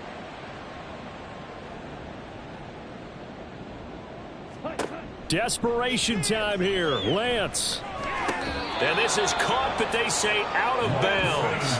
It would have been a first down, but he couldn't stay in, and as a result, they're going to have to give up the football. So still over 3 minutes remaining in this game, but boy, not getting that one, that hurt. That's a little bit demoralizing, so they have to be careful about that, because still have an opportunity if they can get some things done on defense. But now, since they've taken over on downs, a team with the ball, guess what? Going to 4-minute offense, maybe they can put this thing away. Throwing on first down, but this one winds up to be incomplete. How good has he been throwing the football, though? And despite that incompletion, that's just the third time he's been off target this entire game. And Brandon, I've been on the other side of this equation, trying to defend a guy who's been this hot, and it chips away at your confidence. And when you're not confident when you're trying to defend, it makes you slower to the football, and it leads to more completions for them. They get 7 out of that, so they're left with a 3rd and 3. They'll look to throw here. Over the middle, complete to Samuel. And he is going to have a 49ers first down. They needed 3. He doubled that. He got 6. Would it be safe to say that as precise as routes are supposed to be run in the NFL, maybe they're not quite as precise in college ball? That's accurate, yeah. And I think we saw a college route in the NFL there. Just find the soft spot, find the dead zone, and find the first down. And that's what he just did. Tackle made by Devondre Campbell. 4 yards on the pickup. 2nd and 6. At the 20-yard line. 2 minutes left to play in this football game here on EA Sports. So it's 49er football here as we get you reset. And no doubt what they're looking to do is just salt away the final couple of minutes and escape with a win. Another run on 2nd down, trying to cover up. The Packers going to use one of their timeouts. It's just their first. They've got 2 more to use here in the final stages. And he'll be taken down near the 20 at the 21. So fresh out of the 2-minute warning, and here's another timeout taken with 1:55 remaining. And his kick is good. And that will extend their lead even further. So with that, you figure this game's pretty much out of reach at this point. Yeah, it's going to take a heck of a comeback to come from 3 scores down, but don't change that channel. Don't go away. Miracles can happen, and you want to be here in case it does. You're a company man. Aren't I, though? And he will make it back to the 15, and that's it. Good coverage there by the kick team. The Green Bay offense now about ready to take possession here. Well, this game, it has had no shortage of offense. They've been able to put up a decent amount of points on this side, Charles. They just have not been able to keep pace with the other offense they're going against here. Yeah, that's a good way of pointing things out because now it's not a total loss because, as you said, they've scored some points, so there's some plays they can build on, moments where the game plan actually worked. But overall, though, they were just out-personnel. They were going up against a team that's playing at an elite level. Lance to throw on 2nd down here. Pass complete downfield. It's Pierce. And he's going to be out up around the 45-yard line. That's good for a Green Bay Packer. Lance now on 1st down. A short one there to Freiermuth. Now that's staying ahead of the chains. Really good pickup on 1st down, hitting the tight end there.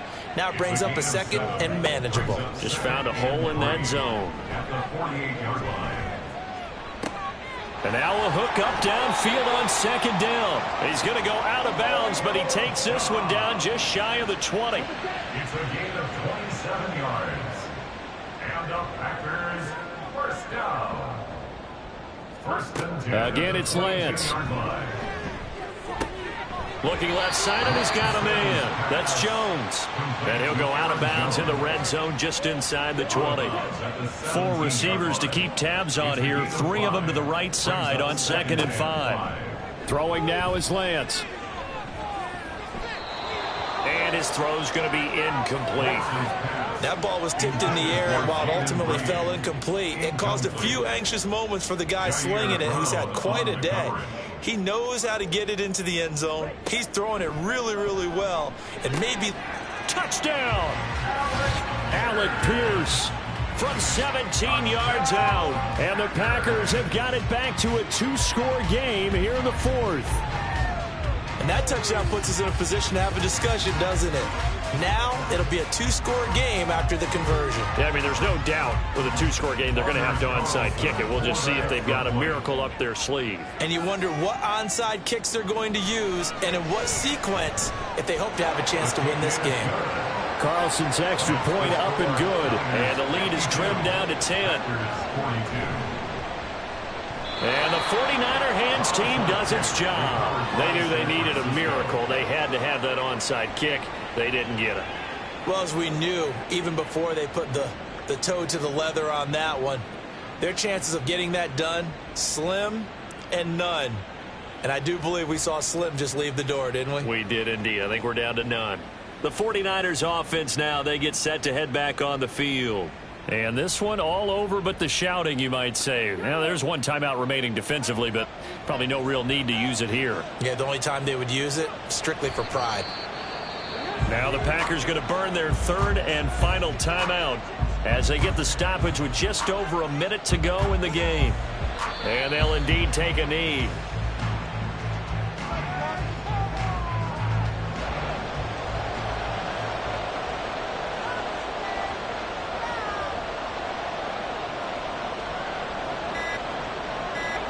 So he'll take a knee here to wrap this one up, and he's going to want to keep that game ball. He was sensational.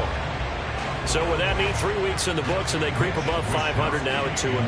You know, I played with a guy once after taking a knee at the end of the game, and he came in and grabbed the equipment manager and said, make sure you wash that spot, you know, special, because I just took a knee for a win. That tells you how much guys enjoy that, because getting a win, no one takes it for granted. Well, this was a fun one today if you like points. A lot of them went on the board. Both offenses were clicking. Charles, these defenses, meanwhile, have a little something to clean up before their next contest. Yeah, neither end zone had a stop sign in it, did they? I mean, for both sides, visit it, and with frequency. Not fun to be a defensive player, but on the offensive side of the ball, those guys had a blast. One team came away with a victory, even better for them. So for San Francisco, it's back-to-back victories now after the Week 1 defeat as they move to 2-1. And they will head back home next week.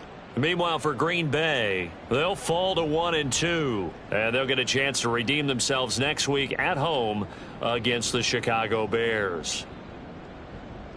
So for Charles Davis and our entire crew, I'm Brandon Gaudin. Next game, guess what? Charles and I will be here again. It's the NFL on EA Sports.